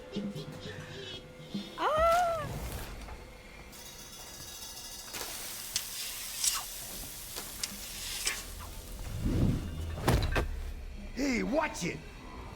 We wouldn't want to have an accident now, would we? Thank you, darling. You sure is I cannot pretty. believe the Anytime, sets in this sugar. video.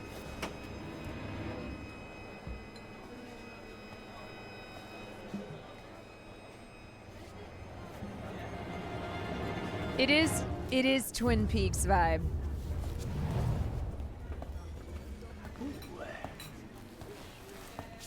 Ooh, would you look at that? Seems like just this morning there was a stabbing.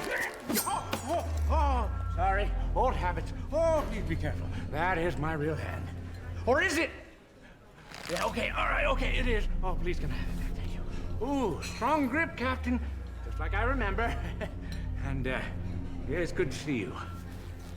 I guess I owe you an apology. I was wrong. I was wrong about a lot of things. I gave up hope in you and all of this. If I hadn't gone back, or if I hadn't tried to stab you, Oops! Dropped my knife. Sorry about that. He came across that actor from a different series, loved him, and brought him back. He's great. I'm tired, Captain. I'm very tired. I've been trying for so long to fix things. I don't think I fixed anything at all, actually. Worse yet, I think I'm the one that caused all of this. Are you all enjoying your dinner? Is there anything I can do to make it better? For what it's worth, Look at the you were mug. an excellent captain. You never gave up on your crew. Not even once. I wish I could have done the same for you. It all seems so crazy now.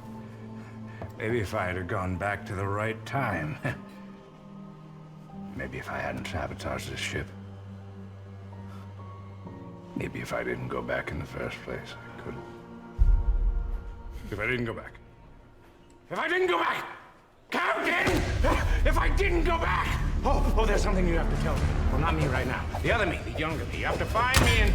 Now, who's gonna pay for this?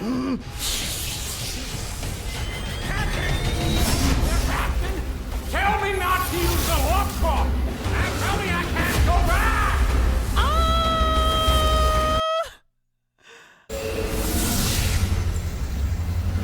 We go left.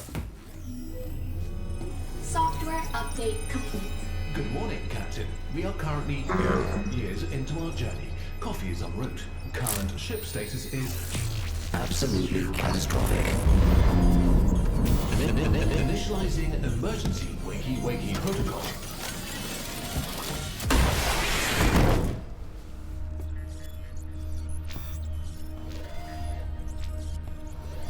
That's Pokey's voice?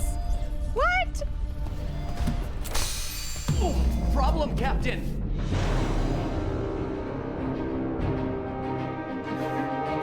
Wait, where's Mark? Computer, damage report. Meteorite impacted life support. Fire detected. Systems failing. Whoa, hold on there, Captain. No need to be so hasty. Got this under control. Computer, you're not powered Mark. auxiliary life support. Activate fire suppression system. Collision course with ship. Brace for impact. Current ship status is nominal. stand back, Captain. We've trained for this. Judy, cryo. Kai, life are all support. these Roderick, check people? that navigation. Make sure the blast didn't throw us off course. Gabriel, reactor. Make sure nothing back there is in danger of going kablooey. And Captain, I think it's time we have a little talk. This way. I get the sense that you're not a real hands-on sort of captain, so why don't you just take a break? You know, relax. Let's be honest with ourselves. It's not like you're gonna be able to help anyway. You just got on board the ship, you're learning all the systems. Leave everything to me. That way you don't get in the way. Trust me, nothing's gonna bring down this ship when I'm in charge, and that is a Mac guarantee. You're not Mark. Who are you? What did you say? That's not my name. I'm not. Of course, I'm not. What did you say? Mark? Mark? Who's that? What did you do? Why would you say that name? No! What did you do? This is probably the only time Markiplier has been who Megalol. You do not get to choose whether this is mine! Mark's back! Captain? Goodbye. What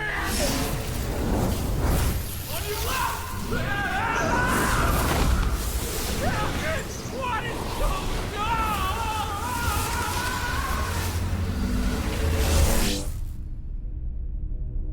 Oh my god. Oh, hi, Mark. Please evacuate this station. Oh, hi, Mark. So many YouTubers are theater kids. Oh, Universal yeah. stability compromised. This is not a drill. Please evacuate this station immediately. I repeat. Universal stability compromised.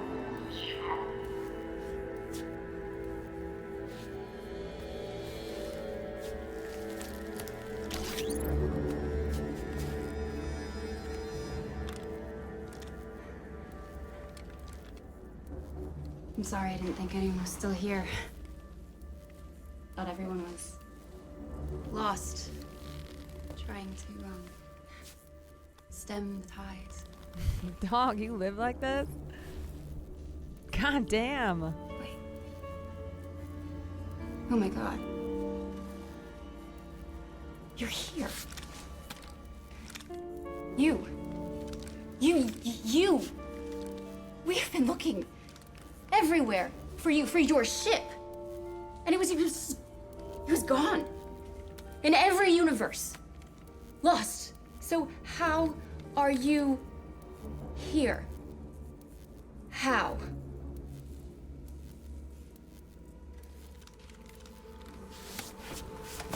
This thing? This?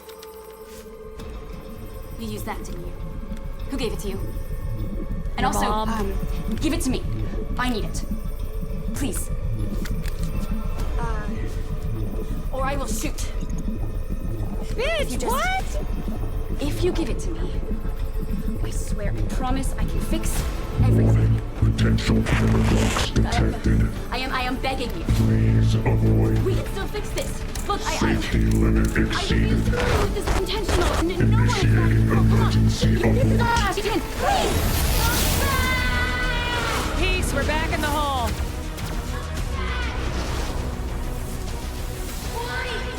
Why do you want to destroy everything?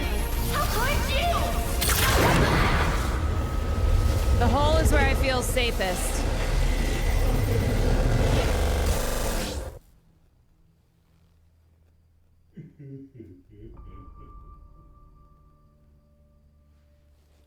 Are we in the bathroom?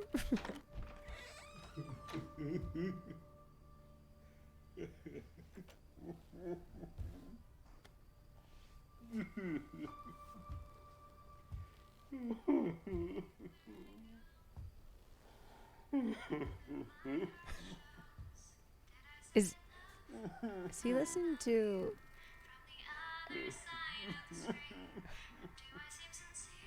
You know what? No more toxic masculinity.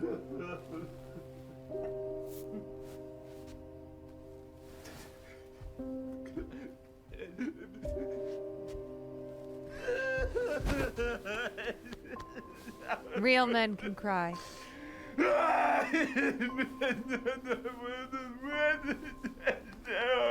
I don't know why he's crying, but cry.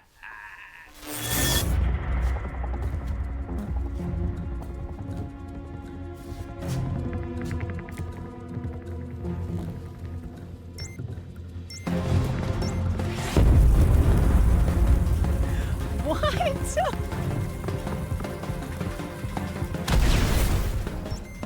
Let me take a look at that, rookie. This just keeps going. That is a beauty of a bomb. All right, no time to This waste. just feels like a one-man show for Markiplier. Perfect. All right. Must be pretty exciting, though, right? All those years spent training and all that hard work is finally gonna pay off. And I know how much you've been looking forward to your first bomb, so I'm gonna let you take the lead on this one. No backseat bomb defusing from this guy. In like the best way I'm just possible. gonna sit back, shut up, and let the master work. Shit. Blue! Blue! Vote blue no matter who.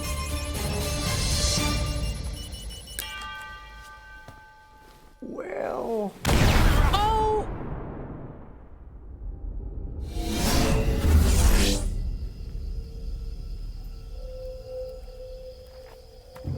This is what you get from vote blue no matter who. What the hell?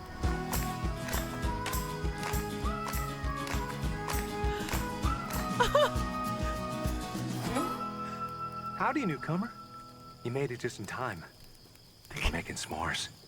Would you care to join us?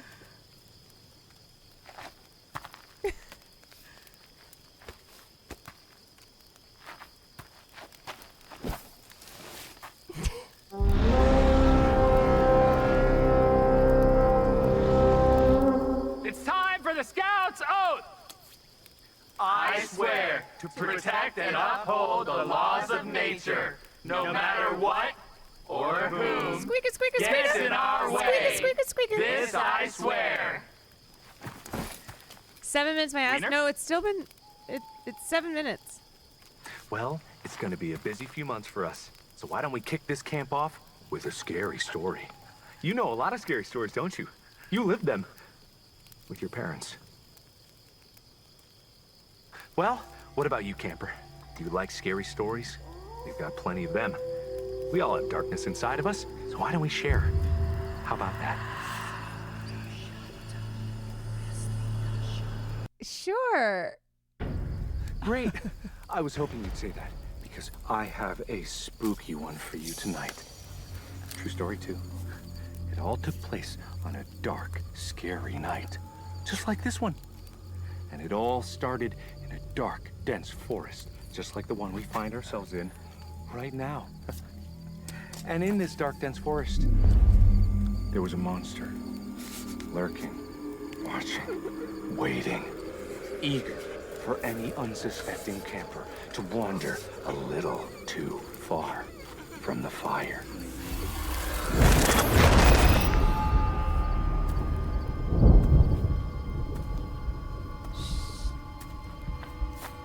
Is Markiplier gonna fucking kill me?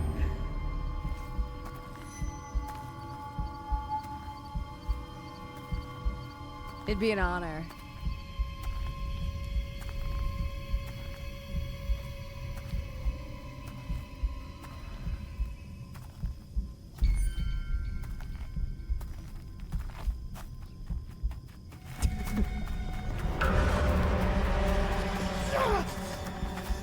Be out here! Find you. Oh, he's coming! He's coming! Better find you and not me! Oh my God! What are you doing up? Oh no! That's my shovel and arm! Mama! Heavens, get back here! Oh no! Keyhole? I'm running. You always survive when you run.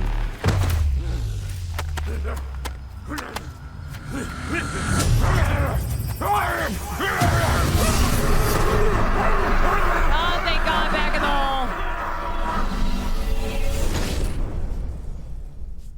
god, another setting change.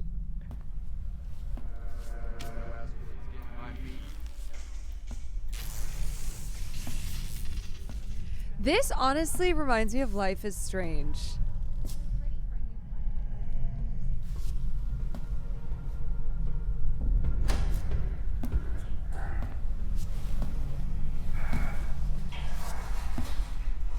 I feel comfortable in the hole.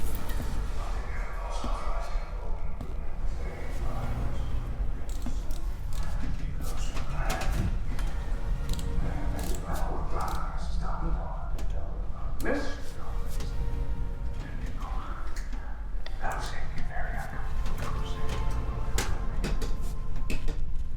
Who's breathing? Who's breathing? There's not enough air for all of us! Give it back! Give back! Captain?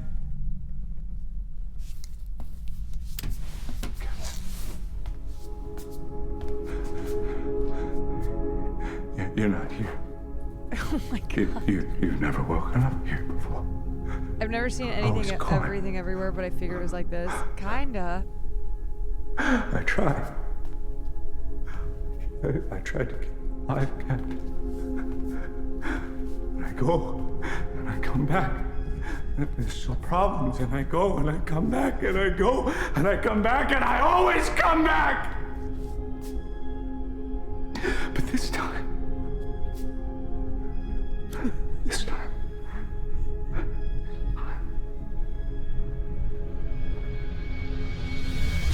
Captain, what's in your hand? The crystal? Where did you get that crystal? You didn't shut it down, did you? Was she right about you? We trusted you! I trusted you, Captain!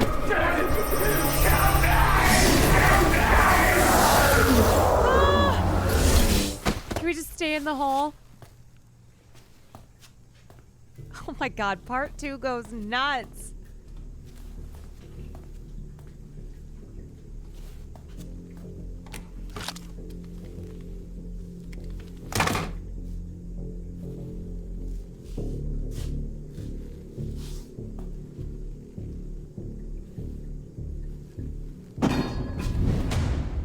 You helped them escape. You helped those monsters, which means that you are just as responsible for what's going on. I didn't have anything to do with that. Come on. You're the most notorious wormhole bandit in the galaxy. You gave them this, yes? Then you can tell me where they are. Even if I did have anything to do with that, anybody knew us, so you can't even do anything about it. In fact, I think... Do you understand what is going on out there? Do you understand what's at stake? People are dying because of this. So there's nothing. And I gotta stop this crazy bit. Oh, we were in this place. I tried to stop it. I swear I did, but I don't even know what they did. They don't even know that that entire universe is smashing into each other in there. I don't even know how I got out. You. Shit. Where is your shit? Tell me, where is it?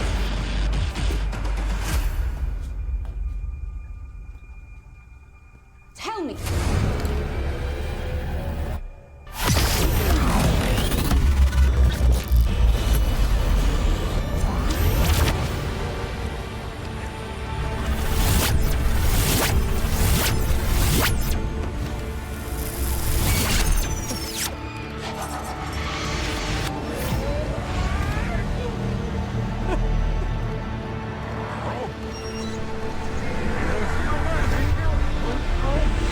Dude, not him acting out going backwards.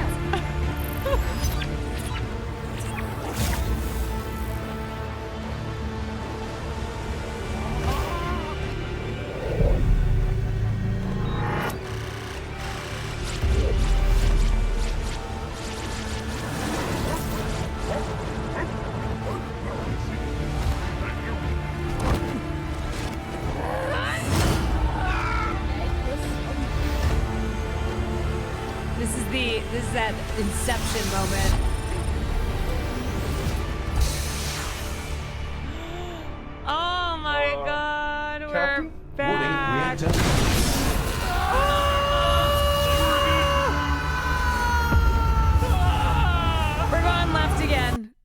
go. We stay left. We stay left.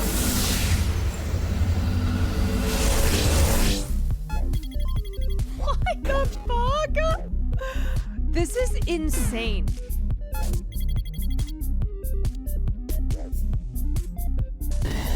This is actually insane.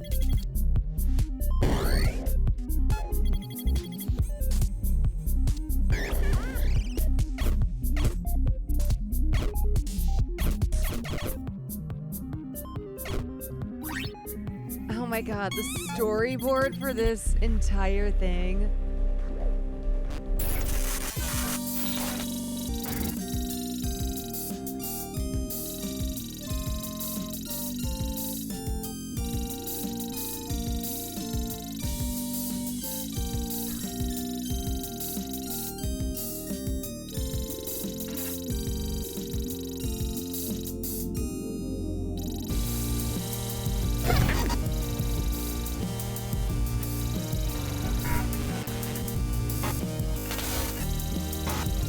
I want to know how many total videos too.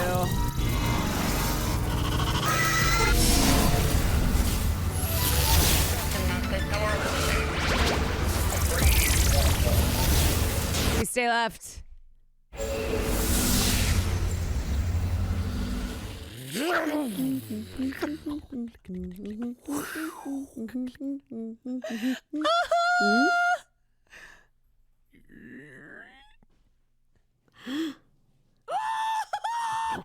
Who are you? How did you get in here?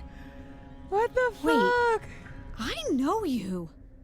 You're the anomaly. But how are you here? I thought we solved that problem.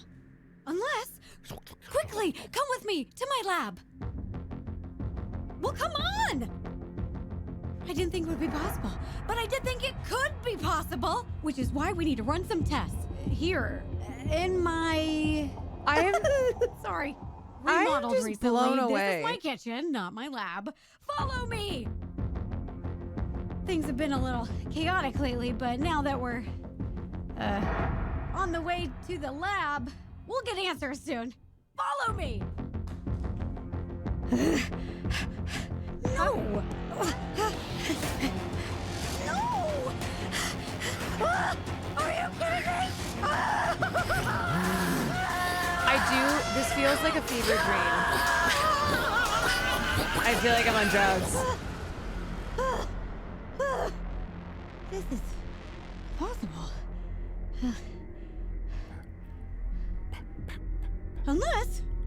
Unless it's not impossible, unless it's some kind of a paradox. But there couldn't be a paradox. For there to be a paradox, there would have to be an... What did you do? What did you do? I knew you were the anomaly, and now I'm There's gonna finish what I roughly 80 started. plus total Where videos. is your Oh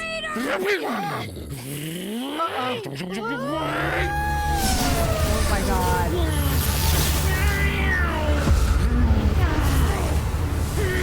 Okay, you know what? Fuck it. We're changing it up. We are here at the scene of the crime, where the perpetrator has returned. Might it be possible that said criminal mastermind mayhaps be ready to confess their heinous crimes? What cause did you have to destroy the entire multiverse? Where did you obtain such a reckless disregard for human and unhuman life? Why did you feel the need to end the existence of all that exists? And most importantly of all, which one of us is the real Jim? Remember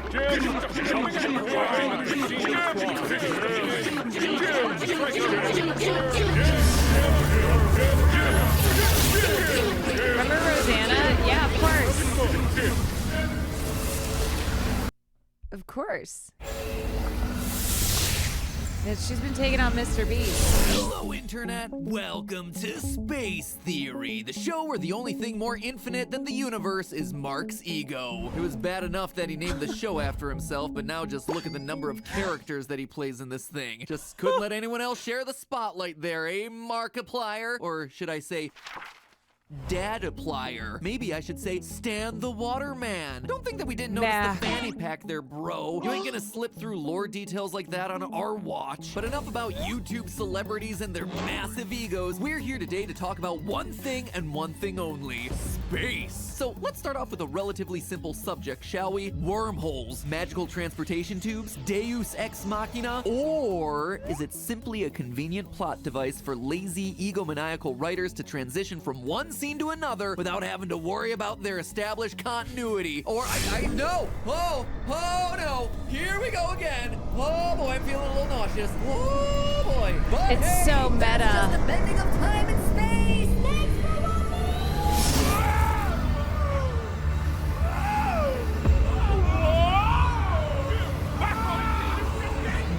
Right? There's a 9-minute difference. Okay, we're going left.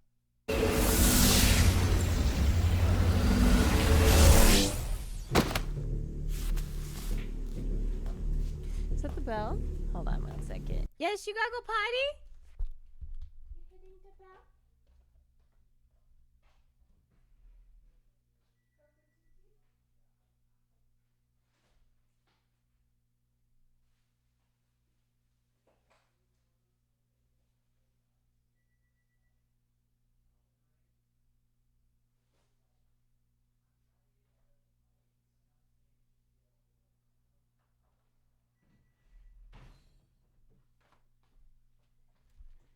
Mother! Mother, let me out, Mother.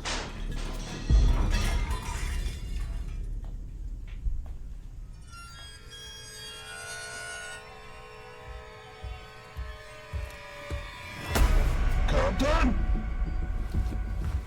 Cookie?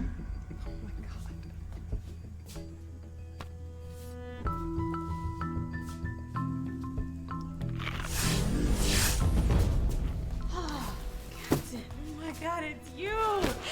It's been, I don't know how long it's been. Time doesn't really work the same, but oh man, it's been a while. Welcome back! I've been in the hole. Cookie? Oh, well, buddy, that is so sweet, but you know your cooking will kill me. You're right. Anyway, I am so glad you're back. I don't know what you did, but it has been so freeing. Opening wormholes has never been easier. I can go wherever I want, whenever I want. I've been able to see some things that I thought I lost. Oh, well, I guess that means you gotta go now. I know this probably isn't even real. The hole's calling. It was one big dream, but I'm just so glad we met. Hug? Hug? What? No, you know. You can't hug people. It's just...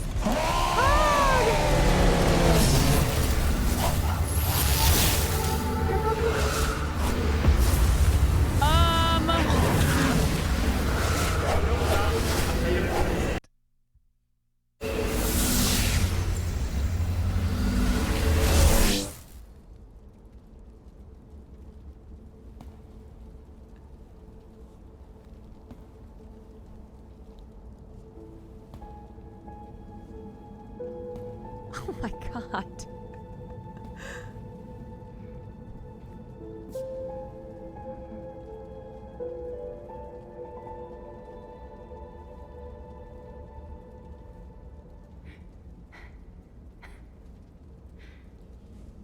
I spent all of this time trying to find you. And it's you that finds me.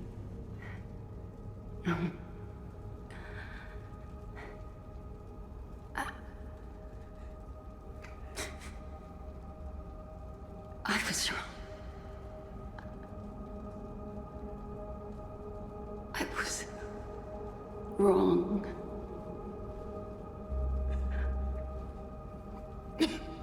How did he do this? I don't know. I thought it was you. I literally do not know.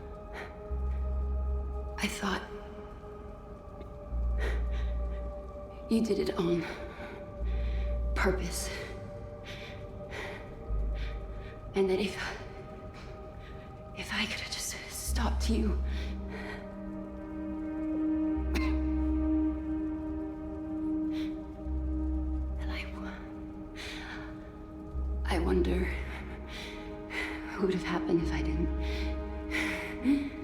choose to follow you down that wormhole.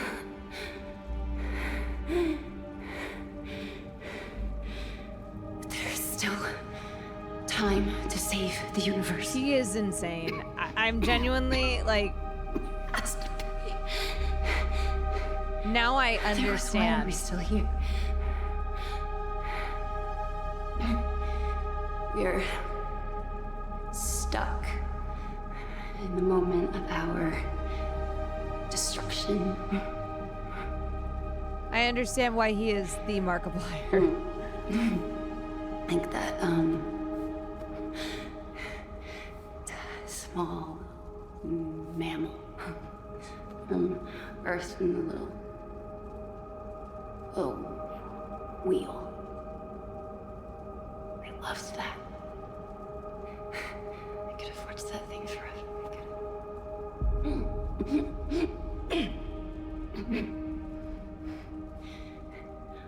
Always running forward, never moving anywhere. Like me. Like you.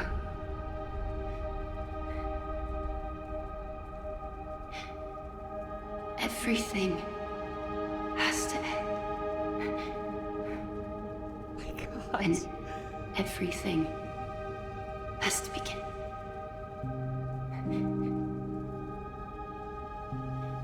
And sometimes you just have to hold on to hope.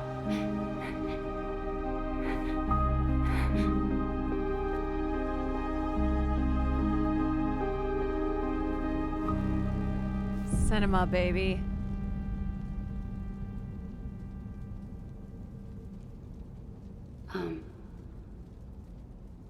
Am I dead?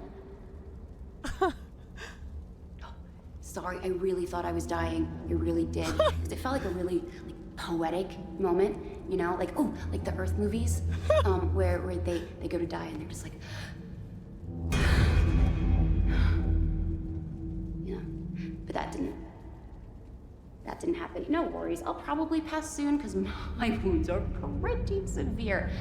But my people are also notoriously tough to kill, like super tough. Like you chop off all our limbs and we just keep going and going. And like my Uncle Bob, all that's left is a kneecap in a jar. He is happy. Is that supposed to be it?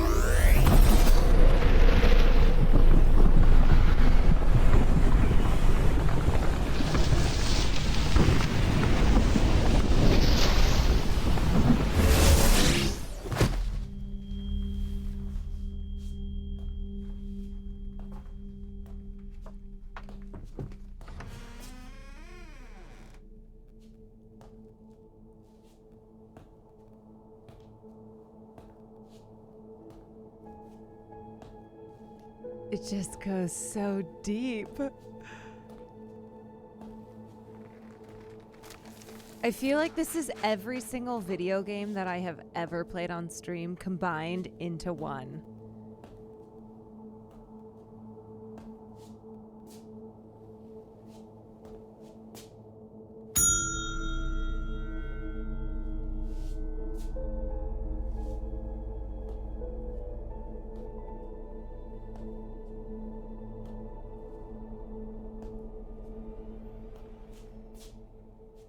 Captain?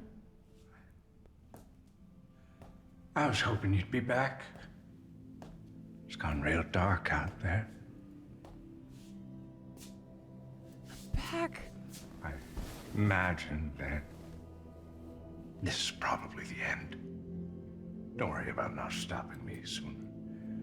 I'm starting to realize that even though we have infinite choices, every single second of our lives, there's only a handful that really, really matter. You know, what's funny?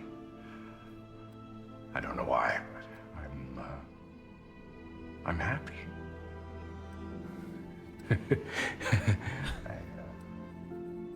don't know any other way to explain it. Content with everything. Being this close to an end. Finally an end.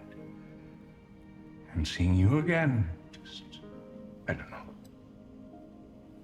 It's good. It's good. It's good.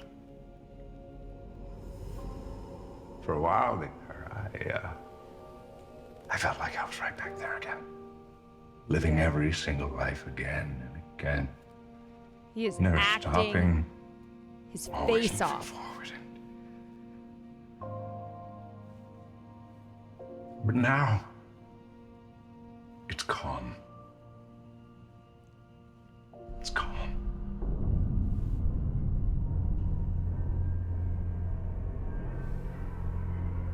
Everything has to end, Captain. It has to. It doesn't matter how tightly you hold on to things. They'll still just slip right through your fingers. You'll always make mistakes. You have to. And that's okay. I don't want to be free. I just wish I learned that sooner.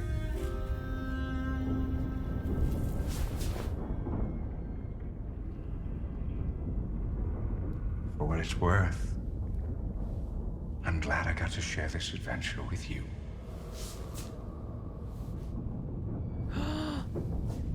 He's gone.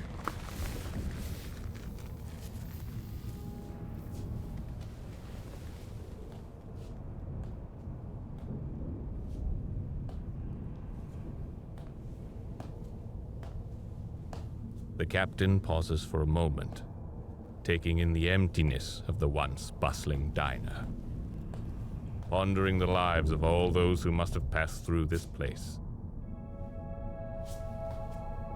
It's hard to imagine it was ever full to begin with. But it was once, and that's what matters. Just like old times, eh, Captain? Captain. And the only person that I trust more than myself is the captain. Where are you going? I can't give up. But Captain, How could the captain do this? That's not me, Captain. That's not me. There has to be a way. not up to you. He built I it. just need more time. We trusted one more time. Hi, Captain.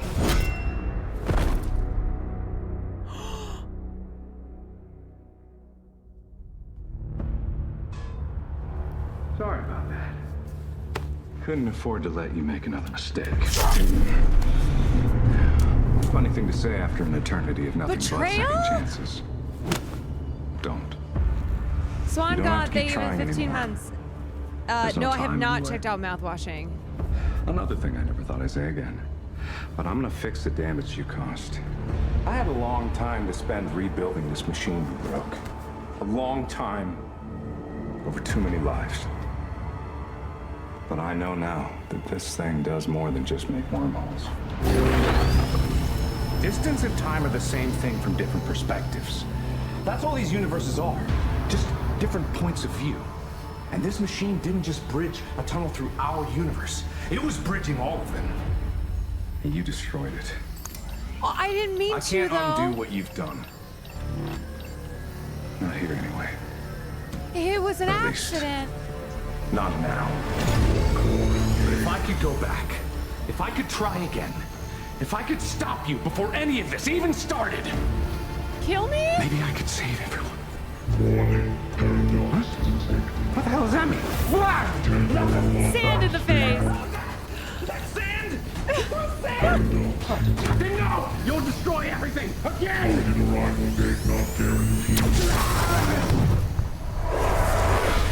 Captain! Don't let go! Don't let go! Wait. Let me go! Captain, please, I can fix this. Look, I don't know what you did. And maybe you didn't mean to, but I have to stop you. I have to. God, I wish I thought of a fake hand or something. Please! This is it! This is the end of everything. Everyone that ever existed is gonna get wiped out unless you let me go! Captain! Please! I have to keep trying. I have to. Okay. Please, let me go. I know I can fix everything. I know there's a perfect solution. I just have to find it. Please. This is my last chance. Our last chance to save everything. Please.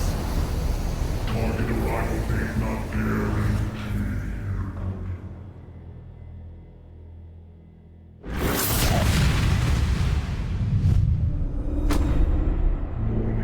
Paradox criticality threshold exceeded. Universal collapse imminent. Initiating time jump.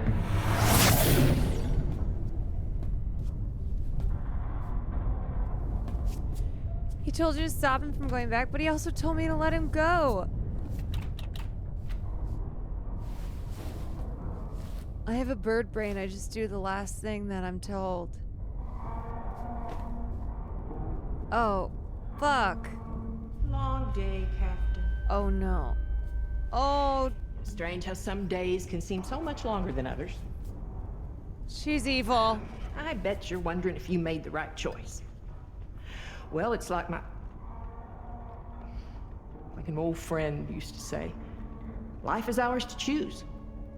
And you have made some beautiful choices, Captain. Because if the universe were made up only of right and wrong choices, then that's not really a choice at all. And that's not really living, is it, Captain? Until next time. Bye-bye. Next time might be a lot sooner than you think.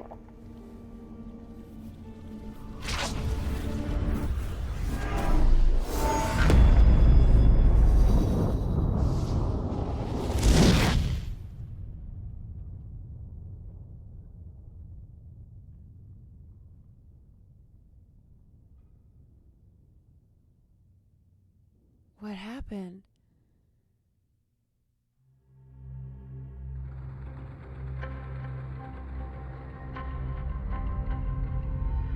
Wait, bad ending?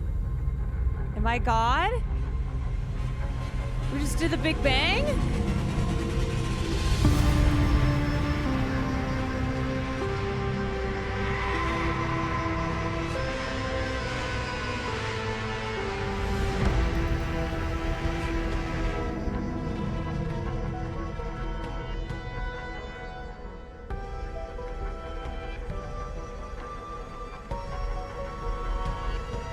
Wait, are we back at the fucking beginning? Is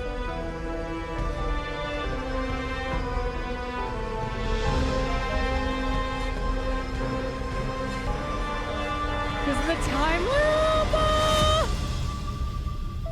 You might want to take a step back there, Captain. I'm sorry, no, I'm staring a lot. Huge fan. Huge fan. Been following your career for quite a while now. Invisible Tower, this is Shuttle Marmota. Oh my Approaching docking bay God. 4. Closing the blast shields. Shuttle Marmota, you're cleared to dock. We go again. Copy you. Truth be told, we couldn't afford to show that anyway. But yeah, don't get me wrong. I know exactly where we're at. Check it out. We're gonna land in 5. Captain, we're here early. Gotta say it's an honor. You know, thinking maybe we could hang out or something. Go get a coffee, but you know, beer's cool. Welcome aboard the Invincible 2, Captain. Glad to have you here. Took you long enough. But let me give you the grand tour before we embark. This is Oh my my pride and joy. God. My baby. Well, your baby, I guess now. But I made her. And the baby will always remember. Father. Bioscan. Welcome aboard, Captain and Head Engineer. Prepare for sterilization. First stop, the warp core. The heart and soul of the ship. Still not 100% sure how it works, but you don't need to know how. If you don't want to spend another 2 hours, you're going to have to go back a couple videos to get to the end. Wait, so straight up, this just takes you all the fucking way back to the beginning and you do it all again? No. No. No way. It just restarts. It's been said some people have played for 35 years. Holy shit. Okay, I kind of want to go back and see what the ending would be. How do we get back?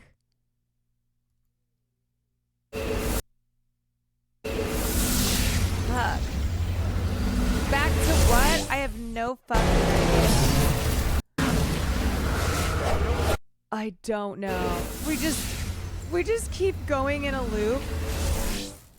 Didn't just bridge a tunnel through. And maybe you didn't mean to, but I have to stop you. I have to. God, I wish I thought of a fake hand or something. Please! This is it! This is the end of everything. Everyone that ever existed is gonna get wiped out unless you let me go! Okay, wait, so how long is this? What is the longest it can be? What's the longest possible length for this? Captain! Please! Okay, so last time I let go, this time I hold on. Please, let me go! I know I can fix everything! I know there's a I've seen every vid and it took a combined 10 hours. You've seen every single video and it was 10 hours. Holy shit. solution. I just have to find it. Please! Captain! Captain, no! Captain! Don't do it!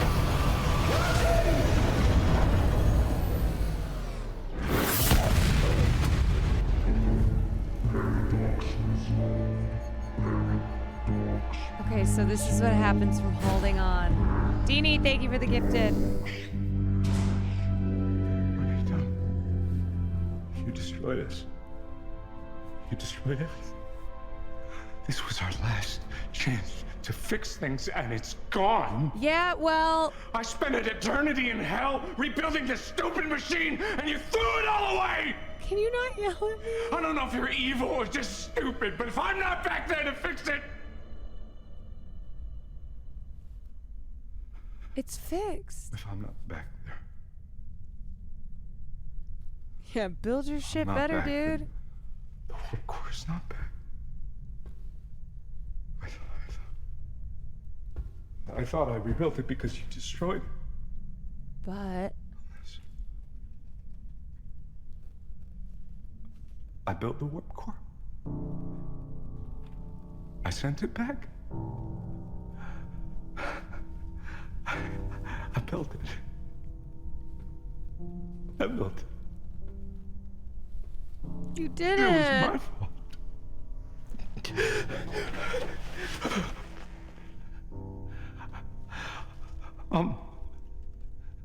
Captain, I'm tired. I don't know when the last time I slept was.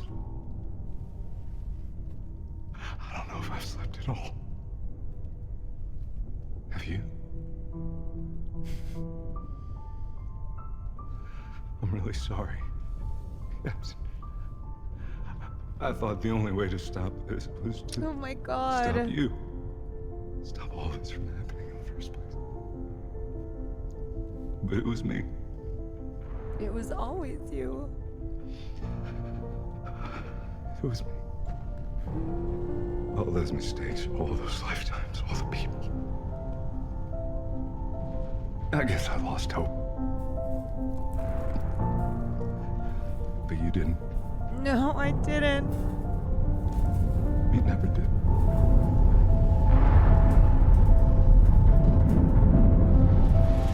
I can't quit you.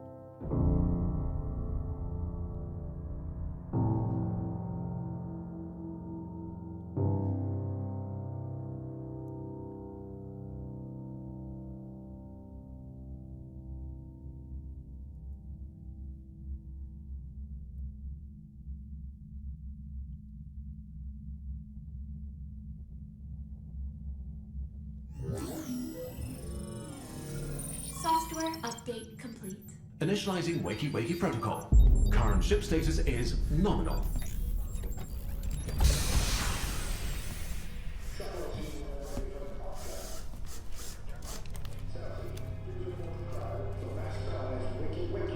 Morning, Captain. Ooh, You look like you've been through hell. Yeah, cryo sleep sucks, but coffee can help. What? Morning, Cap. I'll be heading down with the advance team. If there's any horrible aliens down there, I'll take care of them. Not everything can be solved with explosions. Not in my experience. I'll see you on the ground, Cap. You and Mark are one and the same. Captain, all colonists are safe, healthy, and accounted for, but I'll keep my eye on them as they wake up. Thank you for getting us here safe. Captain, you are a child of the universe. No less than a tree or a star. You deserve to be here. And whether or not it's clear to you, no doubt, the universe is playing out as it should. Yeah? How does he know? Captain.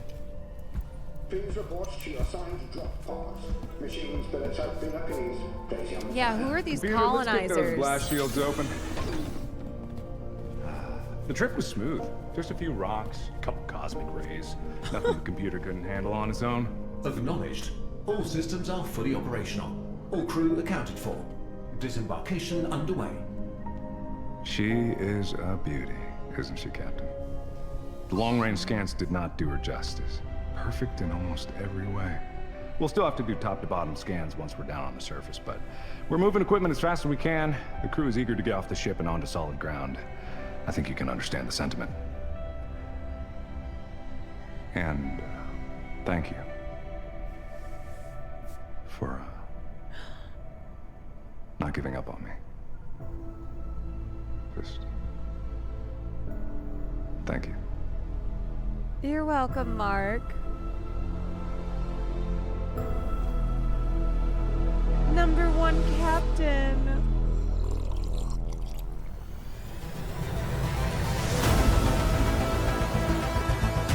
Wow. Holy shit. One time you made deviled eggs for Thanksgiving and Mark ate 17 of them, as he should. As he should. He needs it to fuel his big creative brain. Wow, my God. Oh my God. Sam, that was my first introduction to Mark. I only knew of Mark because I've heard the name Markiplier. I know he's friends with Ethan. Will had told me about Uno Anos. And then maybe Mark was the one who gave all that money to Creators for Palestine. I think we still don't know. But I just hadn't seen anything of his. I mean, there's like a lot of... Oh, speaking of, Ethan Nestor, right there. Ethan is the wormhole. Mark basically confirmed it was him. You know what? Good guy Mark. Good guy Mark. What a cool fucking dude. Do you know what the bite of 87 is? No, I do not. I've never heard that before.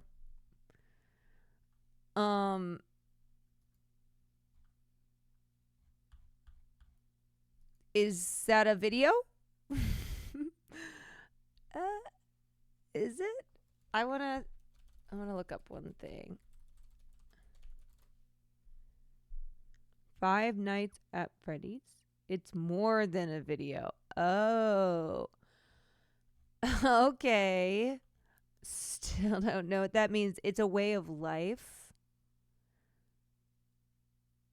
No, I don't freaking know what the bite of 87 is, you guys. Okay, the Iron Lung official trailer. Cool. Okay, so this is his project. Yeah. I feel great. It was wonderful and terrible at this. Okay, I want to watch this trailer. It's an execution. I feel like he's the content creator, Keanu Reeves. Why did I just say that so weird? Keanu Reeves. I just said Keanu Reeves. Oh my God. That is Keanu Reeves. They put you in here. They don't want you to return. And even if you do, and even if they keep their promises, what freedom waits for you. He knew. Dying ships in a sea of dead stars. If there is still hope, it lies beyond the veil. Hope in this void is as illusionary as the starlight. I will choose to breathe my last here, at the bottom of an ocean. Unseen, unheard, uncontrolled. This is They will get their execution. so cool.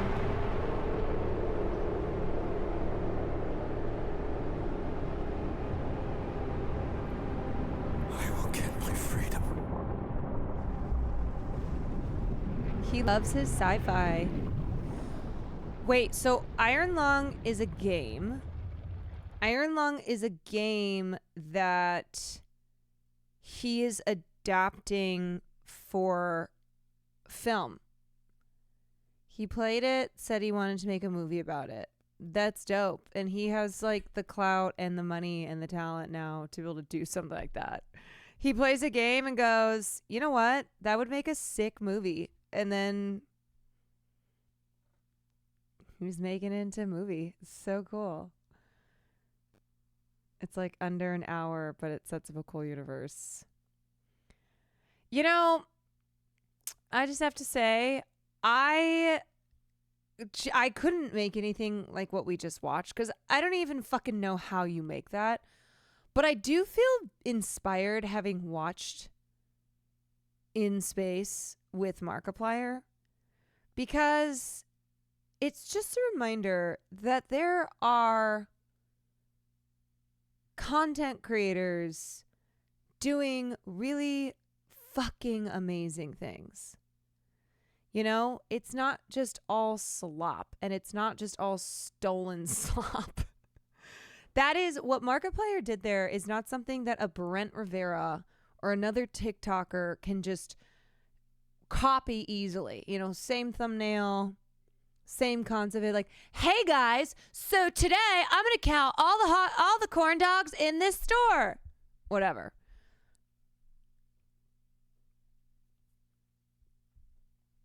It's amazing. Like that is truly one of the coolest things that I've seen on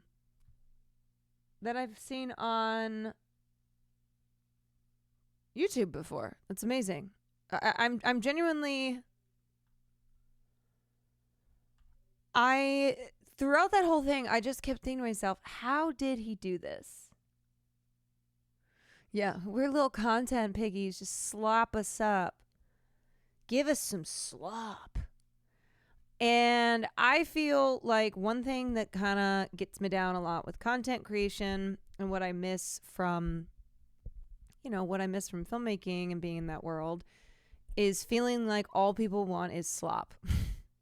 And if you don't give them slop, then they don't want what you have. And it's really great to be reminded that there are these amazing, amazing content creators who didn't just dish up slop and actually actually have made something that's quite incredible, and the type of thing that really makes the platforms that we are on as content creators shine. Like, you can't do something like this in film, it's because it's just a totally different medium. You can do a version, you know what I mean, but it wouldn't work the same. Capitalism encourages the creation and consumption of mass-produced slop. Yes, it does. Yes, it does. After stream, can you please check my DM? Yeah, of course.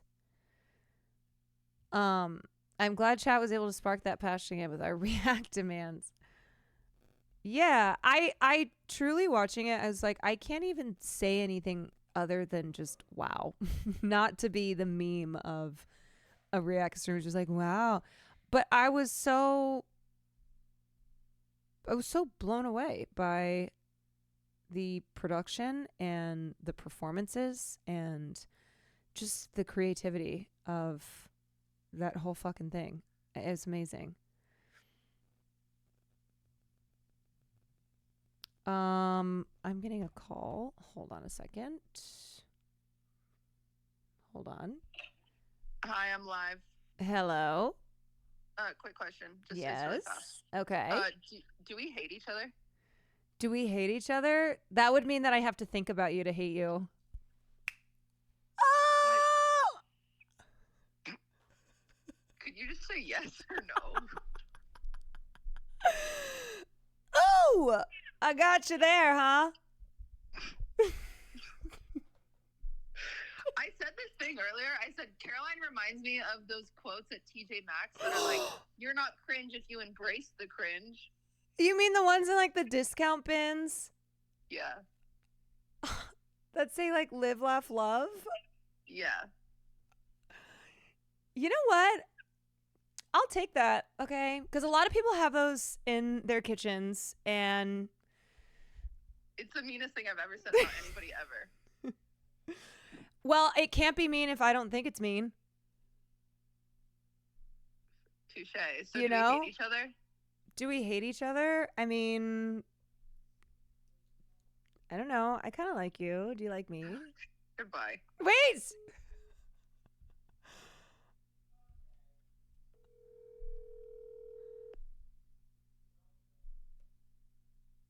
This bitch.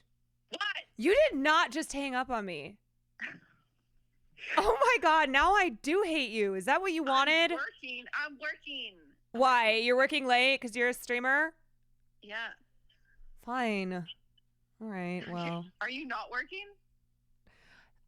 Streaming for me is not work. Okay, then turn off your subs, bitch. Do it. Already done. No, it's not. I actually every dollar I make is going to the church. So wow, that you want me to turn that off. Which one? Which church? All of them. Oh, really? Do you have like proof that you sent every dollar of your subs to the church that you can show me? I mean, I have to ask God for proof. Well, churches accept money. I used to go to a church, and even when you submit your tithing, they actually give you receipts at the end of the year for tax write-offs, which I assume you would know if you actually gave all your money to the church. You know. The church is actually Kris Jenner's church, which is a real thing. It's her church in Kris Calabasas. Jenner's church, isn't she notoriously an attender of P. Diddy's parties? You've been giving her money? She's got a church. Who's the debate lord now? Weren't you an attender of P. Diddy's parties as well? Yeah, see, I can say things too. Get it started, y'all. Cutie Cinderella was at P. Diddy parties. Yeah, I've been to a phase party. It's true. Okay? See? Arrest me, officer. Wee. I got the cops coming right now. Okay. All Well, right. goodbye then. Well, I'll see you tomorrow night. Yeah, we're playing games tomorrow. Yeah, don't sound too excited about it. I was telling chat. I just haven't told chat yet, so I was telling them right now. Okay. Yeah. Again, don't sound too excited. No. Like I have. It's like I'm like obviously I'm thrilled. But it's gonna Obviously. be me, Sam, and Caroline, and it's gonna be like you know. Yeah. Sam is in chat. Anything to say to her? No. I enjoy being around her too. Okay, you know what? They tell you in elementary school that people are mean to you when they like you, so it's what's happening here. Okay. Yeah, Sam, that is the only nice thing that she has ever said. And it almost killed her. I heard her cough. All right, well. Yeah, so I'm gonna like go now because I've got like stuff to do. Oh, actually, I'm going to hang up on you. You guys, I think I got her. I think I did. I think I came out on top there, if you ask me. You know, now that I'm 32, you just can't beat me. She will never win. So, let that be a lesson to you all. You can't win against people who've had more time on this earth. I've learned all the tricks. Been around the block type of thing, you know? So, nice try is all I have to say. Anyway, so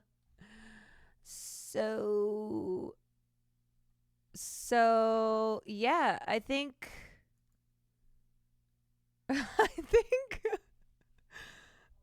you gotta beat Cutie at her own game sometimes. I created the game,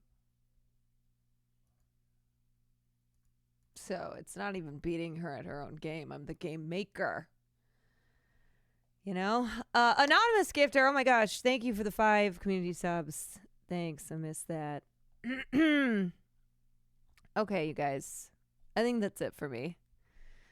I think that's it. Tomorrow we will be back with the yarn finally, unless something happens in between now and tomorrow and the yarn implodes. Who knows?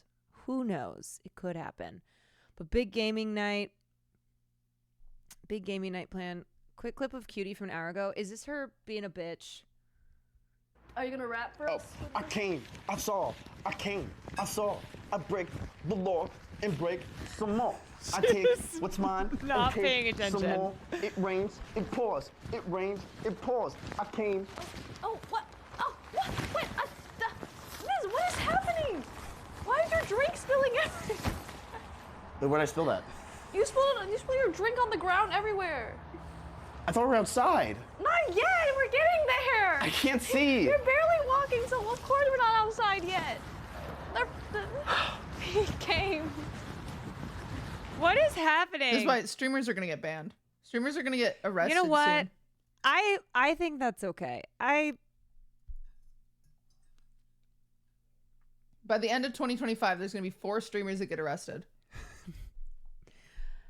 And you know Don't you what? forget. And they will stream from prison.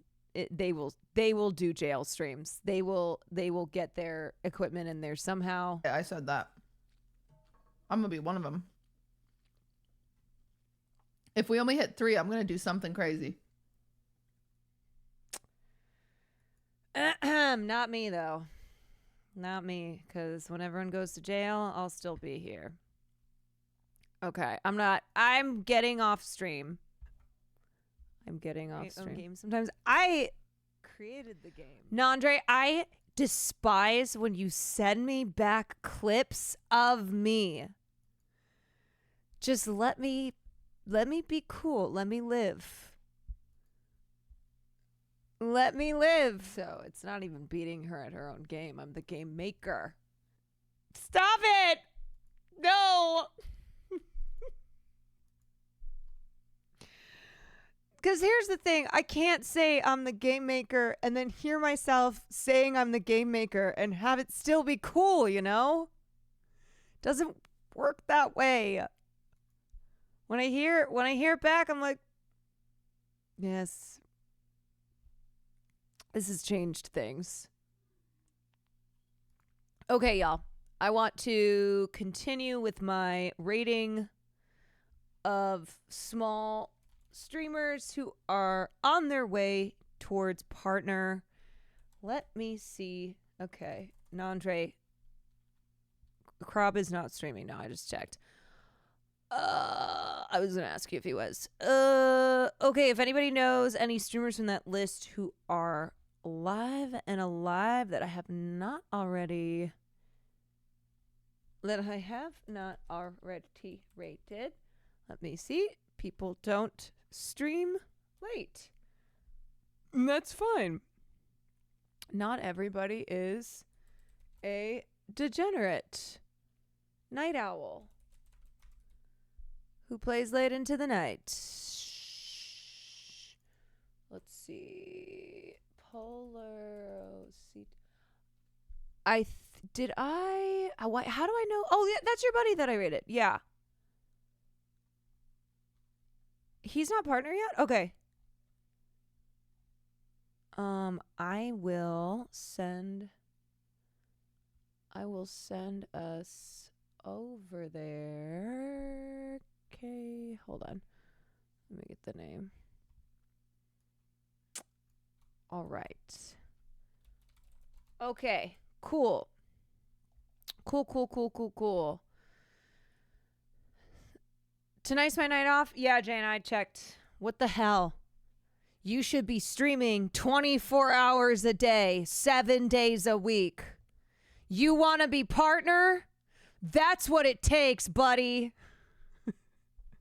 I'm just joshing. Don't do that, please. Don't do that to yourself. Okay, that was super fun. Thanks for hanging out with me. Thanks for being there for my first Markiplier react. And I see why he's the king now. But this sucks, y'all. Let me tell you why this sucks. Because a lot of times when I meet these content creators, I don't lose my shit because I'm new to content, and so I don't know what legends they are. And now next time I see Markiplier, I'm going to be like, fuck.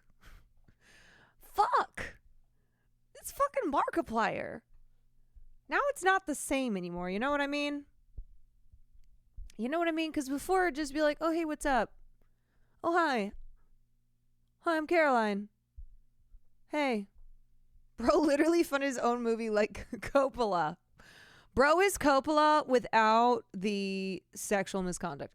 All right, everybody. I'm sending you over to Polar Cedo. I will see you tomorrow. Peace and love.